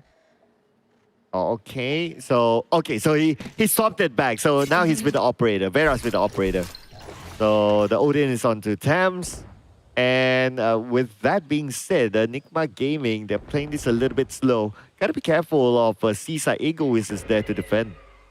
It's quite an important round though. They lose this round, that means they have to play with the Says again. And then possibly losing two if they do, because they have light shields. They need to win this round, bring this to a 7-4 at the very least. This moment is where Zan is going to play a big important role. He has to enter, he has to get the frag, he has to open up for his teammates. If not, it's going to be really hard for them to get onto C. And with 30 more seconds on the clock, they have to kind of do it right now. So here's the answer, ladies and gentlemen. Answering, but Zan once again mid-flight gets taken down by Redco. Being an Iron Fortress here, he gets taken down but refragged by Egoist. The reload! Spike down. Taking down with an Odin, and it's only Vera left. Staron has walked all the way to the other side. Whew, close there. Luckily, Thames is there to bail him out, so it's all good, guys. It's all good. But it's, yep, that is it for Wayne. And 8-3, we're talking about a 5-point gap now. Last round in the half. Gap. Not what EG needs. They managed to take the operator to the other side, so that means Staron does not have to go for a rebuy. But the rest of the members of EG gotta get whatever they can and bring it into this round. At least have the operator. See, Dan now with the operator, gonna try to work with it. I believe this is a technical. Oh no, it's an extend timeout. Okay. Oh, okay. Interesting. I would have thought that Enigma Gaming would have wanted to call a timeout instead. Enigma Gaming already used their timeout, so it's only X10. I reckon this is going to be one of those like I said, use every single pause that you can, and then moving onwards though, this actually could be very good for Enigma Gaming because now they can take this time to reconvene as well. I noticed something interesting. Arten has 0 frags so far. Oh really? Yeah, I mean it's quite surprising if you ask me.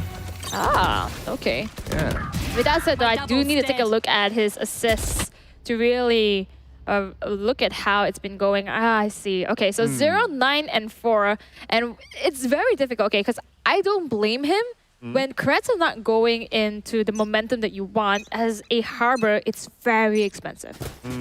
With that being said, and you have to navigate with so many different things, definitely not what he's used to doing. And playing with a Spectre, it's not the best situation you want to be in. Yeah, not at all. I guess he has to work with whatever he has, right? So, and that's quite detrimental to his motivation as well. You kind of think about it as a human being. If you're not able to get a single frag after so many rounds, it's tough. Right now, let's see if we can overcome this. At the end of the day, it's the challenge of the mental strength challenge. That will be tested in this sort of games. So far, we can see Enigma Gaming, they're playing this slowly again. Again, a lot more focus on the C. But for them to get success out of entering the C is that Zan has to be successful. But he has changed his weapon to an operator, so I'm not too sure how he's going to play it this time. And with the operator as well, can't exactly utilize it on to see when there's so much smokes blocking you, and the fact that it's a circular smoke that Omen provides rather than the Viper and the Harbor, like it's really difficult because then the timing is a bit more longer as well as the area space that it covers. Dissipates 30 seconds would left. be their opening here. Lombard explodes out. Reckoning is utilized. The plan comes down together with the code, but the rest of X10, they are spread out, so they're ready to collapse in them unless a wraparound comes in. Styron is the first one to be falling. The rest of the members follow suit, but Arten makes his first frag. Oh, yes, this is when we mentioned it, so he got it. But then again, Rinko is there to get 2. And it's going to be Divine all alone against 4, and Divine will be taken out. Despite you celebrating Arten finally getting his kill, but it's still the point given to X10. Very difficult there. I mean, the fact that Zan had the operator and not able to capitalize off of it, I don't blame him because of the smoke that's just covering so many of the spaces and entrance points. There's 2 controllers, double the visibility coverage on both sides, and now we move over to the next round. I believe it's 9 and 3 here. Could be the 9-3 curse, could be the 9-3 blessing. Temps here taking the time to go to the toilets. Definitely, you want to win this round with at least not a full bladder.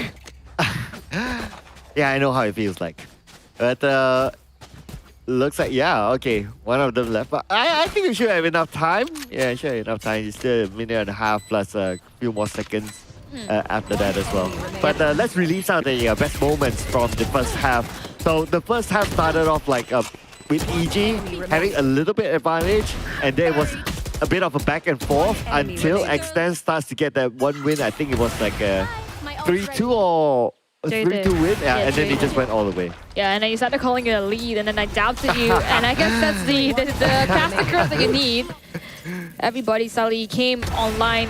I think Vera really solidifying the scoreline difference here with the operator purchase, and that's from the initial start up of the first round given to X10. The second round, although there were members dropped, but the economy was doing well enough for him to purchase this gun and then start making the snowball happen. And for the side of EG though, I think it's just the lack of, I guess, conviction to try the other sides. It was always either let's go into C through the main, if not, we'll try C and then rotate from B side and then swap into A. So it's always as though C is the first point of contention. Yeah, I think, okay, how many times have we seen, okay, we saw, to the best of my memory, we saw a B plan once and that's about it.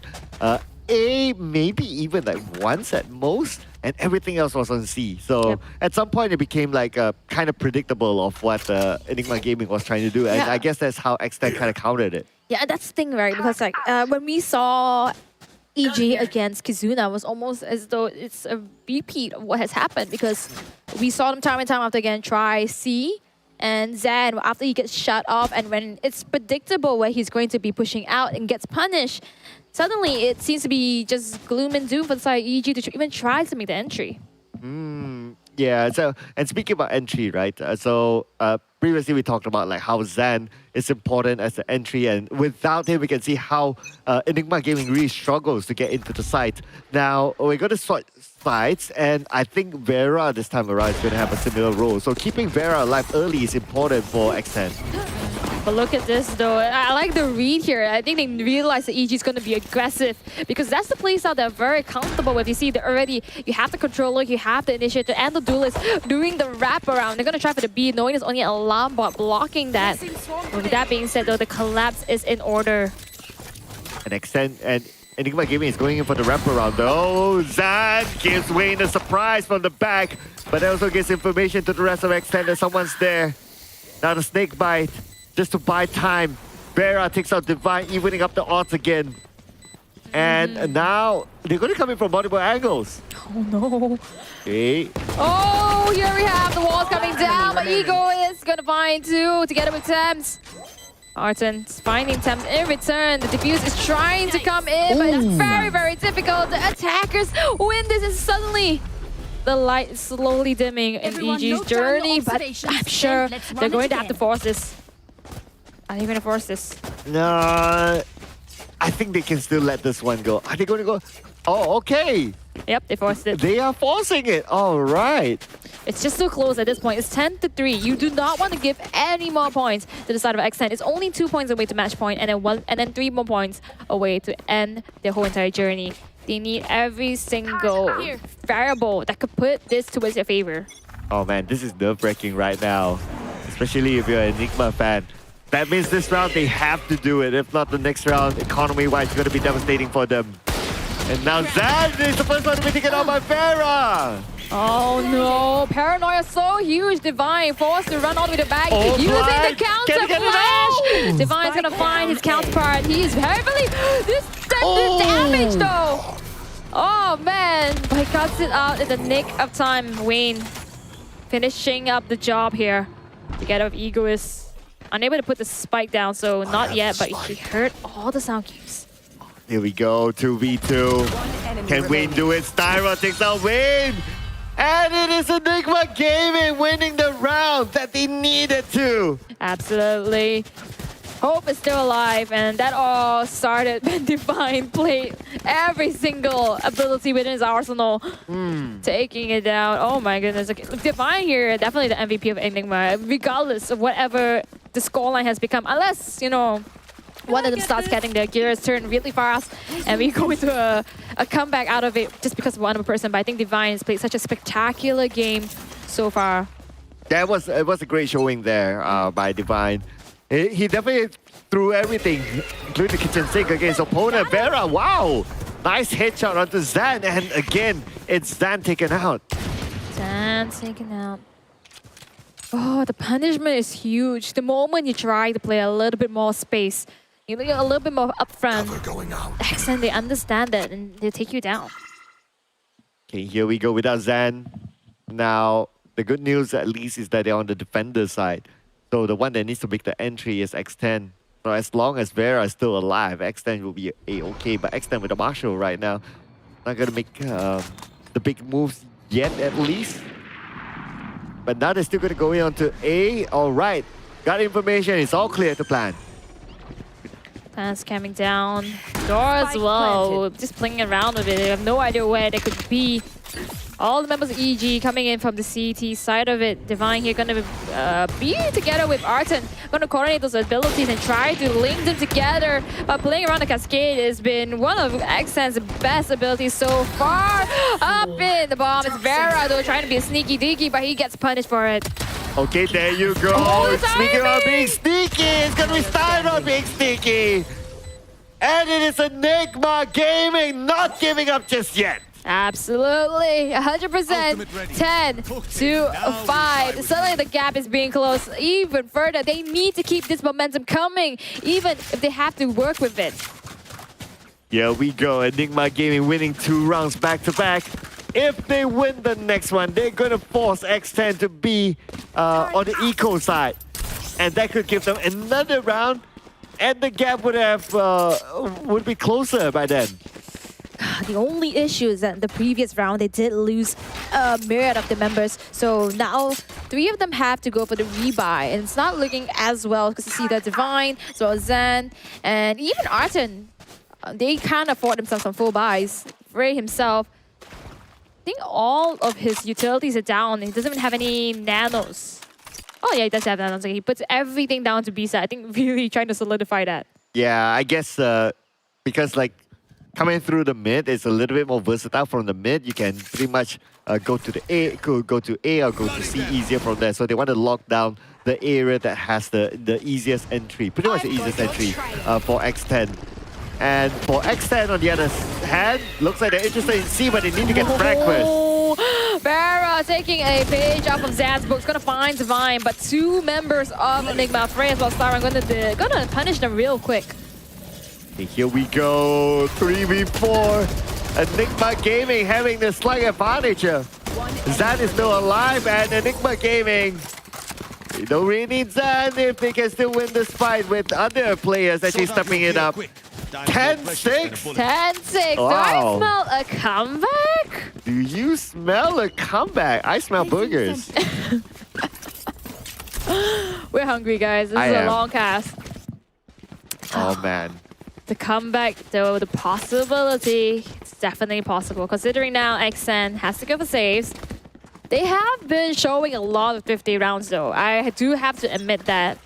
But with Lotus, you know, A, B, and C, and all these elevation points that they could possibly play, you know, just walking up the mount already changes so much.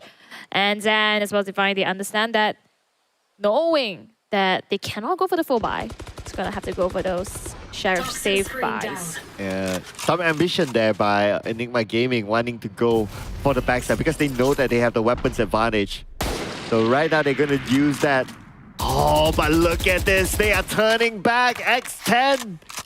They could bump into Enigma Gaming. And here we go as 10 takes out Zan. But right now, Zan is out. And the rest of X10 seem to be moving in. I'm not sure if they realized that there's actually more than one within the flank.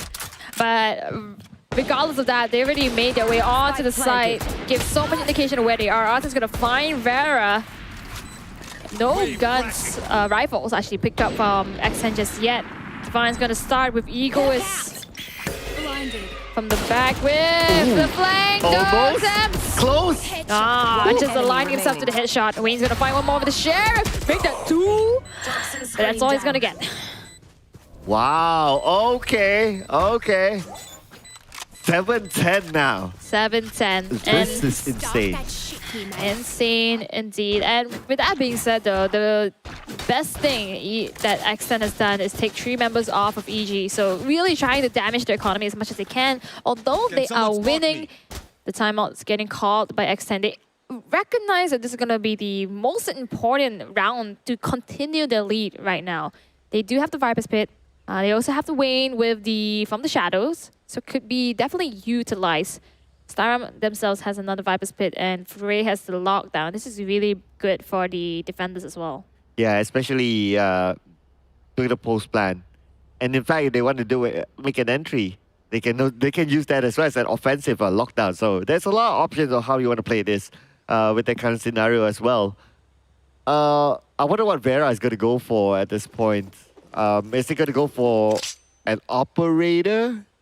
Operator kind of rush in? I mean, the operator shorty. Yeah, probably not.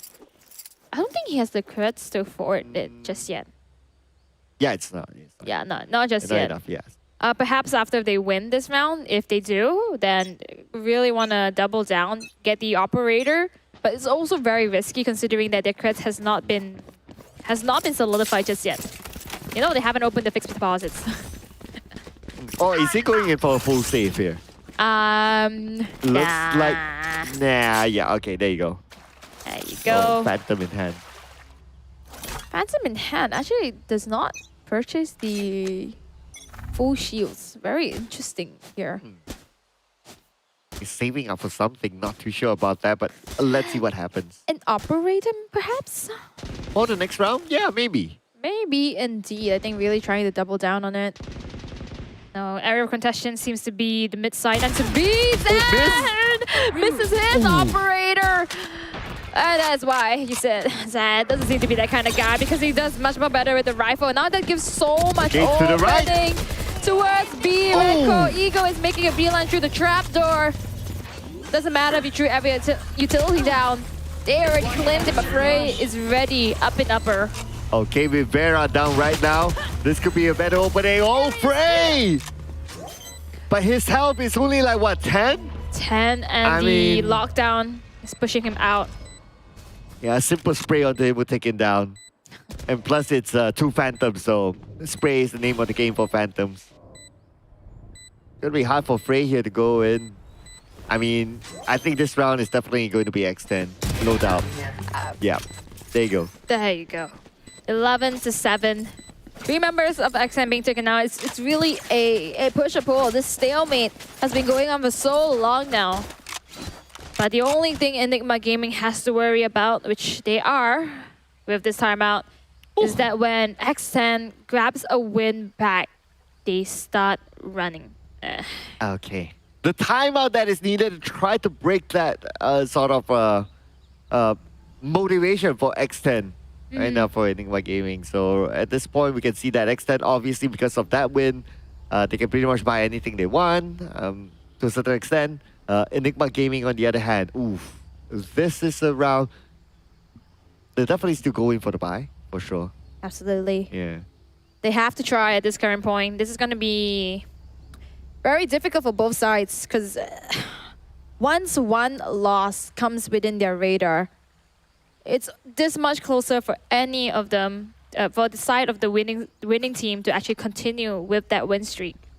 And we saw that time and time after again. This extrapolation has been continuing since the beginning of the first series. That's why we saw the exact same thing happen in second because of the way the creds work.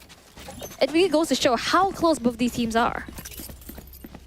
It is. This is a very, very close matchup, and we kind of expected this to happen. We are getting it right now. So let's see here as this round. Again, X10 has this trend. I noticed that they like to focus onto A, whereas for Enigma Gaming, they like to focus onto a C instead. So a little bit of a different strategy here for the both teams. I guess it's because it's a neutral map, so everyone to their own liking. Everyone to their own liking. The thing is that C, it does pay off dividends to be one of the easiest sites to actually claim. Whereas onto A is a bit more difficult because you do have the multiple angles that the defenders can watch. You know, you have the trapdoor, you have the back side as well as on Heaven, and even site itself and tree. You have to watch so many points. But once you claim it, it's very easy to fend off any retake. So you see the times when X10 claim it, suddenly it's very difficult for EG to make any dent out of it. Okay, let's see what sort of dent might happen here. As now X10 is starting to go in. Zan opens it up onto Egoist with an operator. And now they know that there's an operator, so they're going to try to take a close range combat against him. Now with the Viper Spirit being called out, Redco will be planning. Redco goes for the plant. Ooh, but then taken down. Means no more operator. As well as the rest of the members of XN already making the camp on the A side. Okay. Waiting for Arthur to come down. Thames is ready for it. Oh, Thames. Okay. Everyone's just holding it on. Vera has minimal vision right now. Unable to track. Arson makes so much happen there, but the Viper is still alive. Redco, he's there. Up in his face is Shardy Wayne, taking down Arson as well as Styron. Oh, now it is match point for X10. Match point. One more win before they eliminate Enigma Gaming. Okay, I'm doing the math, and it doesn't seem to be the best situation for EG now. Ooh. With that being said, very possible. I've seen them pull Thrifties off. We saw them pull Thrifties off just now during Ascent and so many others. before this. They have the Viper's Pit, they have the Blade Storm as well, so at least able to purchase some rifles, some guns, as well as light shields and heavy shields. It's gonna be... It's going to be a judge as well. Yep, judge. Yeah. And do or die. Definitely a do or die situation. But for Frey to hold and judge, needs to get a close range for it to be really, really effective. And if they can't, then it's going to be hard. But Zan has the Blade Storm, takes out Egoist. And this could be an opening for them. Zan gets the second one. Beautifully done by Zan here. Zan fired up, ready to go. He's going to get tagged, but the door does offer him some safety. Rest of the members of EG, they're actually looking for more. Gonna go for the aggressive push out here, and then there's no Killjoy anymore alive on the extent, so that means no more Flying Watch. Oh, getting close here for EG to take home this win, and at least revive some hope for them to win over X10, and maybe even bring us to overtime. Right now for X10, I guess the best is that if they could get out to B by winning this fight, but there's going to be Zan still. It's fine. The man has been the rock for EG so far. It's gonna be in contention here, trying to support the side of B before anything happens with X10. Very cool! Making so much happen by taking down Frey. Go in! Oh, Thames finds Divine. The timer is ticking, but the plan is in order. Blocked by the site. The smokes are everywhere. The door is moving. Siren walks into Rico's crosshair. And now the dream is alive. Arton, he has to pull the clutch of his life. Arton, the clutch of his life. Oh no, they're left, right, center. How is he going to do this? The moment he goes in, he'll be taken out. But he'll try. Anyway, this is potentially his last round. Just go all out for it. But anyway, it is going to be X10 taking it home, eliminating Enigma Gaming. Oh man. As we celebrate, as we shout the screams of victory, we unfortunately have to say goodbye to Enigma Gaming here. And as much as I am happy to find a continuation to this storyline, it does sadden me just to see them try so hard. And we know this, what's at stake here, the whole entire journey for VCT Split 2. Yeah, I mean, we saw the devastation on the faces of the players of Enigma Gaming, and we can really feel it from here, how they're feeling as well. But yeah, I mean, it's a competition at the end of the day. So someone has to go. Definitely. And the good thing is that, well, at least 3 members of Enigma Gaming, they do walk away as winners from the SEA Games. The other 2, though, a lot left to be wanting, and definitely would not be the end of EG here. Just the very beginning, especially from this performance today.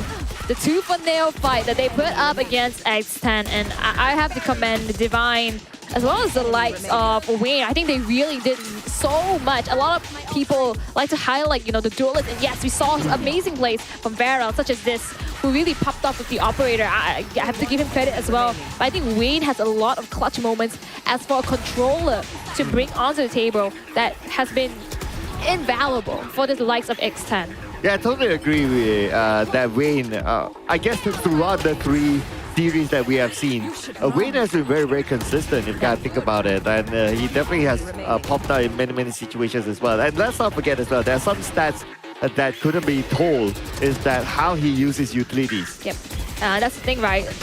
With the entry points, like I mentioned at C, it's one of those points that's much more easier to break through. Why is it so hard? Because we had Wayne, we had Renko, we had Eagle. It's really watching the entries like a hawk.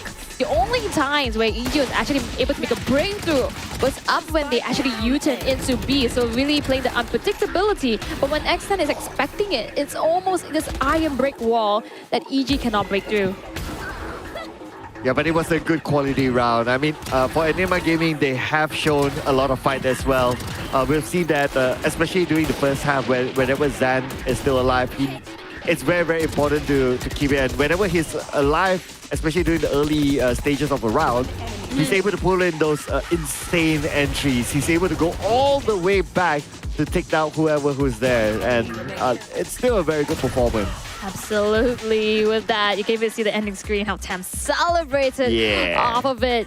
But X10, from the midpoint onwards after purchasing the operator and getting that initial momentum. 7-13, 6-14. The first kills here, 14 towards the side of X10. And you look at all the post plans that X10 was able to do. 4 out of 6 was successful. So did not matter. There was no need for clutches because they understood how to play against EG. And I guess it could be one of those situations where since EG was the latest one to play it, and was also able to win off of X10 the last time, that X10 understood how their players, how the enemy players is going to think, how they're going to work. And here we have the MVP. We do have Styron on the side of EG here. I think credit where credit is due, that all of them played really well. Even Arton, who did not get a single frag up into the middle point, but then really showed up. And of course, Vera. You can go ahead and talk about Vera, your favorite duelist. Yeah, I mean, stats don't lie, of course. So that's one thing. And not gonna lie, his contribution overall, and it's not only this game, right? Like for every game as well. So far, he's been doing really, really well. And he's able to be very versatile in terms of playing, like whether you want him to play the operator or whether you want him to play something more regular, like a Phantom or a Vandal. He definitely has it in there. And the thing that I would like to commend about Vera is that he's not just going in as a duelist and taking fights, he's going in at times that is optimal for him, because we saw him actually break through to a lot of the entry points. So, and it's going to be explosion, like a 1, 2, 3, go.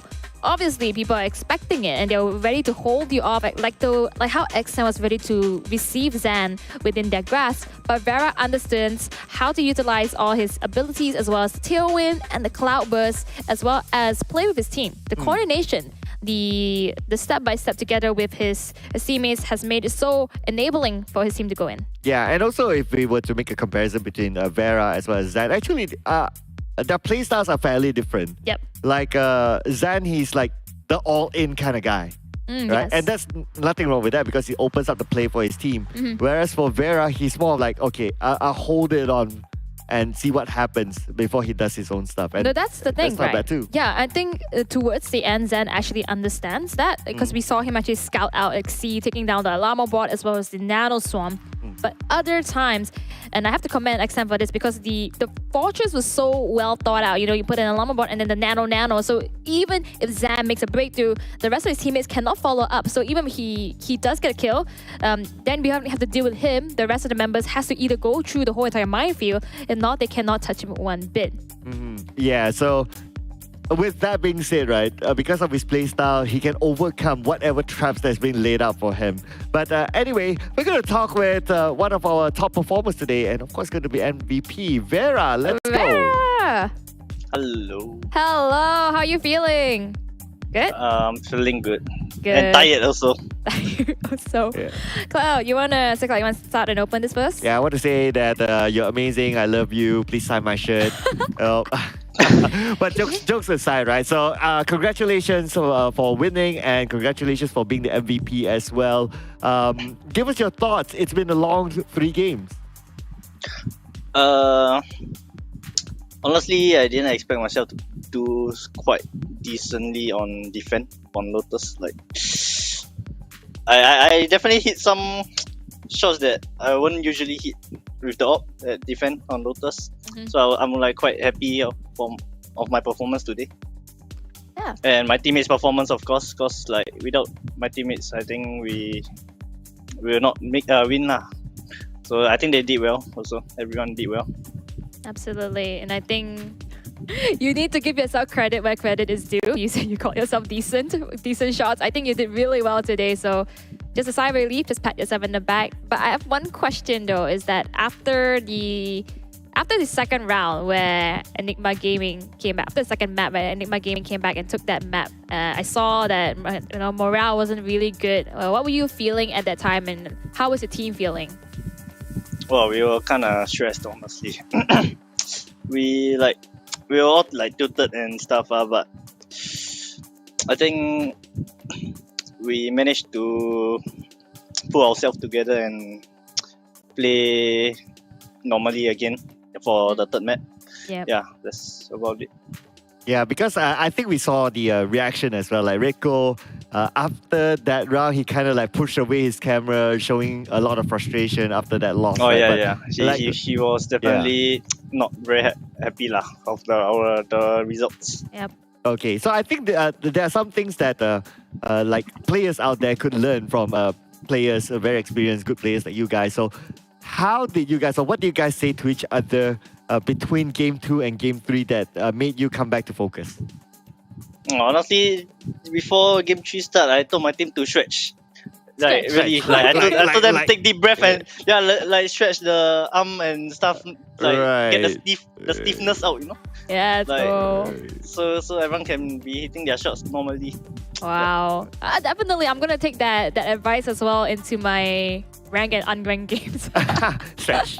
Stretch. Everyone will be like stiff after like third game, you know, because it's a long like 2 hours after the first 2 maps. Wow. That's why. Oh, thank you so much. Last question.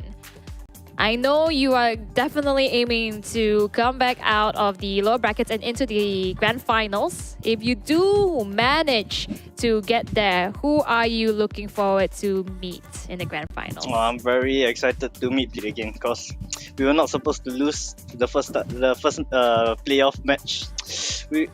We were supposed. I mean, we were so close to winning, and we just threw it away. That's why I'm looking forward to facing them again because I know we got what it takes to win, you know. Yep. Thank you so much, Vera. That was absolutely great answers, and I think you have some celebrating to do before you get back into the game for the next few rounds. So thank you and congratulations. Thank you. Bye-bye. Bye. Wow, what a down-to-earth guy. He really showed us the ins and outs of how X10 functions, even when they start tilting, and he was really honest about it. Yeah, and I really like that he shared some insights on what they do during the break time, stretch it out a bit, lose up those muscles and all that. And he has a lot of respect as well for Bleed, and he really wants to meet them again in the grand finals. Oh, I mean, that's been the storyline. It's not been just this split, it's been last split all the way. So before we go into that, and there's going to be day 4 and day 5. Let's take a look at the brackets, the current standings of where everybody is. So unfortunately, we have to say goodbye to Enigma Gaming, but what a valiant effort here. So that's the top 3. That's the trifecta of VCT already knocking off one pillar. Now we only have Bleed as well as X10, and Kizuna is still left in the running, hoping to be one of the 3 pillars right now. And then whoever wins the next round of the lower bracket final, which is going to be a best of 5, mind you, is going to go to the grand finals of best of 5 against Bleed. Ooh, the big boss is waiting at the end there, Bleed itself. And Bleed's coach did mention that they'll be looking forward to seeing X10's performance. Yep. Yeah, so I think there's mutual respect between these 2 teams. But of course, Kizuna, definitely no pushover. So X10 still needs to do the job against them. And so far in the playoffs, these 2 teams have not met. Oh yeah, I think this is going to be very interesting. I believe the last time Kizuna and X10 met, it was quite a close call for that being said. So when meeting Bleed, I think, well, Bleed is looking for X10, but I'm sure Kizuna is ready to give their fight as well. Whoever loses the lower bracket final is going to be out of this competition, and I'm sure even Lingeia, as well as his members, they have been keeping their eyes peeled for this certain series. I think this one shows so much about how X10 plays as well.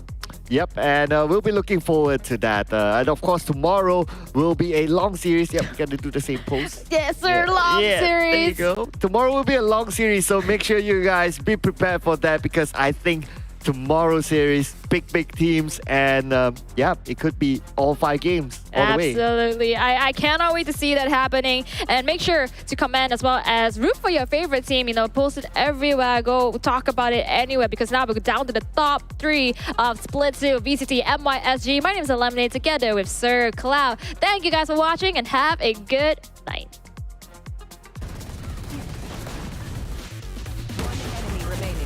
One enemy remaining.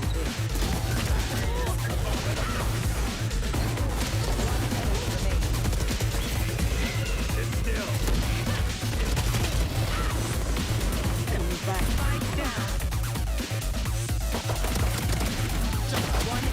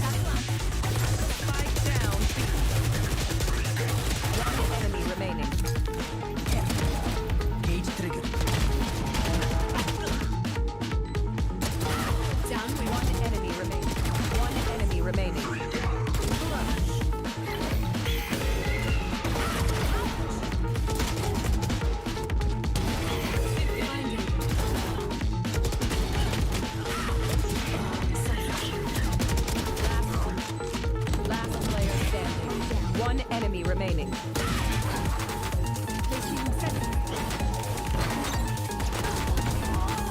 My ult's ready. One enemy remaining. Last player standing.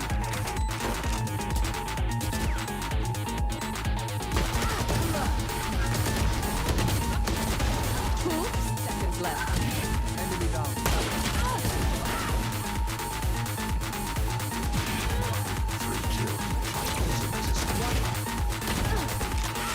One enemy remaining. One enemy remaining. You should run. One enemy remaining.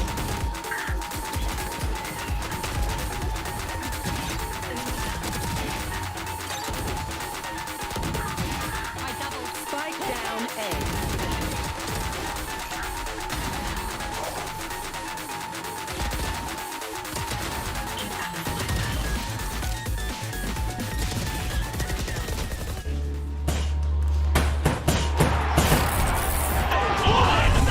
Really, really enjoyed that map. And the talent, you can see tons of talent on this team. You can see them when they're jealous, they're playing so very well. The door is open for these new teams coming into the league to really make an impact.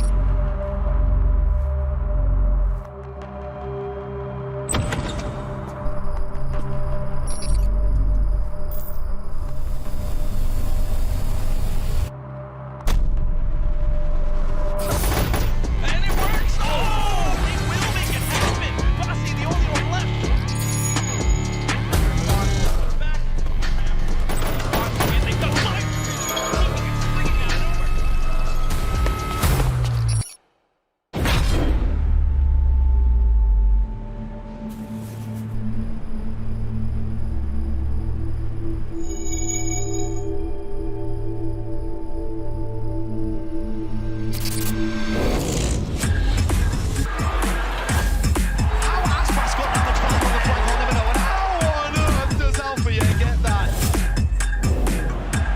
VCT Asia Pacific. We'll see you in Bangkok, Thailand. Look at this! This is going to be so fun.